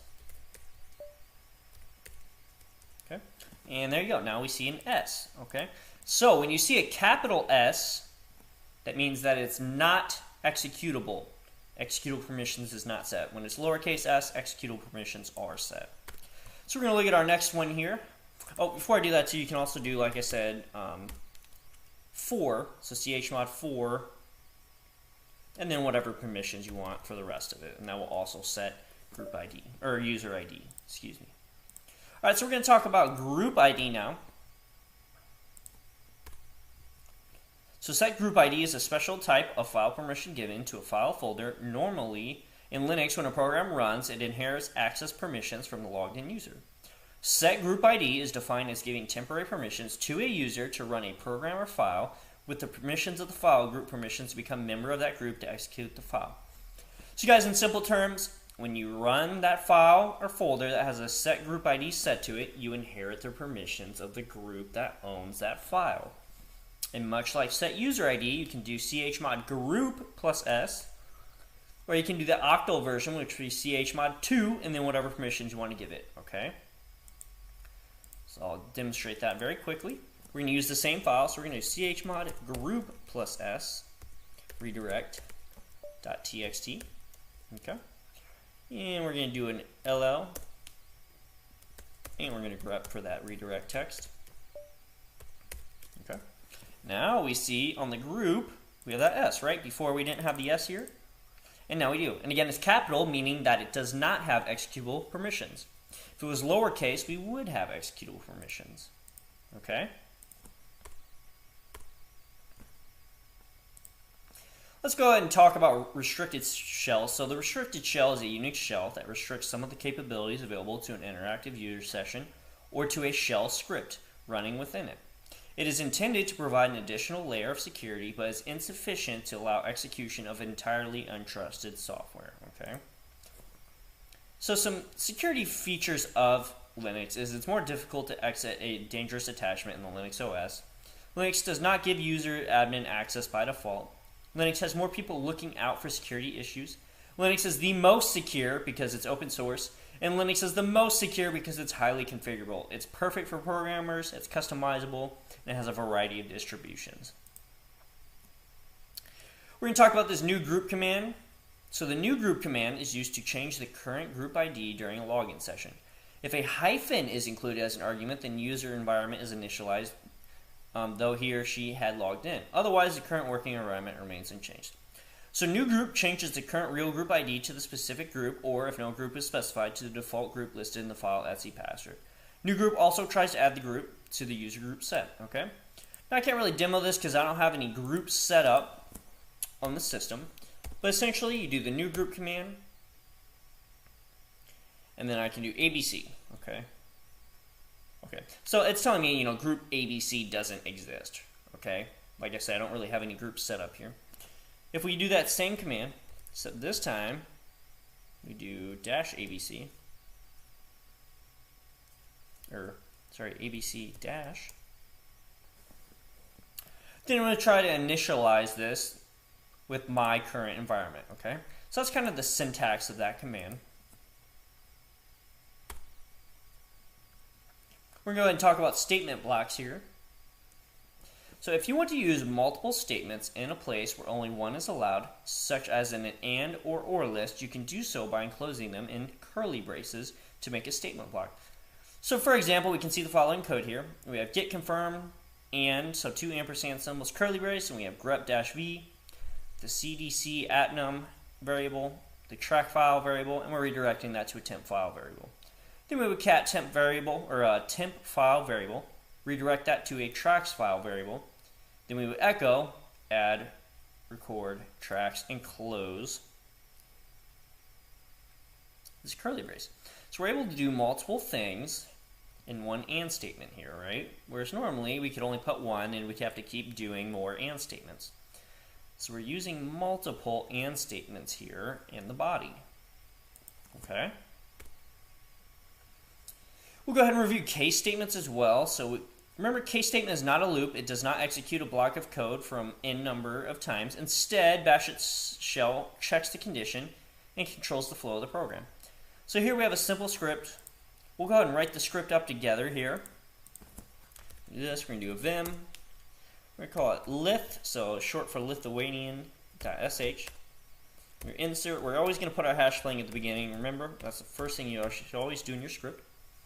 We're going to do an echo-n, enter the name of a country. We're going to put a space there just so it reads a little bit nicer. We're going to use that read command to capture user input. We're going to name the variable that puts that input in as country. We're going to do another echo statement. The official language of, and then the country variable is, we're going to add another space just so it looks nicer. And we're going to start our case statement. So case country variable in. We'll set up our first pattern here, which is going to be Lithuania. And we'll set up an echo statement -n. Their language would be Lithuanian. I think I spelled that wrong. Yeah, I did. Lithuanian. There we go. Remember, we always do a double semicolon to end our first pattern. And then whenever you want to set in everything else, or anything but Lithuania, you always use that star symbol, which usually means all. So it's a meta character. We'll do another echo statement, unknown. We don't know what their language is because I don't know what country you just specified.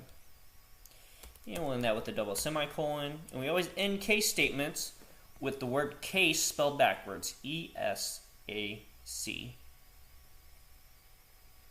Okay. So we have our echo, our read command here to capture user input after this echo. Gets stored in the variable country. Then we have another echo statement. It's going to echo the official. Oops.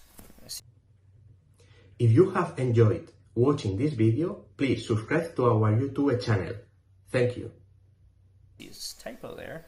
The official language of variable country is, and then based off of what we put into here, this case statement will search for the pattern and echo one of these statements. If we put Lithuania, it's going to echo this. Otherwise, everything else is going to be unknown, okay? So let's go ahead and do that. Let's make executable, right? We have to make executable to run a script. And let's go ahead and run it. Oops. There we go. Enter the name of the country. Well, let's do Lithuania just so we can play nice and actually see the script word. Okay. So we see here the official language of Lithuania is Lithuanian. For some reason, it started my prompt on the same line. I think that's actually a bug with my terminal here. Okay, normally that's not going to happen. But as you can see, the script ran successfully. We can run that script again. And this time put something crazy, say like made up land. Enter the name of country, made up land. The official language of made up land is unknown. Well, not surprising because it is made up. So that was a quick refresh on how the case statement works. So in summary, guys, for this session was a quick one, just a little bit of an overview. We talked about process ownership, set user ID and set group ID, restricted shells, other security features, the new group command, statement blocks, and case statement. Looking forward in the next session, we're going to cover getting data into scripts, manipulating positional parameters, set, sort, shift, analyzing switches with get ops options, reserved variables such as opt target and opt independent, and setting default values. If you need a little bit of extra help, go ahead and follow these links for private tutoring sessions for system administrator management. There are weekly and monthly plans available. There's also private tutoring sessions available for Linux and Bash scripting. Thanks so much for joining me, guys. This has been a session and course from coding-bootcamps.com. I'm looking forward to seeing you in our next session. What is up, guys? Welcome to session 9 of Linux Bash scripting intermediate level. As always, I am your instructor, Kevin Downs. Today, we're going to be covering command line processing. Last session, we went over process ownership, set user ID and set group ID, restricted shells, other security features of Linux, the new group commands, statement blocks, and case statement. Today, we're going to go over getting data into scripts, manipulating positional parameters using set, sort, and shift, analyzing switches with get ops options, and reserved variables, opt target, and opt independent. We're also going to be talking about setting default values. Let's go and get started with getting data into scripts. So it's actually very simple. The best way to get data into scripts is by using that read command. So when you use the read command, it takes the input from the user, stores it in whatever variable you put here, in this case variable name, and then you can echo, it's nice to meet you, and then variable name. And it's going to give you the value of this variable, which has whatever value you type in, and it's stored here, okay? Very briefly, I can show that and demonstrate that for you. So I do Control-L, and I'm just going to create a simple script. We're just going to call it read.sh. Alright, so we're going to do that. Bin bash. We're just going to echo, hello, who are you? Question mark. Then we're going to do a read, and we're going to name that var name. And then we're going to echo, it's nice to meet you. Oops, should probably spell it right. It's nice to meet you, variable name. Okay. Now, if you guys notice, I didn't use a backslash here before the colon or the apostrophe, because I put it in quotes, okay? So it's going to take this as a little string. I don't need to escape that character if I use quotes. We're going to make that executable. And we're going to run it. Hello, who are you? I am Kevin. It's nice to meet you, Kevin. Okay, easy enough. That should be a review for us, guys. That's the best way to get data into scripts. So now we're going to talk about manipulating positional parameters using set, sort, and shift. Set is a built-in function of the Bourne shell, C shell, and corn shell, which is used to define and determine the values of the system environment. So we do set. We have whatever options we want to put on here, the name, and then an argument after that. And you can follow this link here to read even more about the set command. But basically it's used to define and determine the values of the system environment, such as environment variables. We also have the sort command, which is a simple and very useful command which will rearrange the lines in the text file so that they are sorted numerically and alphabetically. By default, the rules for sorting are as follows. First, lines starting with a number will appear before lines starting with a letter. Lines starting with a letter that appears earlier in the alphabet will appear before lines starting with a letter that appears later in the alphabet. Lines starting with a lowercase letter will appear before lines starting with the same letter in uppercase. And again, you can follow this link to read up more on that. I can actually show that command to you. I'm going to do now. Let's look at some of my files here. We're going to go ahead and use a file called book. Okay, so I'm going to do sort book. Okay, and you see here no numbers, so nothing's there. I do have some spaces in this file, so you'll notice that those spaces were put first. And then A is obviously the first letter in the alphabet, and it's lowercase a here, which comes before uppercase A. We have B, C, D, E, F, G, H, I, J, K, L, M, N, N, O, P, and so on. And we have T lowercase and uppercase T. So guys, that sort command is basically just sorting the file alphabetically, numbers first, and then lowercase letters, and then uppercase letters, okay? The shift command is one of the Bourne shell built-ins that comes with bash. This command takes one argument, a number, and the positional parameters are shifted to the left by this number n. The positional parameters for n plus 1 to $, are renamed to variable names from 1 to $, or $, n plus 1. So let's say you have a command that takes 10 arguments and n is 4, so you put in 4.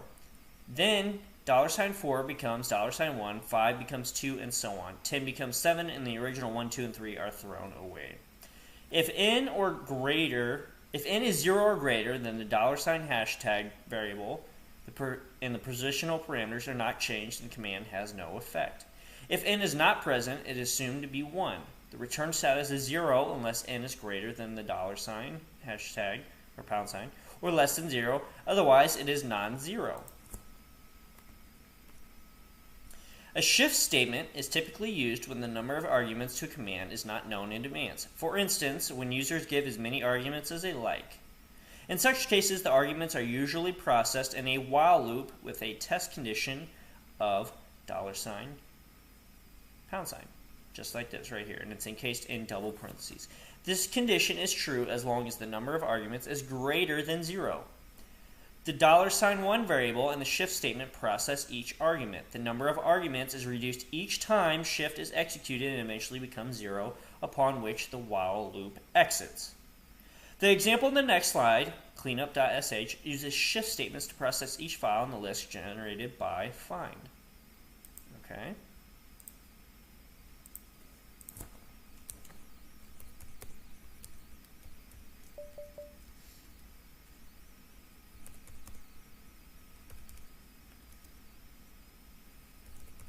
Alright guys, so we have this example here.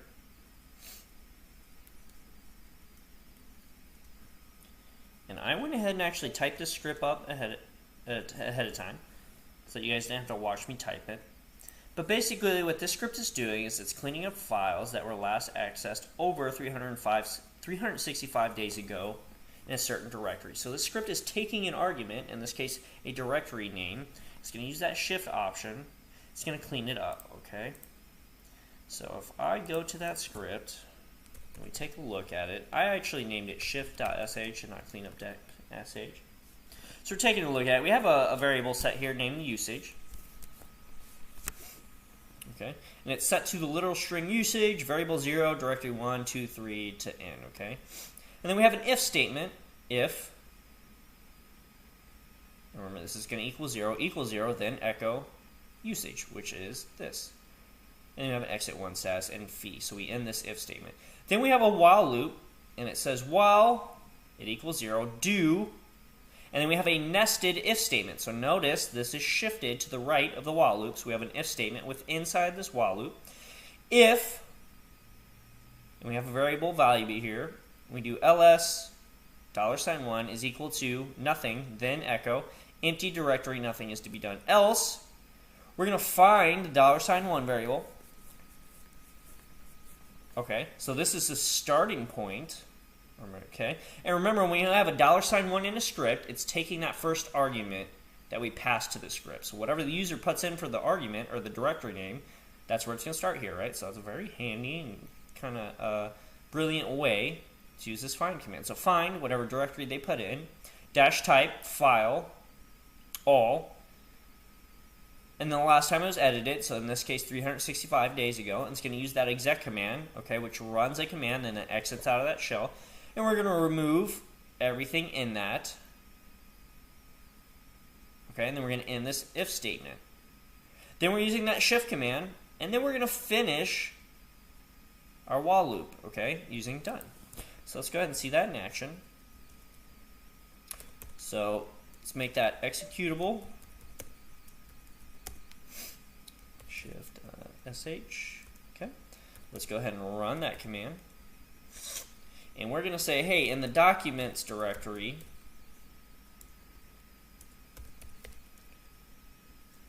cleared out. Well, empty directory, nothing to be done. Okay, so the documents doesn't have anything that's older 365 days. Let's run that command again, except this time we're not going to put anything. And it tells us, hey, you need to put in something, okay? You need to put in directory 1, 2, 3, etc. all the way up to n. So you need to put in a specific directory. Okay, let's run it again. This time we're going to add a number on documents. Okay, and it tells us, hey, that's not a directory. Okay, so this is a pretty handy script, right? It tells us if a directory doesn't exist, and it tells us if we don't put in a directory to specify a directory.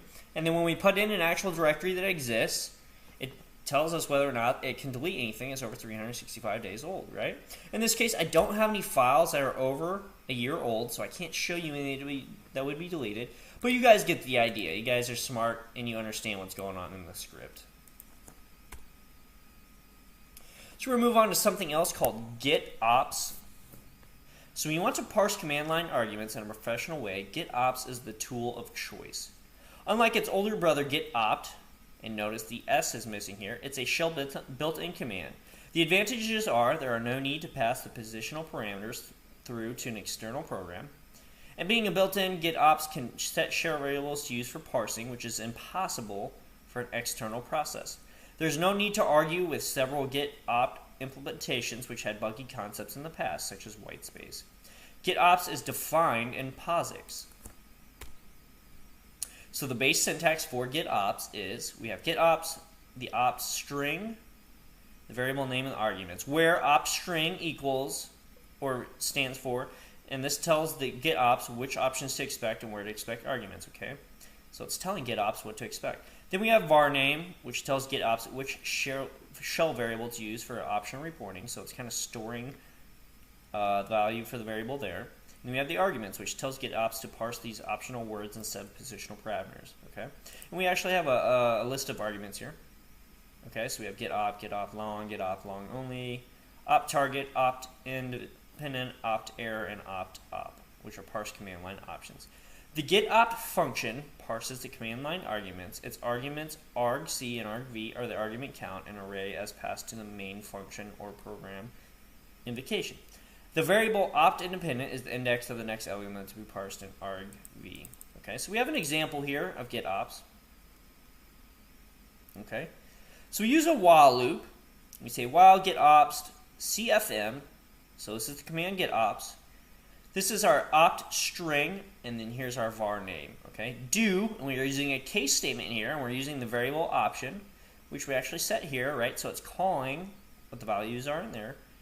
So in, and then we have our first pattern to match here. So if it's C, which we see here, echo my favorite color is blue. If it's F, we echo my favorite food is ice cream. If it's M, we echo my favorite movie is Titanic, and that's the last op string option here. If it's anything else, so slash or backslash question mark, so we put that there for an invalid option. If you use anything else other than C, F, or M, it's going to echo you have to use -C, -F, or -. Thanks for watching. Please like and share this video. M. We end every case statement with ESAC, which is case spelled backwards, and then we close out our while loop using done.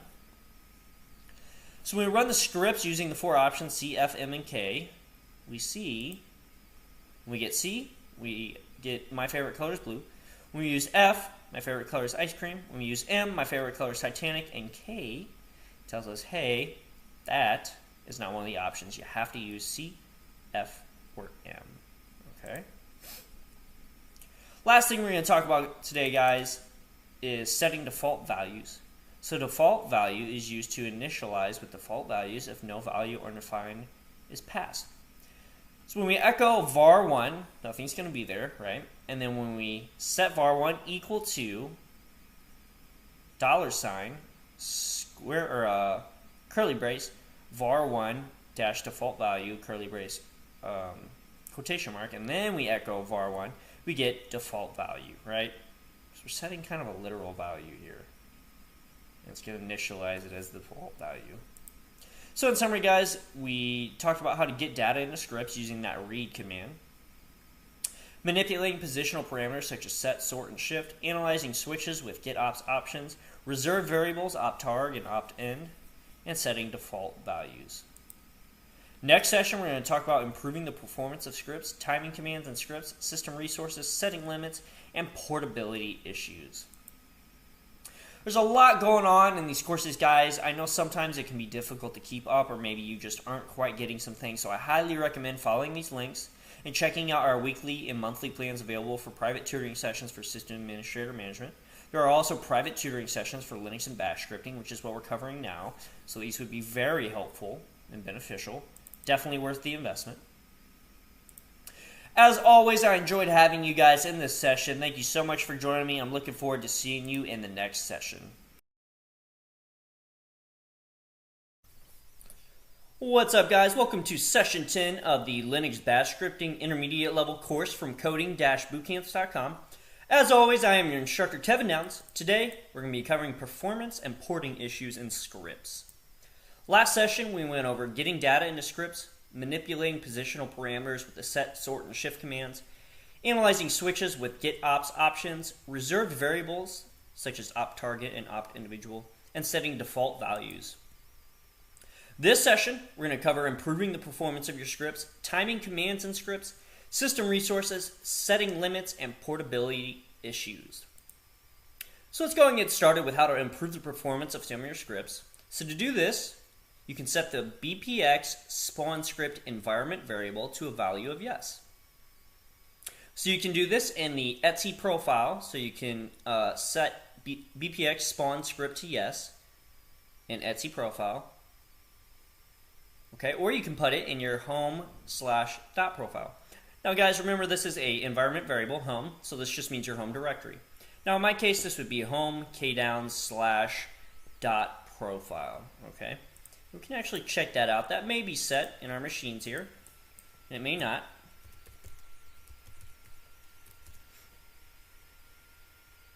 So we can do a cat/etsy/profile. And we're just going to try and grep for that statement to see if it's in there. We're going to do -i bpx. Okay, it looks like it's not in there. Just to be sure there, we're going to go ahead and we're actually going to do a view of that file. Just see what's in there. We'll do a slash and let's just do bpx. Alright, yep, looks like that is not set in there. So what we could do is we could go to the end of this here, and we could even just put in that variable ourselves, okay? Guys, I would really caution you though, don't mess with this file if you don't know what you're doing, okay? This can really mess things up for you. Okay, so I wouldn't mess with your Etsy profile file if you're really not sure what you're doing. And the other place we could do it was that slash, or that home variable slash dot profile. Excuse me. Let's do a cat of that file. Oops. Okay. And so we have our other file here. Okay, I'm not seeing that bpx spawn script variable in this one either. Okay, so we could also add it in this file. Again, I would caution you to make sure you know what you're doing in those files before you add it. So guys, here's what this variable does. If the spawn callable service determines that a file is not a ZOS Unix executable or REXX exec, this setting causes spawn to run the file as a shell script directly. In the default processing, however, if the spawn callable service determines that a file is not a ZOS Unix executable or a rex exec, the spawn fails with no exec, and the shell then forks another process to run the input shell script. So, setting the variable to yes eliminates the additional overhead of the fork. So you're saving time when your script runs, okay? You may want to set the variable to no when you're running a non-shell application. For example, if an application does not support shell script invocations, set the variable to no. Likewise, if an application is in test mode and the returning of no exec would be a useful indication of an error in the format of the target executable file, set the variable to no. Okay? Now we're going to talk about timing commands and scripts. So add time before the command you want to measure, and the output will look like this. Okay, real user insist. So what does real mean? Real is elapsed real time used by the process in seconds, or the wall clock. User is the total number of CPU seconds that the process used directly in user mode in seconds. This one here. Sys is total number of CPU seconds used by the system on behalf of the process in kernel mode in seconds. Okay. So if we go to our virtual box here, we can try that time command. Okay. Time. Let's just do an ls. Okay. And now, if you see, at the bottom here, we have that real user in sys. Okay? So it's 0.003 seconds for the actual real-world time. It was 0.002 seconds that the process used directly in user mode. And it was 0 seconds altogether for sys, which is the total number of CPU seconds used by the system on behalf of the process. Okay? So obviously not much time at all was used by this process, but we can use this when we run a script or anything else to see how long is it actually taking. Is this a very ineffective script that uses up a lot of CPU time, or is it a quick script and we know that it is effective? So we could actually change the script up and see if things we did lowered that time and made it a more effective script. Okay. There's also other ways we can check system resources: top, vmstat, lsof, TCP dump, netstat, htop, iotop, iostat, iptraf, and free-h. I'll show you a few of these. Okay, these can be very helpful. Some of these I use daily. Top, we've talked about many times, is a live view of what's going on in our system. It shows CPU usage, memory usage, the processes running, which user ran them. Okay, we have our CPU load up here, right? Swap, available, memory available, free, used, etc. Okay, so top is a useful one. To get out of top, we hit Q for quit. Remember, top stays there though. You have to clear your screen to get rid of it. We can do a free-h. H stands for human readable, so it puts it in gigabytes and megabytes and kilobytes here. Okay. We can also do a free-g, which is how I prefer to use it. It puts everything in gigs. Okay. So this tells us we have 1 gig of memory, 0 used, 0 free. Okay. Now, you notice this says 0 used and 0 free. That's probably because some is actually being used. Okay, and sure enough, 855 is being used. So there's not quite enough free to equal a gig, and it can't really calculate, smaller than 1 for the gig. So that's all that's going on there. Okay, it's just less than a gig is actually free. Okay. We also have vmstat. Okay, and this kind of shows you CPU usage. So we have swap, free swap, how much is in buffer, how much is cached.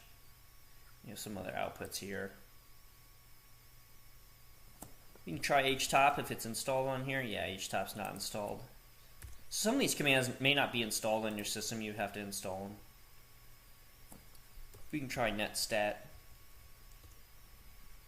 And again, that one's not installed. But as you see, it tells you what you can do to install them. Okay, so some of these tools, if you want to play around with them, go ahead and install them. They are useful, but top and free are probably going to be the ones that you use the most frequently, and LSOF is another very useful one. So let's talk about setting limits. So you can actually control the amount of resources a user can use, right? So when you connect to a system, your environment is set up with default limits for stack size, core file size, number of open files, etc. The system sets both soft and hard limits for these parameters. The soft limit is the actual limit imposed by the system. For example, the soft stack limit is the maximum stack size the system will allow a process to use. Users cannot increase their hard limits. Hard limits can be decreased, but is not recommended.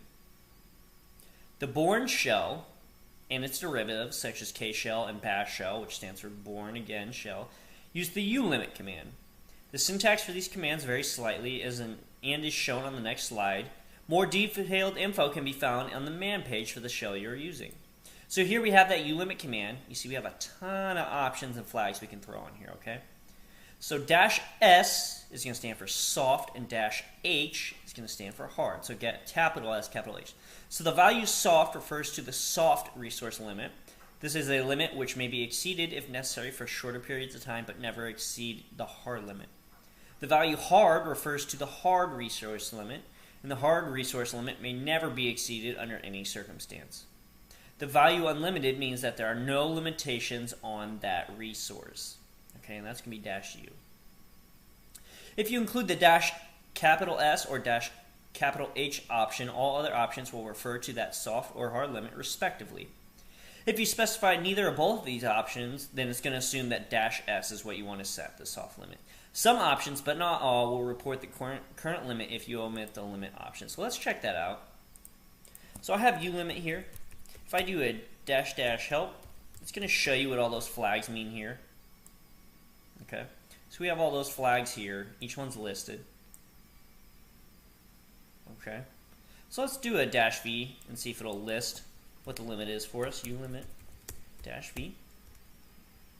And it tells us unlimited, right? Let's do another one. Let's just do -M. That one's also unlimited, okay? So guys, for this system, everything's probably unlimited for me since it's a very basic machine, right? It's my machine, I set it up, so everything's probably unlimited.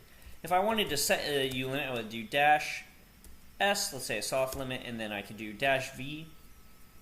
And I could say, you know, limit this machine to a certain amount of virtual memory. I'm not going to do it because I don't want to limit it. I want it to stay unlimited. But that is how you would do it. That's a syntax for it.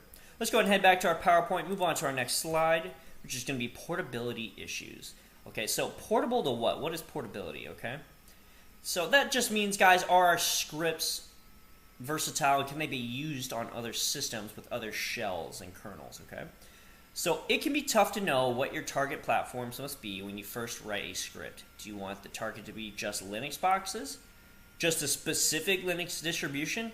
System V systems only? There's a lot to be said for developing a broader selection of platforms rather than a narrow one. For instance, one program we used had an installation script that specified /bin/h/sh as its interpreter. It depended on extensions found only in Bash, and the script was developed to run on a Linux system, but apart from this installer, it worked perfectly well in a NetBSD Linux emulation, okay? So in general, the shell's behavior and the behavior of common utilities are governed by the POSIX standard, okay? And guys, I recommend looking up what POSIX is and the standard for it, okay? It's kind of like the Holy Bible or the standard for scripting. So a number of other standards, such as this single Unix specification, may apply, but you can probably do everything you want within the POSIX spec, which is a little more reliably supported. The big thing to watch out for is Kshell and Bash extensions. For instance, the double bracket and double parentheses syntax found in K-shell and bash is not found in Ash-derived shells. Be sure to check your choice of features and syntax against the shell documentation. There are two kinds of shell built-ins you need to be aware of. One is features, which are merely performance enhancements. For instance, many shells have a built-in test to avoid the overhead of launching an external command for every test performed. Okay, remember those test commands are usually going to be those double brackets or single brackets, right? Thanks for watching. Feel free to add your questions as comments down below. That's how we test a statement. The other kind is commands, such as set or get ops, which must be part of the shell to work at all. So sometimes when we write a script and we use the set and get ops commands, it might not work on other systems. So you have to keep that in mind when you're writing your script and you think it may be used on other systems. So in summary, guys, we talked about improving the performance of scripts, timing commands and scripts, system resources, setting limits, and portability issues. Next session, we have a little bit to go over. A lot of review. We're going to talk about editing a file from a script, scripting with ed or sed, Unix and Linux utilities manipulate files, regular expressions, grep and egrep, the stream editor sed, sorting in scripts, generating reports with awk, splitting large files, counting words, lines, and characters, transforming file contents, and extracting text strings. Be sure to click on these links and check out our weekly and monthly plans available for private tutoring sessions for system administrator management, as well as some private tutoring sessions for Linux and Bash scripting. Thanks so much for joining me, guys. I'm looking forward to seeing you in our next session. What's up, guys? Welcome to session 11 of Linux Bash scripting intermediate level from coding-bootcamps.com. As always, I am your instructor, Kevin Downs. Today we're going to be talking about an overview of file manipulation utilities. So last session we covered improving the performance of scripts, timing commands and scripts, system resources, setting limits, and portability issues. Today we have a lot to go over, but don't be worried, this is just an overview of things we've already covered. So we're going to be talking about editing a file from a script, scripting with ed or sed, Unix and Linux utilities to manipulate files, regular expressions, grep and egrep, the stream editor sed, sorting in scripts, generating reports with awk, splitting large files, counting words, lines, and characters, transforming file contents, and extracting text strings. As a note, guys, this is an overview of things we've already covered. So in our previous course, Intro to Bash Scripting, we covered a lot of the topics discussed in this session in depth, including many hands-on examples on how to use the grep command. As such, in this session, we go over them as a quick refresher. Okay? So guys, if you need more assistance with these topics, take our Intro to Bash Scripting course, which you can click on that link here to follow, or register for our tutoring session. So you have two options there. Take the previous course, or go ahead and look at the tutoring sessions we have available. Both are suitable options, and they'll get you up to speed quickly. So first one we're talking about is editing a file from a script. So we have the sed command, and sed command has this format. We have pattern 1, pattern 2, exclamation point, and then the command and arguments. So it'll look something like this. We have sed-i, single quote, s/gedit.desktop/yournew.desktop/g, single quote, and then user share applications defaults.list. So what this means is it's going to search and file user share applications default list, so this file here. It's going to find the gedit desktop, so it's going to find this, and it's going to replace it with this, your new.desktop. And it's going to apply the changes in place, -i, okay? So in this file, it's searching for this line, and it's going to replace it with this line. That's basically what that's doing. That can be super handy so that you don't have to go in the file, find the line, delete it, and type in the new thing. You can do it with one simple command here. Super helpful. So now we can talk about scripting with ed or sed. So an ed script must contain commands to save the file and quit the editor. It produces no output to the screen except what may be generated by a specific command. The stream orientation of sed has a major impact on how addressing is applied. In ed, a command without an address affects only the current line. Sed is a stream editor. A stream editor is used to perform basic text transformations on an input stream, which can be a file or input from a pipeline. While in some ways similar to an editor which permits scripts edited or scripted edits, such as ed, sed works by making only one pass over the input and is consequently more efficient. So here we have some examples and general syntax for that. So we have a pattern and action, just like we saw in a couple slides ago. So here the pattern is a regular expression, and the action is one of the commands given in the following table. If patterns is omitted, action is performed for every line as we have seen above. So the / character that surrounds the patterns are required because they are used as delimiters. So now we're going to take a look at how to delete all lines with sed. So first we would invoke sed again, but the sed is now supposed to use the editing command delete line denoted by the single letter D. So we cat the file etc password and we pipe that to sed D. But instead of invoking sed by sending a file to it through a pipe, the sed can be instructed to read the data from a file as in the following example. So we can actually get rid of that pipe there, and what we can do instead is we can do sed-e d in single quotes on this file. It works just the same as above here when using a pipe, except down here we can just do it as one command. It's going to read that file anyways.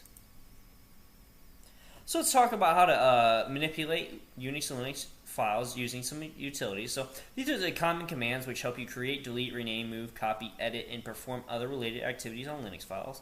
So we have cat, which will display the contents of a file. It stands for concatenate. We have touch, which will create an empty file. We have ls, or list, which will list files in your current directory. We have make dir, or make directory, which will make a directory, a blank one. We have cd, or change directory, which will change to a directory that you specify. We have pwd, which stands for print working directory. It will display the current directory you're in. We have rmdir, remove directory, which will delete a directory. Now keep in mind when you use this, if there are contents in the directory, it's going to spit back an error for you. It's going to say, hey, that directory is not empty. So what you can do is you can do a -f for force or a recursive and delete everything within that directory. We have rm, which will remove files. We have move, which does two things. One, it renames a file and can also move a file to a different location. Keep in mind that this is changing the inode of the file. So you're not making a copy of the file. You're still only going to have one file, but in a new location. Copy, on the other hand, CP, makes a direct clone of the file where you specify. So you'll have two of the same files. And you have LM, which will create links for files, whether that's hard or soft links. Okay, and that can be specified by the -h or -s option. Now we're going to talk about regex, or regular expressions. So some of the commonly used commands with regular expressions are tr, sed, vi, and grep. Below we have listed some of the basic regex. We have the \, which escapes a special character. We have the caret symbol, which will start with a character, so find everything that starts with a character. We have the splat or star symbol, which will match 0 or more of the preceding characters. Now if we put that star before a word of characters, it says, hey, find everything that ends in this. If we put the star after certain characters, it'll say, hey, find everything that starts with this. We have the question mark, which will match 0 or 1 of the preceding items. Okay. And then, didn't mean to change that. And then we have match any character, which is the period. Okay, so question mark, we can put that in the middle of a word, and it's going to find all words that have a character that match in that spot. Okay, and period will match any character. So let's talk about grep and egrep. Grep searches input files for lines containing a match to give a pattern list. When it finds a match in a line, it copies the line to standard output by default, or produces whatever other sort of output you have requested with options. Though grep expects to do the matching on text, it has no limits on input line length other than available memory, and it can match arbitrary characters within a line. If the final byte of an input file is not a new line, grep silently supplies one. Since new line is also a separator for the list of patterns, there is no way to match new line characters in a text. So I can demo that for you real quick. Grep is super handy, guys. Great way to find things you're looking for in a file. So I'm going to just do a quick ls to see what files I got here. So let's go ahead and just use my name.sh script. I'm just going to say grep a name.sh. And it's going to give me everything in that script that has a in it, as you see here. Okay. Now I have echo here, so I can even do grep echo name.sh. Okay. It gives me everything that has the word echo in it. Okay. Now, guys, what I recommend is don't get in the bad habit of not putting quotation marks around things you're searching. Okay. You run the risk of whatever pattern you supply to it, you run the risk of things being interpreted as commands or special characters if you don't encapsulate it in quotation marks. So get in the habit of quoting things when you use the grep command, okay? So grep command, you do grep, the pattern that you're searching for, and the file you want to search in. The general synopsis of the grep command line is here. So you do grep, any options you want to supply to it, the pattern you're looking for, and then the file you're searching in. There can be 0 or more options. Patterns will only be seen as such if it wasn't already specified within options. There can be 0 or more input files, so you can actually use multiple files when you're searching as well. egrep is the same as grep-E, and it's extended regular expressions, and it interprets patterns that are extended regular expressions, okay? So grep searches the named input files, which can be standard input if no files are named, or if a single hyphen minus is given as the file name. So it searches named files for lines containing a match to the given pattern. By default, grep prints a matching line. So we can use egrep to match certain regular expressions or characters that otherwise wouldn't be recognized by grep. So we have some options here for grep and egrep. Okay, we have -A, which will print the number of lines trailing context after matching lines. Okay, we have -lowercase a, which processes a binary file as if it were text. We have -B, which prints number of lines leading context before matching lines. We have -C, which will print number of lines of output context. We have -lowercase b, which will print the byte offset within the input file before each of the line output.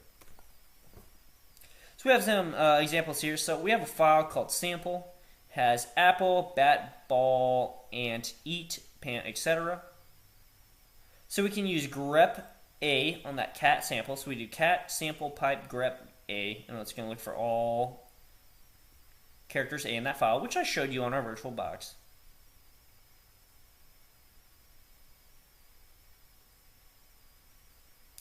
We also have a caret symbol here, which matches the lines that start with A. Okay. So if we do cat sample pipe grep starts with an A, so you match all lines that start with an A. That's kind of hard to see on there. So what I'm going to do is I'm going to go ahead and cat name.sh and kind of demo that here. So I'm going to cat this file just so you can see what's in it. Oops, I need to spell it correctly though. Everything in Linux is case sensitive. Okay.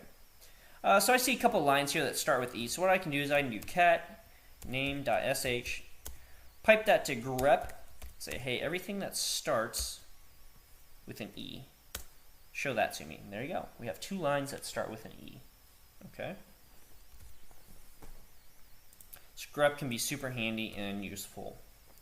So we're going to talk a little bit more about the stream editor sed. So the sed command or stream editor is a very powerful utility offered by Linux and Unix systems. It is mainly used for text substitution, find and replace, but it can also be formed other text manipulations like insertion, deletion, and search. Okay, so we have some examples of that here. So we have our find and replace here, which we saw in a couple slides ago. Okay, we have another search and replace here. So in this file, testfile.txt, search for danger and replace it with safety. Okay, same with this one here.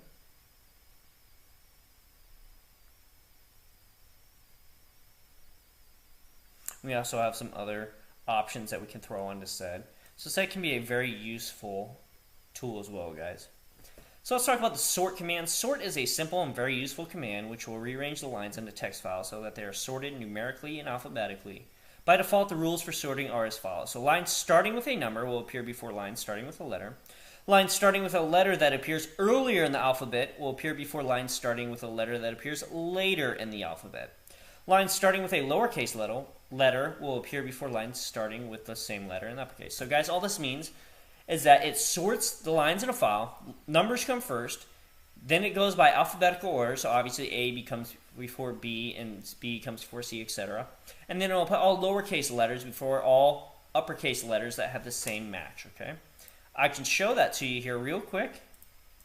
We're going to use that same name.sh file. We're going to do sort name.sh, okay? And there you go. We have our meta character here come first, and then we have E and R, okay? Let's actually look for another file. If you have enjoyed watching this video, please subscribe to our YouTube channel. Thank you. We have the book file here. The book file has a lot in it, so we're going to do a sort book. There you go. So it has all our blank spaces first. A comes first, okay?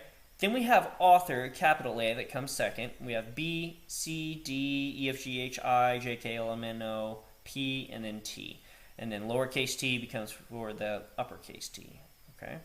So sort can be a useful command as well. What I typically use sort for is I'll do a du -sh star pipe sort -n, okay? What this does for me is, you see here, it shows me the disk usage for this current directory. It lists all the files in it, and it sorts it from smallest to largest based on size, okay? So I have 0 all the way up to 8 kilobytes. So that's how I use sort typically, is I want to sort things based off of size. So sort can also be very functional and useful for organizing commands for you, okay? Keep in mind though, that this is just going off number here, which is what -n is. So I could actually have a file here that is 1 gig, and then it would show 4 kilobytes after that. Obviously 1 gig is larger than 4 kilobytes, but that's not what we're using this sort command for. I just wanted to do it number wise, so smallest number to biggest number, and then I myself just have to be aware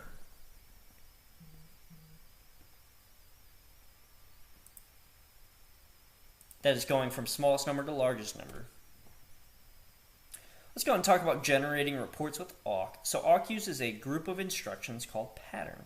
Patterns are applied to records. So records are blocks of data separated by a new line or any character defined in the rs variable. Fields are strings in a record separated by a space or any character defined in the fs variable. We have covered this topic in depth in our previous course, so again, if you haven't taken that course, be sure to take that course and get a little bit more in-depth explanation on awk. We're going to go and move on to splitting large files. So to split large files into smaller files in Unix, use the split command. So at the Unix prompt, you would enter split, the options, and then the file name and the prefix. You replace file name with the name of the large file you wish to split, and you replace prefix with the name you wish to give the smaller output file. So you have your large file here, and then you have whatever you want to name the smaller file here. You don't have to use options, but you could, and you can replace it with either of the following: -L for line number and -B for bytes. If you use the -L option, line number with the number of lines you'd like in each of the smaller files, okay? If you use the -B option, you replace bytes with the number of bytes you'd like in each of the smaller files. So you can actually size how many smaller files you want it in. We also have the word count command. This prints a count of new lines, words, and bytes for each input file. The wc command, without passing any parameters, will display a basic result of anytime.txt file. Count number of lines, display number of words, count number of bytes and characters, and display length of longest line. Okay, it's a pretty simple command, guys. So if I do a wc on the book file, it tells you number of lines, number of words, characters, and then the name of the file there, okay?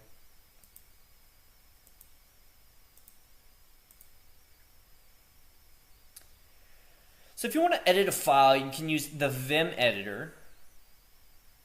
And to do so, you just type in Vim and then the file you wish to edit. So for example, if I want to edit the Etsy iscan intscan.ini file, which is an inventory file, I would just do vim and then space that file.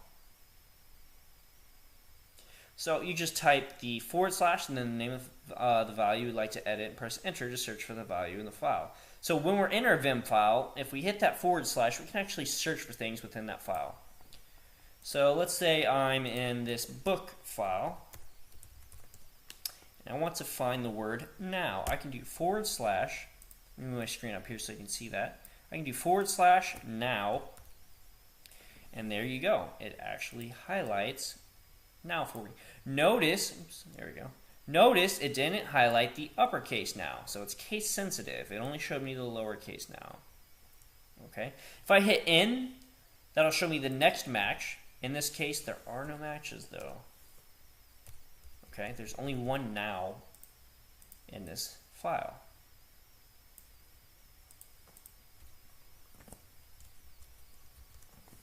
Let's head back to our PowerPoint. So with POSIX said, you need to specify all the transliterations, and then you can choose which letters you want to convert. Okay, so can you actually use sed in that Vim editor, which is handy for when we want to edit things inside those files.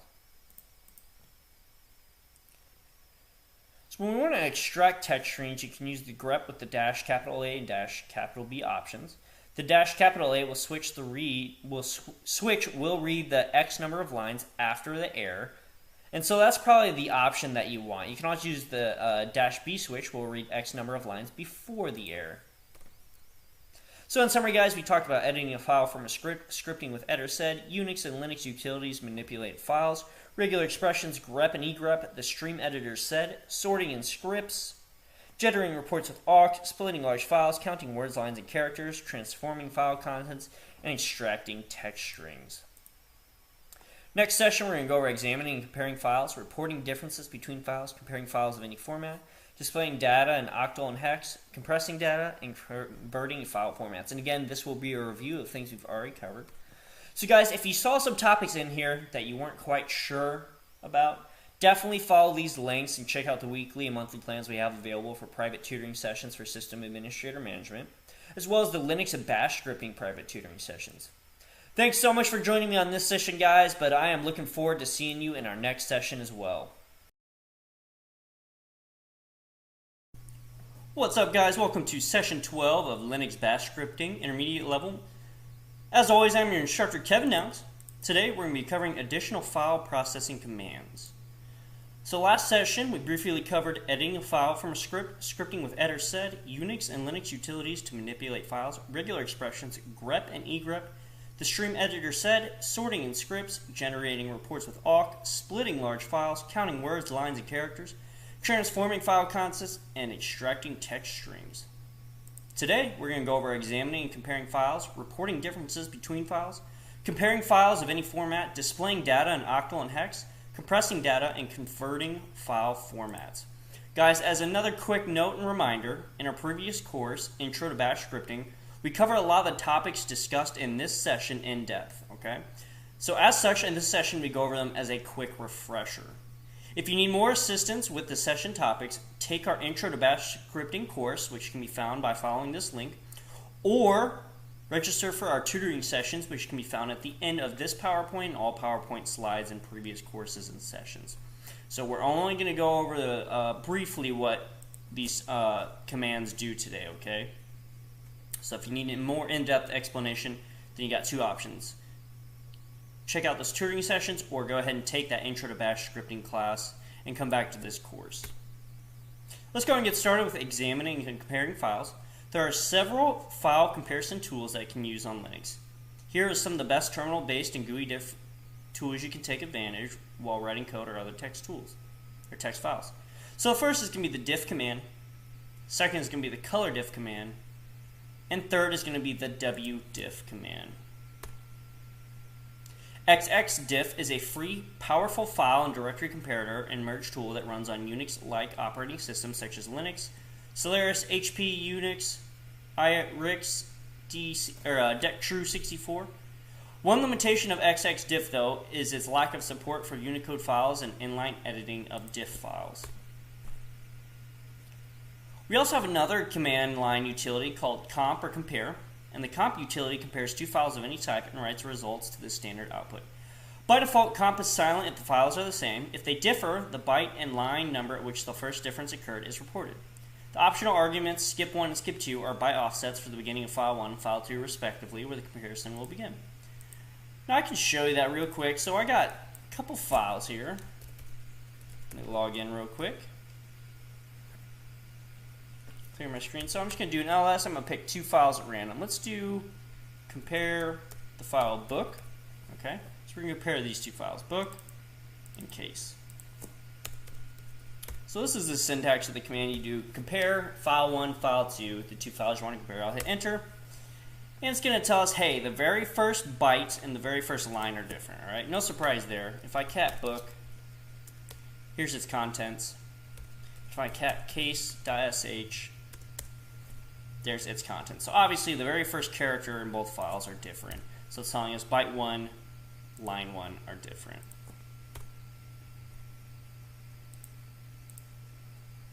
We also have the OD command, and the OD command in Linux is used to output the contents of a file in different formats, with the octal format being the default. This command is especially useful when debugging Linux scripts for unwanted changes or characters.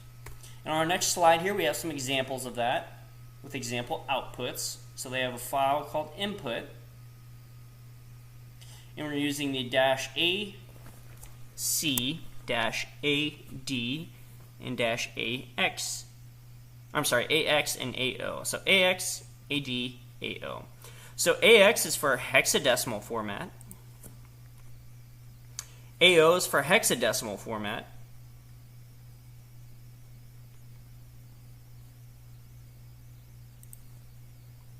And then we have our third format here.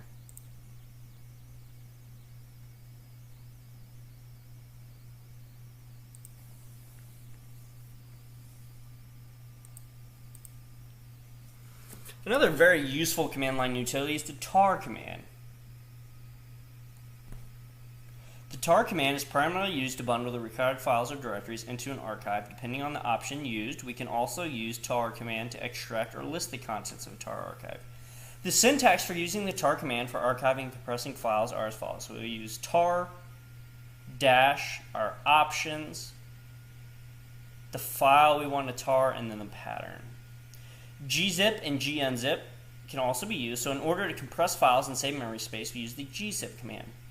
In order to uncompress the files, we use the gunzip command. And the format for using the command is gzip or gunzip and then the file.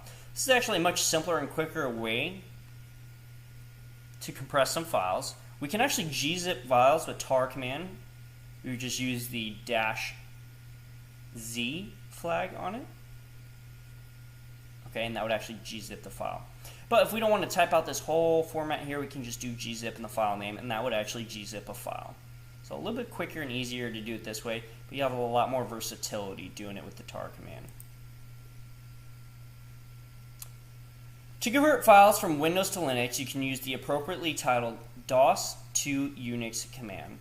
The simplest way to convert test Windows to the Linux format would be with the DOS to Unix test.windows. But you can also use the command in stream fashion. For example, DOS to Unix >test. So in summary, guys, we talked about examining, comparing files, reporting differences between files, comparing files of any format, displaying data in octal and hex, compressing data, and converting file formats. Next session, we're going to talk about writing functions, returning value from functions, returning string output, local and global variables, defining functions, and case shell all load functions. Again, if you need a little bit extra help or if you need these topics discussed a little bit more in depth, be sure to follow these links to our weekly and monthly plans available for private tutoring sessions for system administrator management. We also have private tutoring sessions for Linux and Bash scripting. Thank you so much for joining me, guys. I'm looking forward to seeing you in our next session. What's up, guys? Welcome to session 13 of Linux Bash scripting intermediate level. Today, we're going to be talking briefly about functions. So in our last session, we talked about examining and comparing files, reporting differences between files, comparing files of any format, displaying data in octal and hex, compressing data, and converting file formats. Today, we're going to talk about writing functions, local and global variables, defining functions, and case shell autoload functions. As a note, just like our previous two sessions, we're going to briefly describe and talk about the topics in this session, okay? So we covered these topics more in depth in the Intro to Bash Scripting course.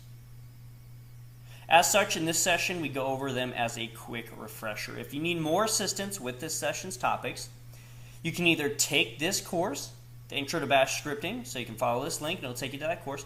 Or you can register for our tutoring sessions, which are located at the end of this course in session as well as all of our other sessions. Okay, so 2 ways to kind of catch up there before we dive into functions here as a quick refresher. Let's go ahead and get started with writing functions. The function reserved word defines shell functions. The shell reads and stores functions internally, and alias names are resolved when the function is read. Thanks for watching. Please like and share this video. The shell executes functions in the same manner as commands with arguments passed as positional parameters. The core and shell or POSIX shell executes functions in the environment from which functions are invoked. All of the following are shared by the function and the invoking script, and side effects can be produced. So variable values and attributes, unless use typeset command within the function to declare a variable. Working directory, aliases, function definitions and attributes, special parameters, and open files. Let's go ahead and talk about local and global variables too, because these play an important role in our functions. The default scope of a variable is the whole script. However, when you declare a variable inside a function, the variable becomes local to the function that declares it. K-shell has dynamic scoping so that the variable is also accessible in functions that are invoked by the function that declares the variable. The main way of declaring a variable is with the typeset built in. It always makes a variable local. If you assign to a variable without having declared it with typeset, it's global. Note that you should use a local variable to override the value of IFS. Saving to another variable is not only clumsy, it's also brittle because it doesn't restore IFS properly if it was unset. Furthermore, you should turn off globbing because otherwise, if the string contains shell globbing characters such as question mark, star, or splat, backslash, and square bracket, and one of the words happens to match one or more file on your system, it will be expanded. As an example, set-a and then string, where string is a star, will result in string containing the list of file names in the current directory. So let's go ahead and talk about how to define a function and write it. So first you want to go ahead and use that reserved word, which is function, and then you go ahead and name the function here. Okay, so we have our function name here. So we use the reserved word function, and then we go ahead and name the function, and then we open the body with a curly brace. Okay. Now everything inside of here is the body of this function, and we can type whatever we want here, and it will be executed when the function is called. So we have an if statement here. So if this happens, so if variable 1 equals Tom, or if in this case if argument 1 equals Tom, echo 1 is a good chap, and we'll exit with a 0 value. Else, echo 1 is a bad chap, and we'll exit with an 8 value. Meaning when the script runs, if it runs successfully, we'll get a value of 0. Otherwise, if it doesn't run successfully, we'll get a value of 8. And then you end it with phi, and you close the body with this curly brace here. Okay?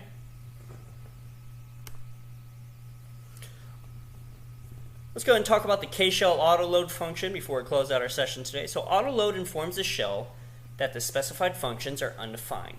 It is a built-in alias of shell defined with alias autoload equals typeset -f and u. Okay, and we have single quotes on that.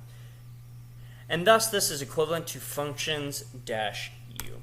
So in summary, guys, we talked about writing functions, returning value from functions, returning string output, local and global variables, defining functions, and K-shell autoload functions. Next session, we're going to talk about pipelines, command lists, and or lists, background jobs, command grouping, and I and O redirection. As I mentioned earlier, if you need a little bit more in-depth discussion about these topics, be sure to follow these links to check out the weekly and monthly plans available for private tutoring sessions for system administrator management, as well as the private tutoring sessions available for Linux Bash scripting. Thanks so much for joining me, guys. I am looking forward to seeing you in our next session. What's up, guys? Welcome to session 14, the final session for Linux Bash scripting intermediate level. As always, I'm your instructor, Kevin Downs. Today we're going to be briefly talking about compound commands. Last session, we went over writing functions, returning value from functions, returning string output, local and global variables, defining functions, and K-shell autoload functions. This course, we're going to be talking about pipelines, command lists, and or lists, background jobs, command grouping, and input-output redirection. As another note, all these topics are covered in our previous courses, such as Intro to Bash Scripting. So if you need a little bit more in-depth discussion, be sure to take those courses or follow the links at the end of this PowerPoint for some private tutoring sessions. But let's go ahead and get started with pipelines. So a sequence of one or more commands separated by a pipe, which is this vertical bar, which is above the enter key or return key on our keyboard. Each command in the pipeline, except possibly the last command, is run as a separate process. However, the standard output of each command that is connected by a pipe becomes the standard input of the next command in the sequence.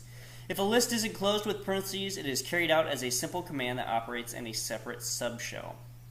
If the reserved word exclamation point does not precede the pipeline, the exit status will be the exit status of the last command specified in the pipeline. Otherwise, the exit status is the logical not of the exit status of the last command. In other words, if the last command returns 0, the exit status will be 1. If the last command returns greater than 0, the exit status will be 0. The format for a pipeline is as follows. So optional exclamation point command 1, pipe, and then command 2. So guys, basically all it's saying is with pipes, the first command you run runs the standard out of that, gets piped into the standard input of the next command after that pipe. Okay? Here we have a list of some common commands. pwd, which is print working directory, cd, change directory, remove, which removes files, cp, which will copy a file. Okay? You'll actually get a duplicate of your file. Move, which does two things. One, it renames a file, and two, it changes the inode. So it actually changes the location of the file on the system. We have ll, which is a long listing command, or ls-l, which will also do a long listing command. This shows permissions and extra information about your files.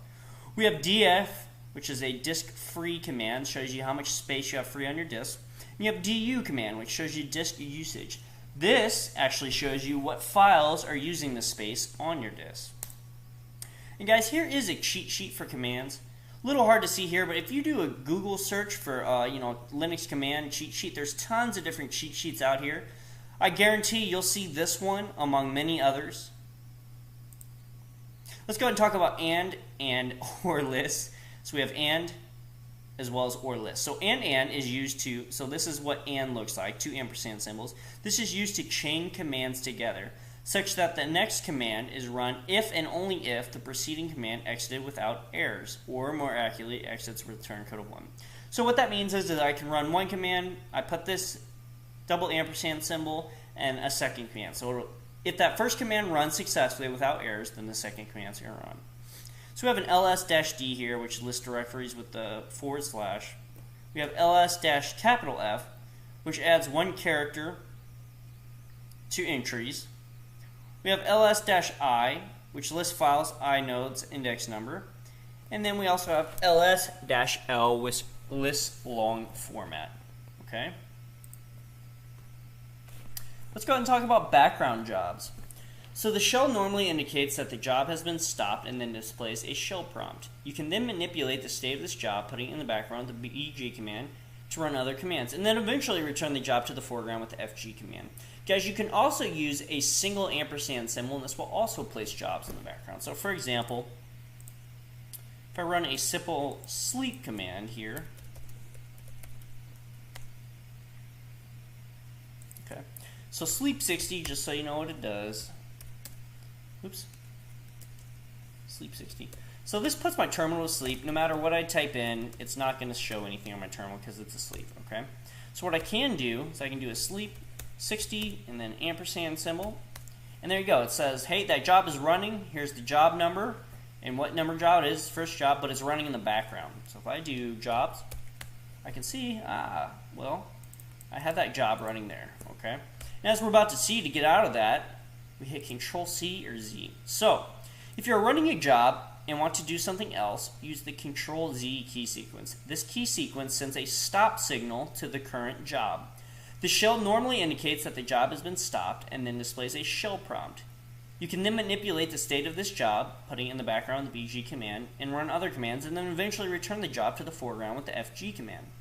The Control-Z key sequence takes effect immediately and is like an interrupt in that shell, and it discards pending output and unread inputs when you type the sequence. A job being run in the background stops if it tries to read from the terminal. Background jobs are normally allowed to produce output. You can disable this option by issuing the STTY to stop command. If you set this terminal option, then background jobs stop when they try to produce output or read input. Oops. Let's go and talk about command grouping. So using braces is valid only in the bourne and corn shells, guys. Okay, so we can't use the curly braces in any other shells. So when commands are grouped in braces, the shell executes them without creating a subshell. In the following example, the shell runs the date command, writing its output to the today.grp file, and then runs the who command, writing its output to today.grp. So we have the date and who command encapsulated in curly braces, and we have a semicolon in between them. And then we redirect the output of this to the today.group. Okay? So guys, what's important to know here is that this semicolon isn't piping anything into the next command. It's really treating this as two separate command lines. So date runs and gets redirected to today.group. Then who runs, and the output of that gets redirected to today.group. This is no different than me running the date command and redirecting it to today.group, and then on another command line, running the who command and redirecting it to today.group, okay? So that command is identical to me doing this. Okay? And then you'll notice that my sleep command just finished too. As you saw it show that there. And then who today.group. Okay? Then when I cat that file, you'll see I have both. I have Kevin, which is who, and the date. Okay? So I ran these two separately, but as we see in our example here, you can run them on one command line by using the semicolon and then encapsulating them in braces, and that way you can do it all in one go, which is super efficient. Let's go ahead and talk about input-output redirection. So shell redirection is a powerful way to change from where commands read input into where commands send output. It applies to every command run by a shell, so once you learn how it works on all the commands you can type. You can redirect the input of a command, and you can redirect the output of a command. The redirection could be to or from a file using the shell meta characters greater than or less than, as we just saw on our previous slide. Or it can be to or from a program using the shell meta character pipe, which we saw in a couple of slides ago. So pipe, greater than, and less than are ways to redirect your input and output. In summary, we talked about pipelines, command lists, and or lists, background jobs, command grouping, and input-output redirection. Guys, if you need more in-depth discussion on this or any other topics that you aren't sure about, be sure to click on these links and check out our weekly and monthly plans available for private tutoring sessions for system administrator management, as well as Linux and Bash scripting private tutoring sessions. Be sure to continue your education with some of the other courses we offer, such as Intro to Cybersecurity, Intro to Cloud Technology, learn how to manage Windows servers, Introduction to Database Design, learn SQL programming by examples, Introduction to NoSQL Database Design, learn Graph Database Design by examples. We also have some resources available for you, such as how Linux operating system memory management works, comprehensive review of Linux kernel operating system processes, comprehensive review of Linux file system architecture and management, what are mechanisms behind Linux kernel task management, how Linux kernel sources and functions work, and a comprehensive look at how Linux data structures work. Some classes to take immediately after this course would be Learn PHP Programming, Web Development with PHP and MySQL, Linux Management for System Admins, which is actually another course I'll be instructing, Intro to HTML and CSS, Intro to Python and Programming. Thank you so much for joining me, guys. I really enjoyed having you on this course. I hope you had a little bit better time of grasping how Bash scripting works and kind of built upon some of the things we covered in our last course.